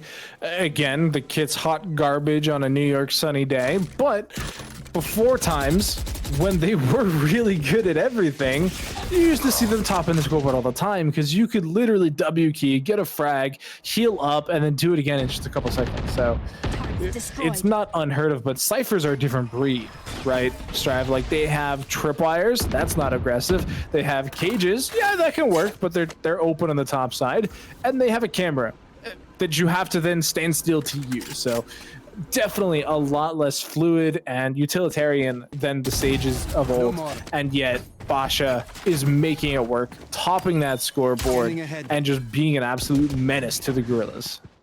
Yeah, Sage excels really at that drive-by style of shooting there, and that's Remix holding steady, cannot clean up the 3-piece running at him. That's Messi, though. Nice connection from him. Oh my god. Isn't that the second from Messi of that nature? I think it is. I believe so. And that's actually huge. It drops the spike in market, now has to be recovered. It forces the camera usage out of Basha. 30 seconds left. Mist does see KC, but in this 3v2 situation, you somehow now need to cross again in front of KC. That's huge. He's going to use the teleport to get out of dodge and goes down to the site. Dashes in. Spike's planted. KC's placement, though, it's slippery as Spring comes in and backs him up. Basha's crossover placement is so good, though, Doc, as he gets the one, but happy to see Spring came to support and didn't leave his teammate kind of, you know, sitting in a spot in a hot summer's day in New York. Okay, I tried. Yeah. It's a solid round there from the Gorillas. They made the retake happen. I mean, the double kill from Messi did so much work there. It dropped the spike. It had to be recovered. It had to then cross the gap there. And a play that I thought would have been kind of sick is if, instead of going to the site, if Basha had given the spike on over and then they teleported to the A site, instead of teleporting for the stronger hold on B, I think that would have been... Again, hindsight 2020, plus I have X-Ray and Observer, so there's no way they could have known that would have been a successful play, but it would have been a nice try. But for now, it's another on the board for the Gorillas. They're still in it. They're still fighting for the semifinal victory here. Yeah, and they're not too far behind. I mean, there were three rounds behind, now 4. Plenty of opportunity on the board, but Final Sunset, you know, win some, lose some. Very soon you're going to hit 13. So the Gorillas are running out of opportunity here very quickly. Is the spike going down now? That's a lockdown as well. And there is a Hunter's Fury from Lucas. to try and get some information. He's going to send 1 and 2 in the same way, a third up top. No one there is Messi and KC, 1 apiece respectfully. Now down to 3 members as they're going to go try and aggress through this controller. 1 with a trade and leaving it down to the Lonesome Punk. He's done a good job at getting remix out, but it is not enough there as KC is cleaning the floor here. And one more time, they're now within a 3-round reach of Final Sunset. And within 2 rounds, you can kind of see the duality of the Hunter's Fury. You either have a huge round-winning play with it, or you don't get anything with it. A bit sad there for Lucas, who was trying to get a great impact onto the team and, hopefully find a way to really secure the site. Unfortunately, they didn't have a flanker at that time. And so a lot of their players were kind of in same Z positions. You had 2 players in Hell.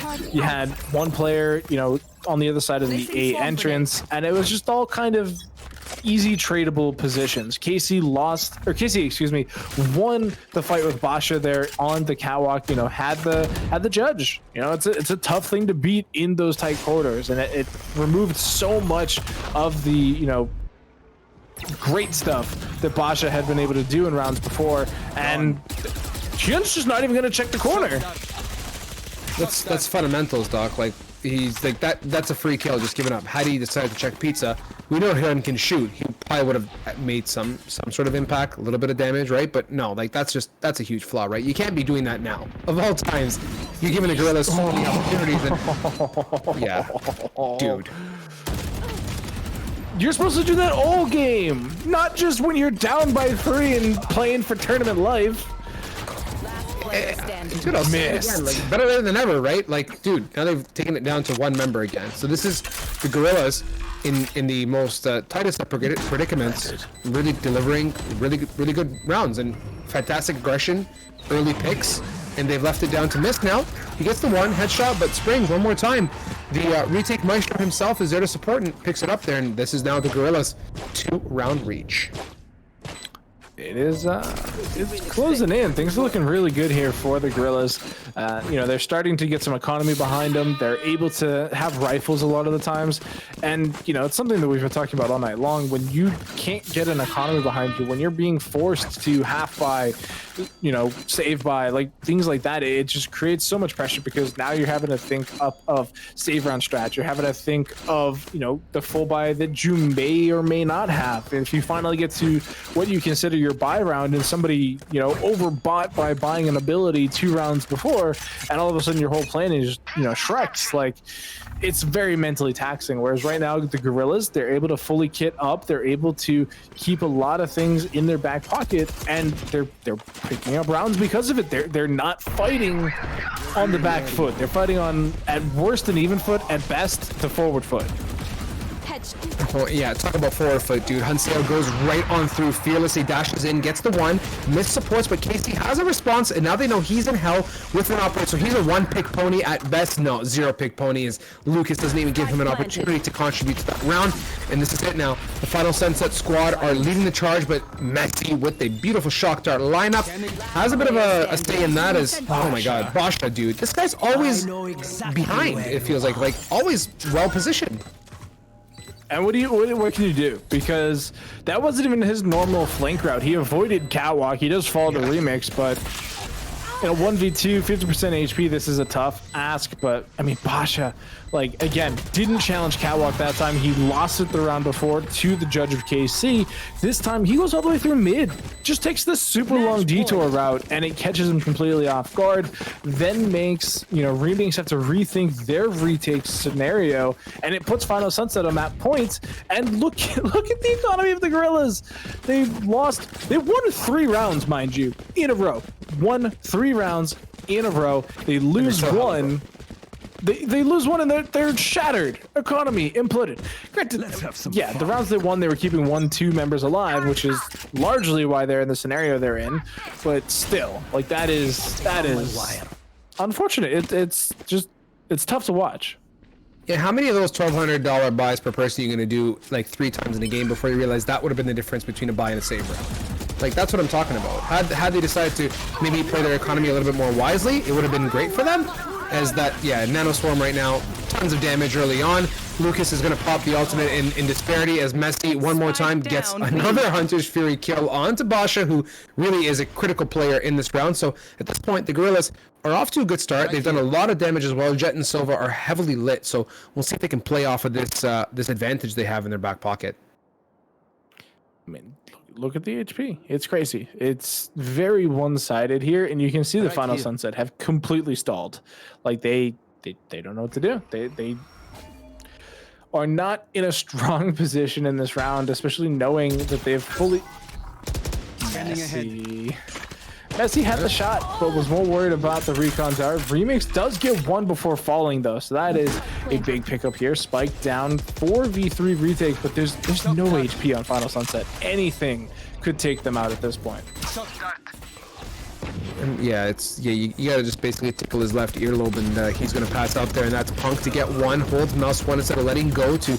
I think a spray transfer was the plan, but Casey denies that one more time, and now Final Sunset, Manseo, Lucas, both lit. They're gonna dash on through here. That's Manseo for one. Enemy remaining.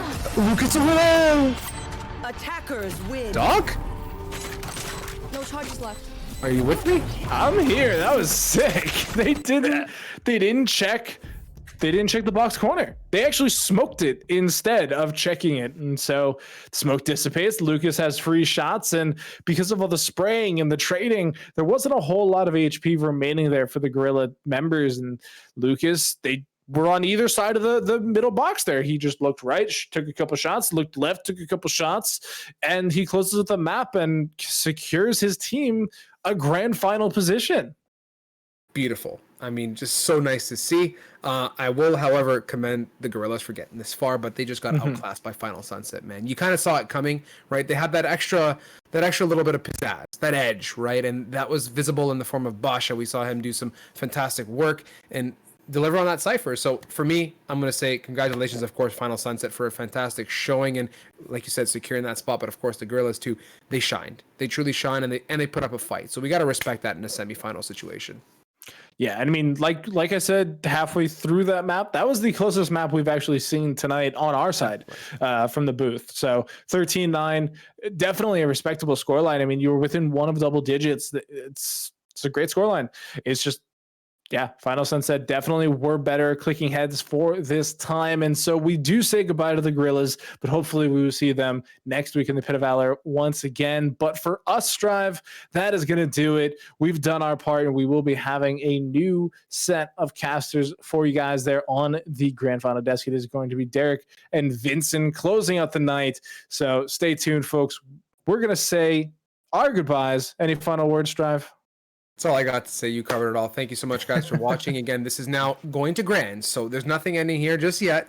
Stay tuned. A lot more to come. Signing off for the evening. Thank you again, Doctor, for keeping me production, for keeping things live. With that, we're going to send you off to a quick break, and we're going to come back very soon for those grand finals we've been talking about.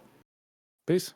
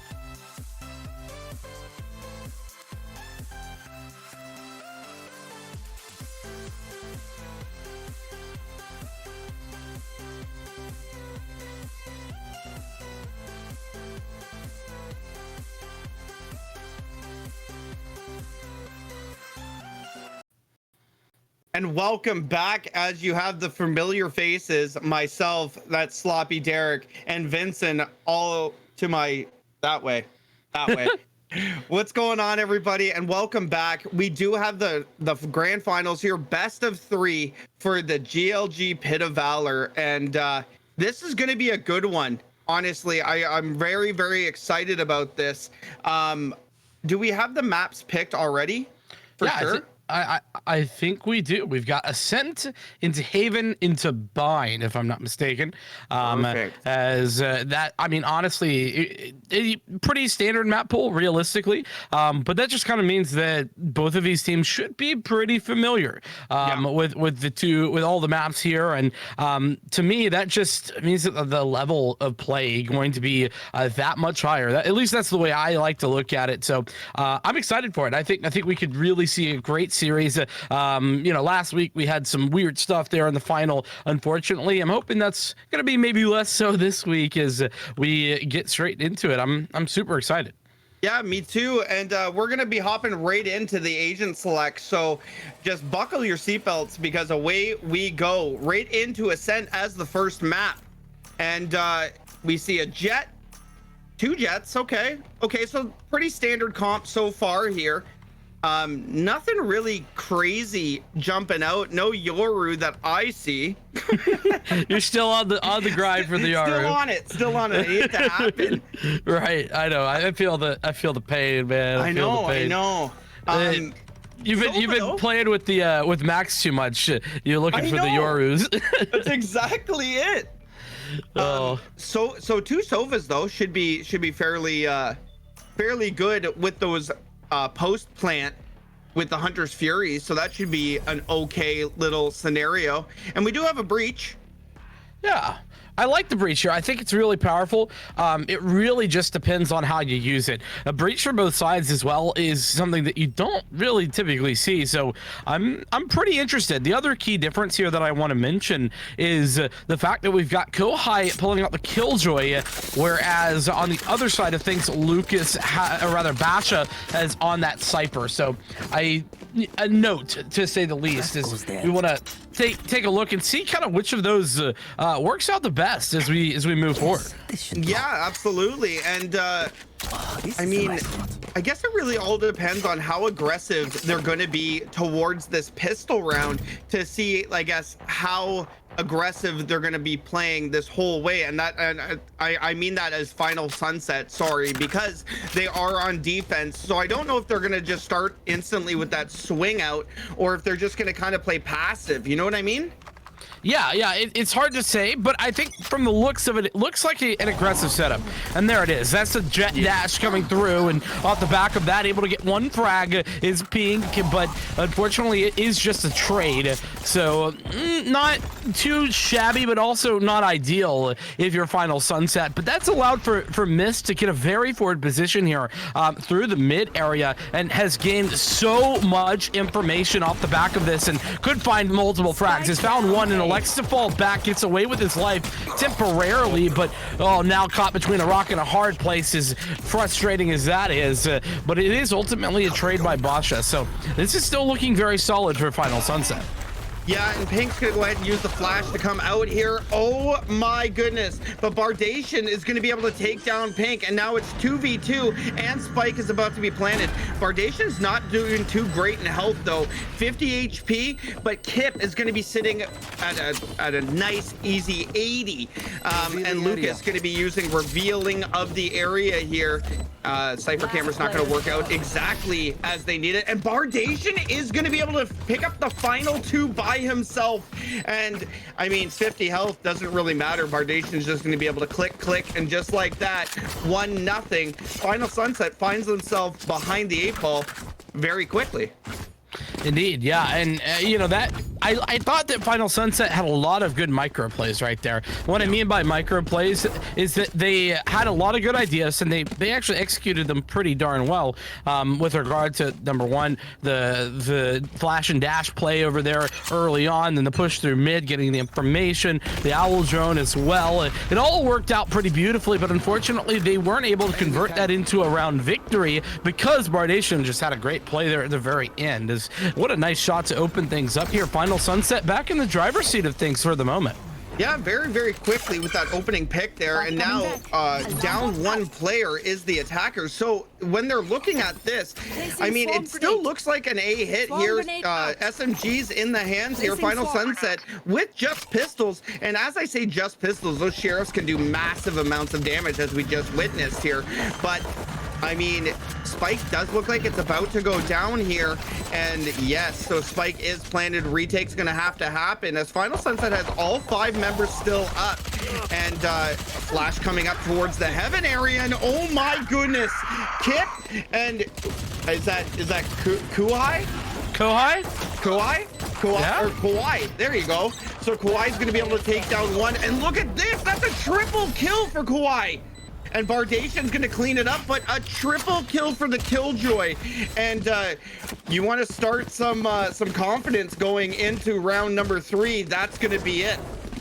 Confidence certainly there in the bag, and you know, round number 2 though, that is kind of to be expected. And honestly, I would give some credit over there to the Final Sunset side of things that they got like 3 kills, which is pretty solid. So especially considering that a lot of them didn't actually really invest much of anything. A couple of sheriffs, sure, but ultimately it was mostly just 2 sheriffs, I think, in a couple of classics. So realistically, their investment very low, and what they got out of it is incredible, all things considered. So we're seeing an owl drone come out here by Madly. He's going to get some more information, as this A side of the map seems to be an area that has been a focus for Fenrir at the moment, and it's allowed for Final Sunset to basically just get B control for free. Look at the map. Look at where they are at, where they're pushing. The Jet and the Sova both swinging into mid, and so all the information is gained. And that's exactly it. And Kuai is going to be able to come around and get 2 here. So that 2 first picks are gigantic. Final Sunset already behind the 8 ball with only 2 members remaining. And oh my, Spike is about to go down, and Bazix is going to be able to take down 1. But I'm terrible with this name. Oh yeah, Hyunseo. Oh, unfortunately, Kawhi's gonna be able to take him down as soon as I figured out how to pronounce it. And yeah, like 3-0, and that was with their SMGs there. So Vincent, what's gonna have to happen here for Final Sunset? Well, you know, they're gonna have to change something, right? Number 1 though, I want to go back. They had this huge information play over towards B. They got so much info off the back of that, but they didn't make any adjustments. They didn't make the calls, and somehow they were not expecting the players pushing up through Garden, which is a bit surprising. I just feel like Final Sunset, they had so much information. The fact that they got caught off guard by a play like that is a bit confusing, to be honest with you. So regardless of what they elect to do, we are seeing the Bladestorm popped along with some of these upgraded pistols, as it looks like we're going to see yet another B hit. This has just been consistently pushing out here onto B. Bazix with a very forward position here finds one, or rather it's Kip, I'm sorry, who finds that frag, but ultimately not really a whole lot gained. That's a great timing for Bazix though, who picks up 2 kills. Hyunseo, who does have that Bladestorm pop that we were talking about before, has recovered a couple, but it's really not looking great, and well, it's looking dire. That's a 4th round now on the board, and Fenrir, they haven't been doing much of anything but just hitting A. Well, I mean, if it's not broke, don't fix it, right? Because they just seem to be, well, they have the numbers for Final Sunset here. They just keep running on, and nothing is going to be able to stop them. They're winning the aim battles, they're winning the trades, and they're winning the game. 4-0 here. Fenrir? It's going to be one of those games, isn't it? It's just a struggle. Really is. It's a struggle all the way through here. But I'll tell you this, 4-0, and Final Sunset's got to have to at least get one round here very quickly before this spirals completely out of control, as Basix is already all the way over towards the B site, and Spike is just going to be hanging out towards T spawn here. Kip with the rest of the team just going to be hanging out, waiting for that aggressive push, but it's not going to come. And a complete change from what we're normally used to. It's normally just a push onto site and then, you know, guns a-blazing with the trades. And now it's just down to a snail's pace. Yeah, well, what they've done is they've absolutely changed the pace, number one, and number two, it's come down to them wanting to kind of allow for Final Sunset to make some mistakes. And there's that first mistake. We saw Mist get aggressive and Kohai denies it, but Basha with a double frag there over towards B is huge. It allows for so much space, and not only that, but it calls the rotation in as Fenrir look towards A off the back of this lockdown. They get the spike planted, but it is going to be a sun coming through. Ultimately, that doesn't matter a whole lot. It's Yunseo with a great frag, making a double as well with the operator. The sole survivor is the Sova and has to come back in and do it alone. It looks like that's just not going to even happen. Electing to just save this rifle is Madly, who is realistically got nothing left. And I had said save, but apparently takes the fight anyway, and goes down to Lucas. So maybe a weird decision, but Final Sunset, they finally take a round. Yeah, and they took it really well, but the only issue that I found with that is they completely changed what they were doing that was working, and that's Fenrir. Like they just completely stopped going towards that A, and the A hit was just working time and time again. And I maybe they were just thinking that Final Sunset would just stack it, but they didn't do that. Final Sunset continued with their play in a 2-1-2 split on defense, and it seemed to work for them as you know, they got that opening pick, and then they were just able to capitalize They did, and with that, now we'll see maybe some adjustments, as Yunseo's operator was certainly a crucial part of that prior round. Now set up here towards the catwalk, but ultimately, I mean, once again, we're seeing a bit of a split here in that there's players committed towards B, but it looks like the Spike's still committing towards A for the moment, even though the pace is a bit slower, like you were saying, like we saw in that prior round. This time, there's really not much of a question in where they're going to be headed. Before, we were seeing, you know, full map control, and that is very different from this round. That is just straight up, you know, take some B, take some A, and then let's just go hit A alone. Yeah, and that's exactly what we're used to, I guess, with the first 4 rounds. The 5th round was a little bit different. Jets is just going to be right onto site. Tripwire is triggered, and Hyunso is going to be able to take down Basix. So a huge first pick and a better trade as Madly was able to take down another. But Hyunso's going massive here with this off.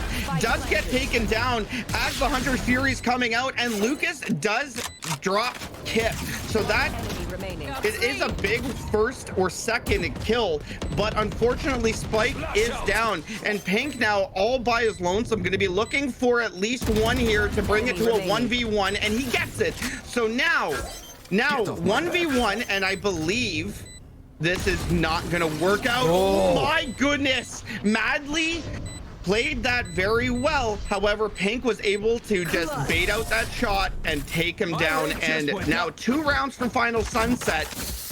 What a second round for them there. Yeah, a huge couple of rounds to pick up, and I will say that they kind of gifted Pink that clutch there. Yeah. There was a lot more I feel like you could have done. You could have baited the shots. You could have played the jitter peek. You certainly could have tried to play off the information game. But hey, you know, no disrespect to Pink.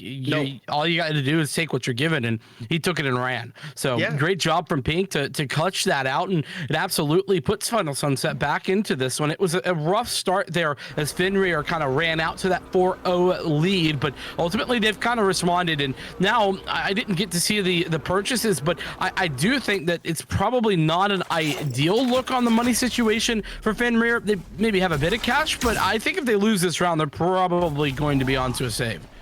Yeah, that's what it looks like. They do still have some sort of guns there, as Mist is going to be able to take down Kuai, but yeah, like, it just, I mean, the guns are here, and if Final Sunset does, you are 100% correct here. Final Sunset does take this round. The money situation is not going to be great, and Lucas is going to be able to take down 2, as Basha is going to be able to take down the last remaining 2, and now it's going to be a big save, and Final Sunset now going to find themselves in the driver's seat.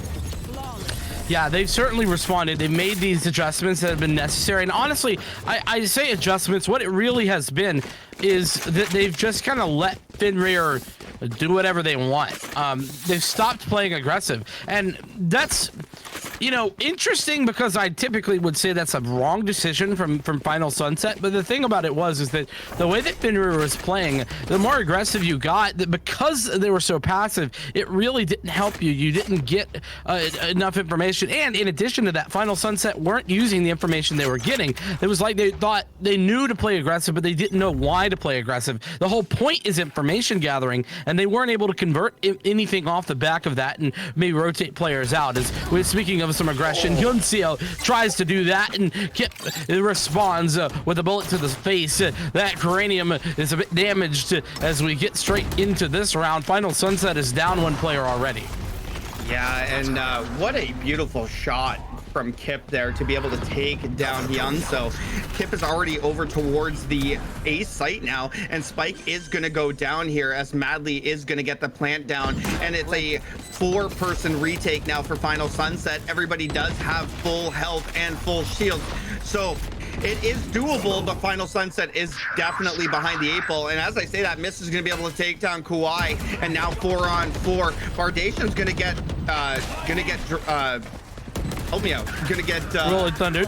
Rolling Thunder. That's exactly it. And Lucas now in a 1v1. Lucas gonna be able to attack this bomb here, as Madly's gonna be able to come around, not gonna be able to take some shots. Bomb does get the half, and Madly's not gonna lose it this time. What a beautiful play by Madly, and that is a triple kill. And just like that now, bringing that lead to 2. Indeed, yeah, that Rolling Thunder out onto the site, it was a good idea. It was honestly well positioned, and I thought they got a lot of value off the back of that. That was Pink throwing that down, but ultimately it didn't net a victory for Final Sunset, and especially Lucas playing in that 1v1 just got caught out a little bit. You know, it's kind of a matter of time, though. That's really a 50-50 when you get right down to it. So we'll have to see how things go as we continue. The money back here in the hands of Fenrir, certainly, as it's going to be the gun round for both sides.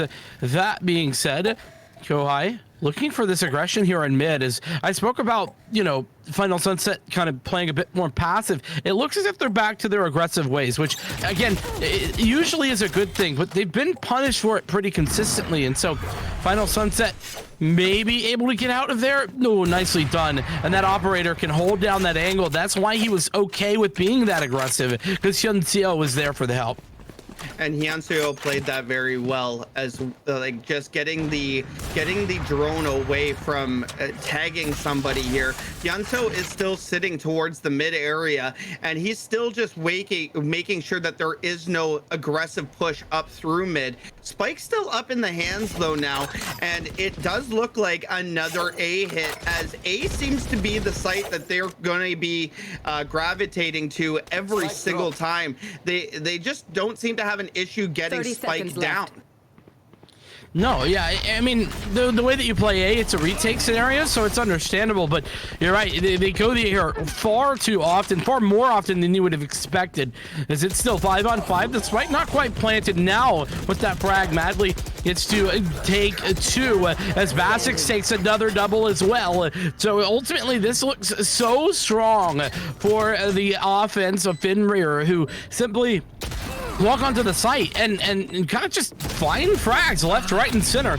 I don't know if it was, I didn't see where the engagements came through, but it kind of looked to me like Final Sunset, they simply didn't engage with utility. They just kind of swung because they didn't see the spike getting planted, and they got punished.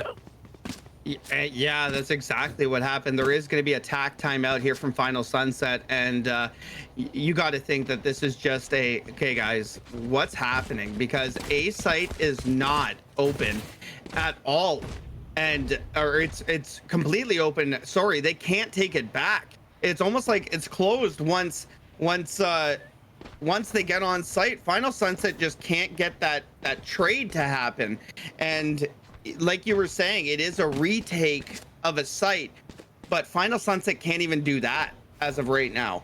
Anytime that there's even a some sort of fight that happens, they get traded out before the reinforcements even show up. So I guess, and at this point, if it was you, what would you tell your team? If I'm coaching this Final Sunset team, I'm telling them to stop these ego peaks. You aren't that good. You are not that good. This Fenrir side is clearly able to hit shots, and you know, whenever you see the spike not being planted, wait for you have a breach. You have 3 flashes available, and you also have a paranoia, and you also have a sonar.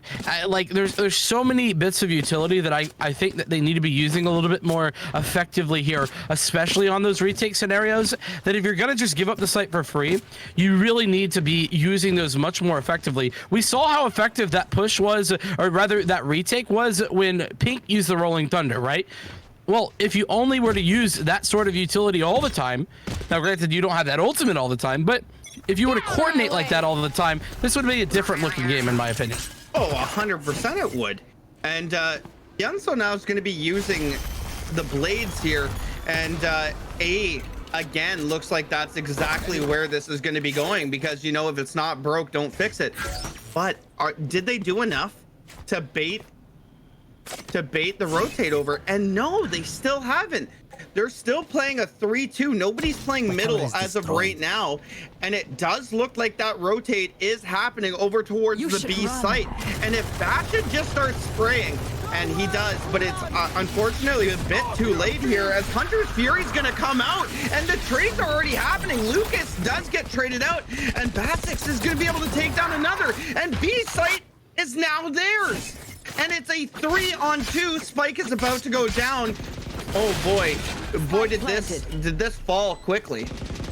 Certainly did. That being said, the retake potential is there, especially don't know what kind of utility Pink has, but assuming you're going to have a couple of these flashpoints, yeah, it has 2 and a fault line, so certainly is doable. We'll see how it goes though. The push coming out, Yuncio does have a Blade Storm out as well, and that could be a big heavy hitter as the dark cover goes down. The dash in though, that's not what you wanted to see, as that is oh, so unfortunate, and that's what I'm talking about.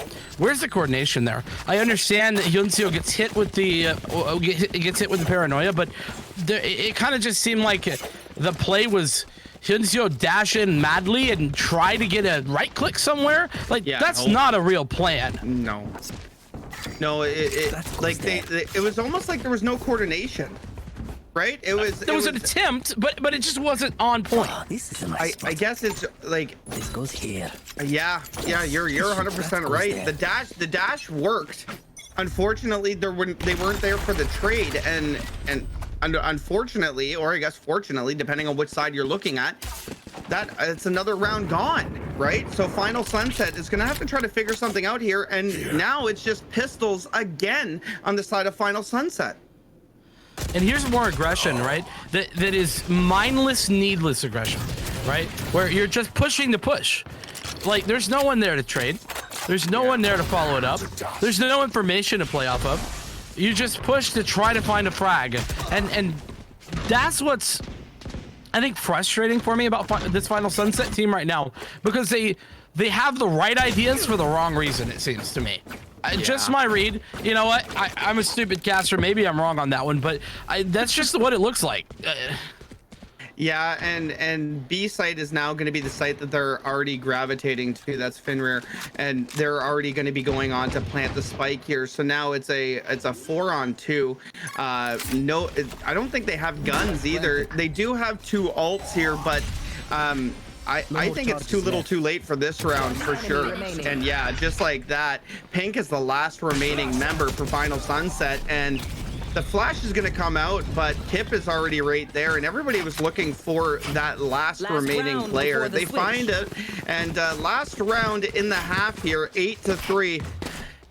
And it's a pretty big hill for Final Sunset to start climbing.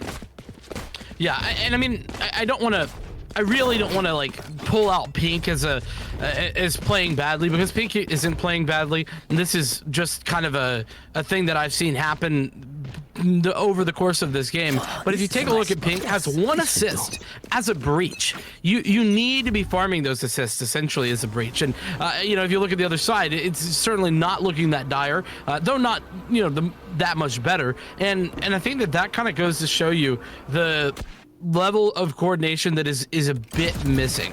And here's another good example of it, right? Like, what is this push? What is that push from Hyunseo? Yeah. It's just straight up alone pushing for no reason. Miss is there, but finds a frag. Like if Hyunseo had kept going, right, then Miss catches up, then the timing works, but it was so weirdly timed. That's where I'm just a bit confused, to be honest, Derek. Yeah, I mean, you can probably tag it all up to fatigue, maybe, just playing so many games in a row. But I mean, you're not wrong though. They just don't seem to have that coordination that's happening. The plays are there. It's just that they're just a little out of sync, is what it seems like. And Hyunseo did make the right play, but that's only if that Cypher was there to get that trade out.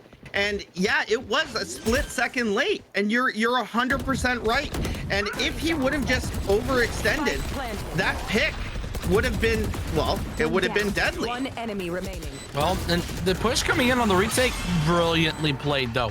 That was another great example. And guess what we saw? A Rolling Thunder from Final Sunset. And that was what the ticket was for them to kind of get back into their winning ways, as they were able to utilize that one large bit of utility, right? That is able to cover the majority of the site, and it makes it look quite awesome. Honestly, I was really impressed with the way that they retook there, but that's just it. It was a little bit of off timing, a little bit lacking with regard to their utility usage. But here's the thing, it's a long night. I mean, absolutely. You got to play a bunch of best of ones straight into this best of 3 final. It's definitely grueling, and this is Finrear's map pick, so it's not all bad for Final Sunset. As I think especially here on the desk, we're like trying to figure out kind of what's the mindset. I don't know that it necessarily matters the mindset, as long as Final Sunset are not out of it, because 8-4, that's certainly a comebackable score line, if you will. Oh, here we go. And those 2 picks are huge. And just getting back to the last round there, I've cast Final Sunset before, and so have you. They're a good team. And they, like, that was just textbook Final Sunset. The retake was there, everything was there. So now maybe they're just more of an aggressive team. And oh no. So before we had it, we're down to a 3-on-3. However, Finrear's not doing so hot in the health region, as they are going to be trying to get one here, and Lucas is going to get that pick. So now Finrear now pulling all the way back. He's 1 player in hell, and oh my! Spike down. What a play! And now it's a 2v1 Final Sunset. Spike planted. I mean, 7 HP on Kuai here. Oh. And I mean, door shut. Here he comes. Like, yeah, he's in a lot of trouble. So 7 HP. Let's just see if we can get 1 pick. Both of them are sitting in the back. Both of them are under health. This is a bit dangerous, honestly. Oh no, yeah. Even with 7 HP. Kawhi is gonna just come around the corner. Okay, Lucas is gonna be able to take that shot and make it happen, but both sitting underneath hell there. I tensed up a little bit. Yeah, for real. And you know, ultimately though, that looks pretty solid from the Final Sunset side of things. They pick up the pistol, and you know, whilst not a necessary pistol, certainly a wanted pistol. You like to see that, and I think that the way that they played that one was really solid. Playing together, you know, whilst the actual positioning was a little bit weird because of the HP, the playing together there is perfect and exactly what you want to see. Not at all a bad thing. And but what a shot there from Kip. In long range with the classic, just denies any sort of aggression there in mid. And now, Basics, that's a brutal place to be. It catches out another one. Basics with 2. What is this play? He's come up mid, and he has the spike and a phantom. This is such an expensive round already, and they might lose it. Final Sunset. Last player standing. Oh my goodness. And the last remaining player is dead. He's gone.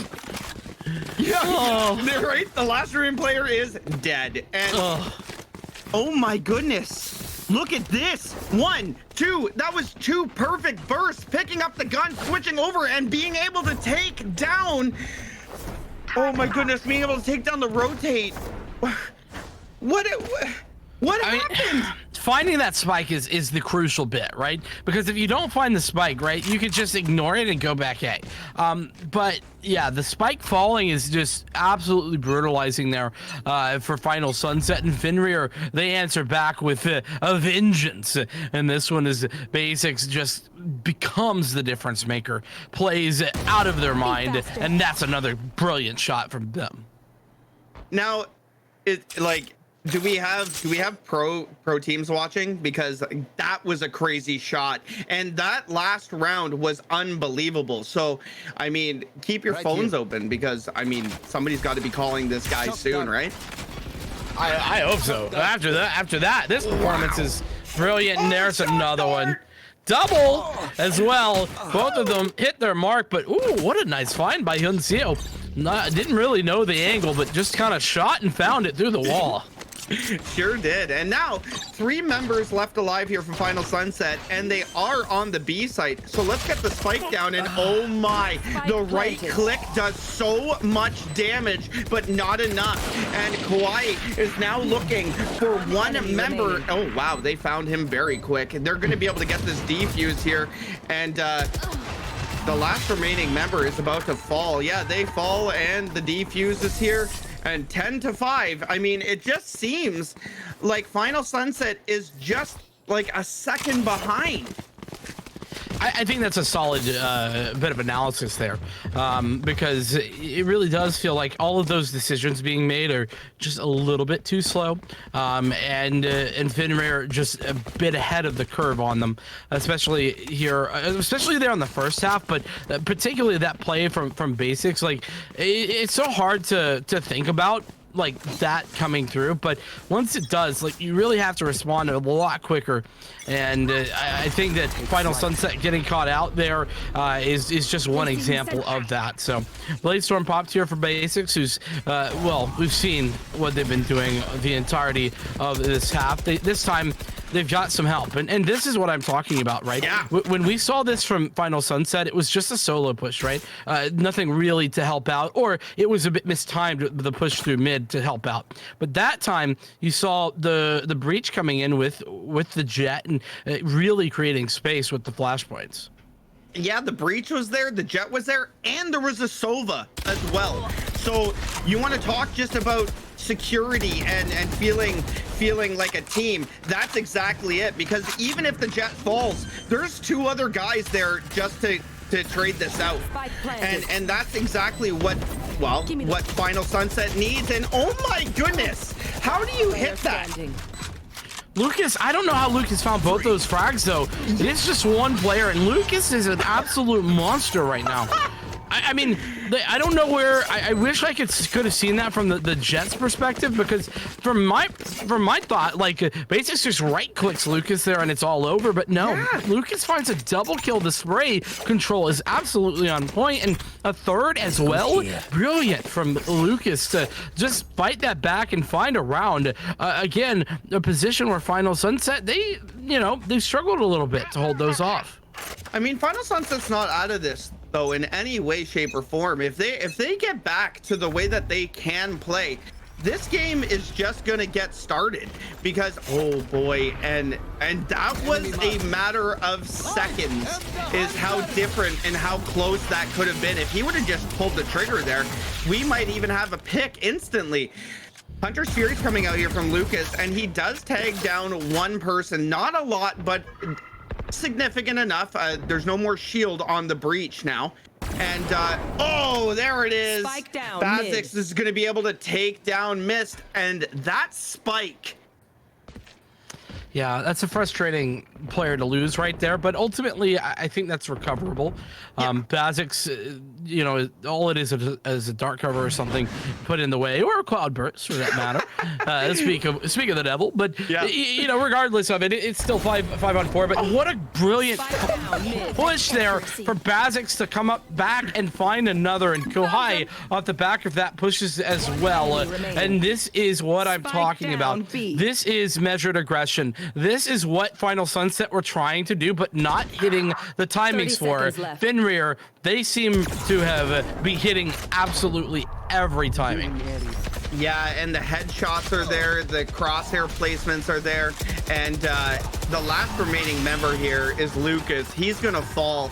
I mean, there's nothing he could have done there. It's a 1v4. He was blind. He's just pretty much gonna put his gun down and go, let's just get into the next round.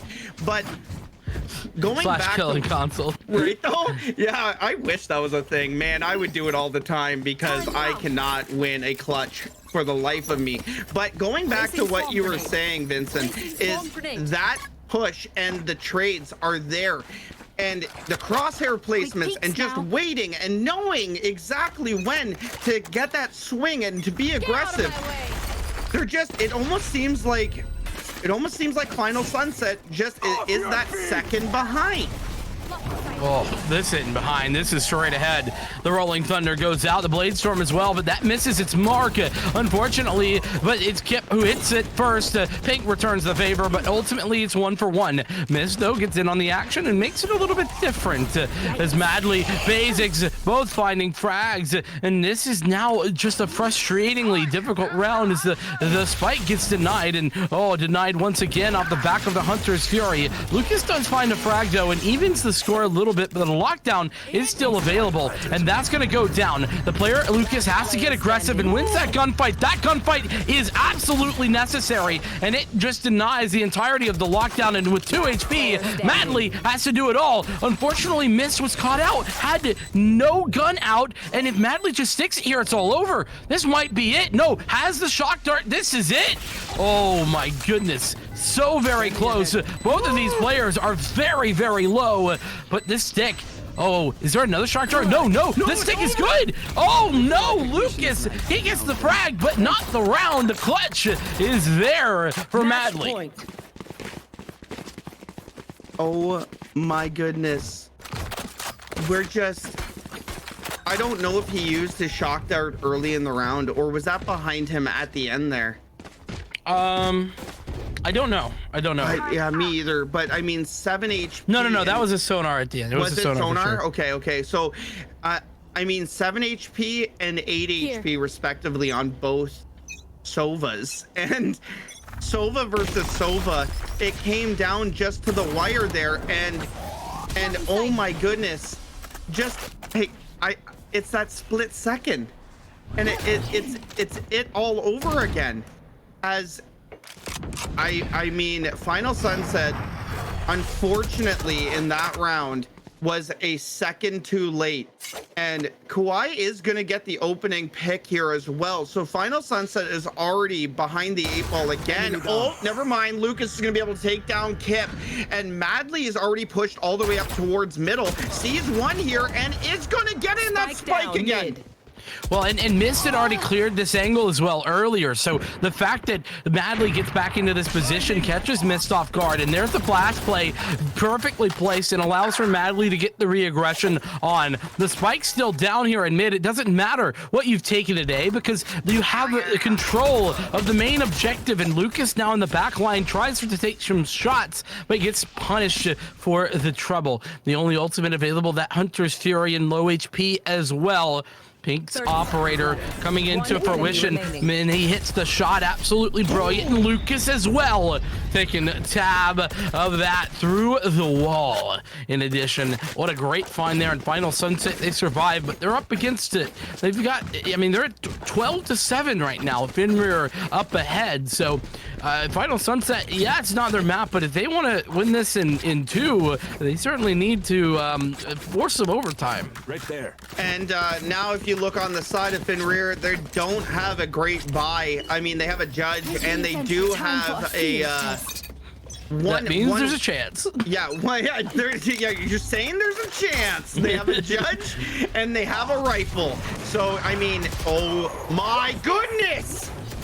That's a flash and dash. Is gonna be able to take down Mist, and Basha is over here all by himself, and Kuai is going to be able to take him down with a ghost. That is more guns in the hands now, and Kip now sitting very close with the judge. Sees no one checks it. No! Oh my goodness, no! I'm so sad. I'm so sad he didn't wait just a little longer. But ultimately, this round still looking brutal as the Rolling Thunder gets committed, and that's absolutely devastating. A thrifty round to close out the first map of this best of three grand finals, and Finrear close it in style. They sure did, and oh my goodness, that judge play was a matter of seconds away from being a clip that we would see over and over and over again because of how close that was. Just, he was so blind for so long that there was nothing he could do. Lucas, though, 21-13, and I mean, for Final Sunset, being able to, I mean, still top frag in this whole map is, I guess, is a feat among itself, right? Honestly, yeah, but the thing about it is frags are not relevant at this point. Like, yeah, Lucas had a decent game, but I don't think that it's, and maybe this sounds harsh, but I don't think it's particularly relevant when you're losing like that, that you just have a decent game. You know, 21 kills, that's a good game. Don't get me wrong, it's solid, but you know, yeah, but your team didn't win. So I think that it's more apt to look at Finrear and realize that they're not worried about the frags. They're just playing together. They're playing off of, you know, team-wide aggression, playing very, very fast and loose with the rules of engagement, and they're making it work. They're making it work beautifully, and that's what I think is more to focus on. As in addition, I think that Final Sunset, as they move here into their map pick, Haven's another map that you really need to get map control. You have to.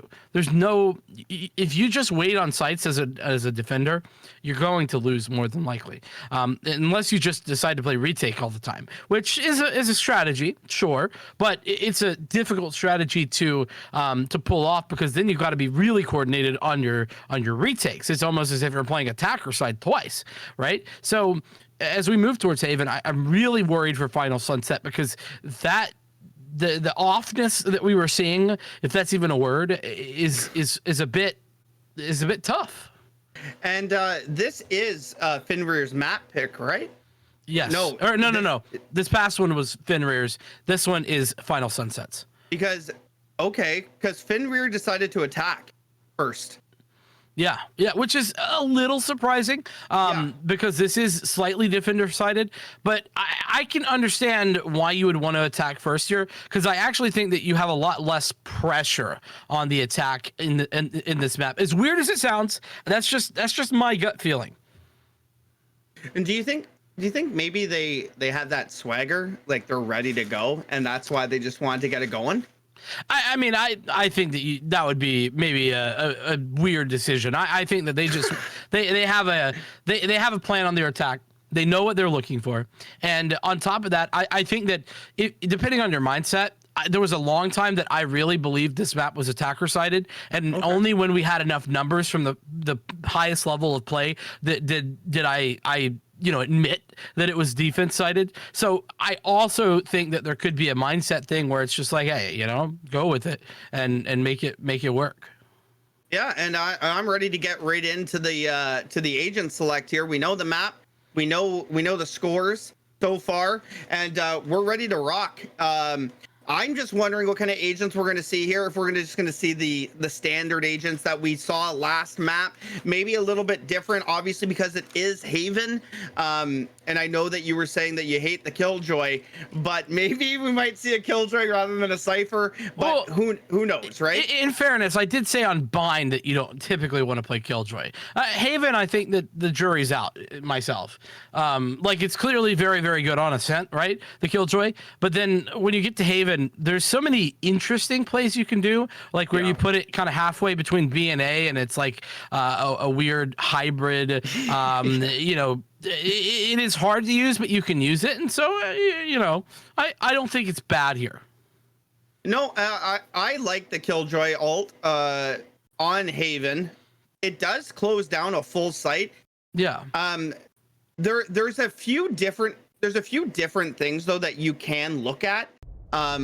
With the Killjoy, that a Cypher would be a lot better on Haven, and I can see that point of view, and we are gonna see, looks like 2 Cyphers are sitting here ready to be locked in, so maybe they know something that I was trying to explain, but they're a bit more of a bigger brain over there. You know what I mean? Maybe a bit ahead of the curve. Yeah, we'll see. And there it is, the locked in for both the Cyphers. So, Kohai played the Killjoy last map, and I'll be honest, I didn't think that it was bad. It also didn't find tons of impact either. It was just kind of just fine. So regardless of how we look at things, unfortunately, we are in a situation where we have not gotten into game. One player not able to connect there, having a bit of a network issue. We do apologize for the delay, but ultimately that just means you get to look at our beautiful faces for just a little bit longer. Yeah. I mean, get excited because look at how beautiful I am. Exactly. Hello. So this is not what you wanted? We might have a little bit of an issue that just actually happened here in the chat here. Well, yeah, let's find out. Let's wait just a moment. Well, a little bit. Yeah, let's get some confirmation first. Having some potential issues there with a player DC, so we'll have to get some confirmation before we get that out there. But yeah, Fenrir, they're in great position. Yeah. For sure. It's really, really nice. And from my perspective, I'm really excited to see kind of what they continue to do. I got to see Fenrir, by the way, a couple of weeks ago, or rather just last week in the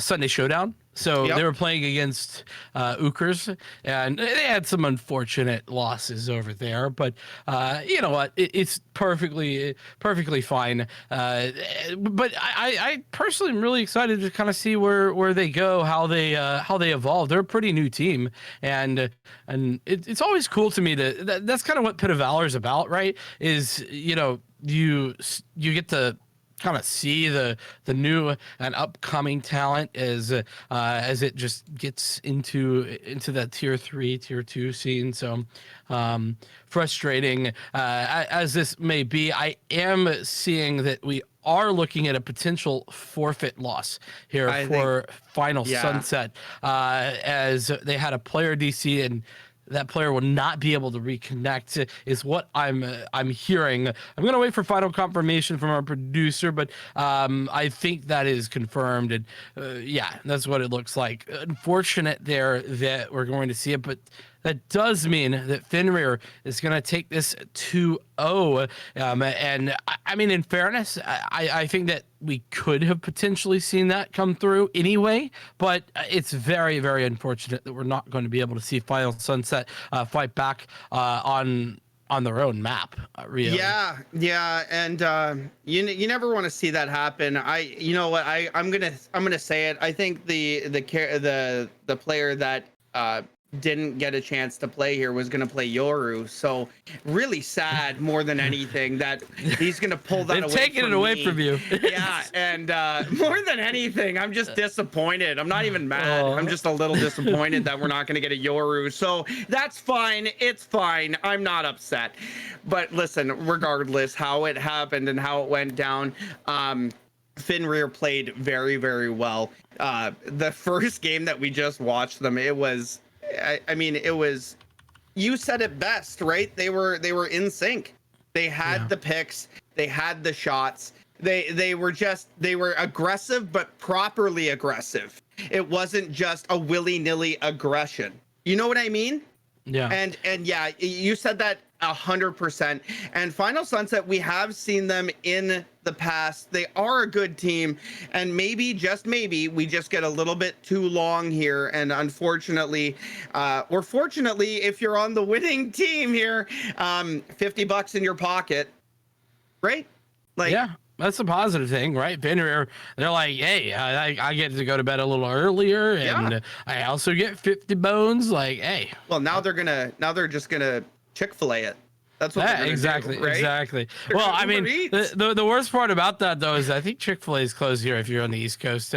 I'm pretty sure they close at like 10. I don't know. Don't even worry. They're not even in Canada. So. Oh well, so that's a loss for you. Yeah, when I try to order them, they're like, we can't get across the border. I'm like, my bad. Yeah, sorry about that. you're just that delivery driver is absolutely molding at you. I will tip. It's fine. Yeah, exactly. But unfortunately, that does mean that the grand finals ended there in a bit of a frustrating way, an unfortunate way for Final Sunset. Fenrir taking the 2-0 victory. That does mean that we're hitting the end of our day here on the broadcast. It's been an incredible series of events all the way up until the very end, but then right at the end, we just get a little bit of a frustrating finish. Nonetheless, though, I do want to thank all the teams who pulled up today. Absolutely incredible showing. We love that they come out here every single week for these Pit of Valor events. It's a huge deal to all of us. And on top of that, it's been a pleasure here on the desk. And I want to say a huge shout out as well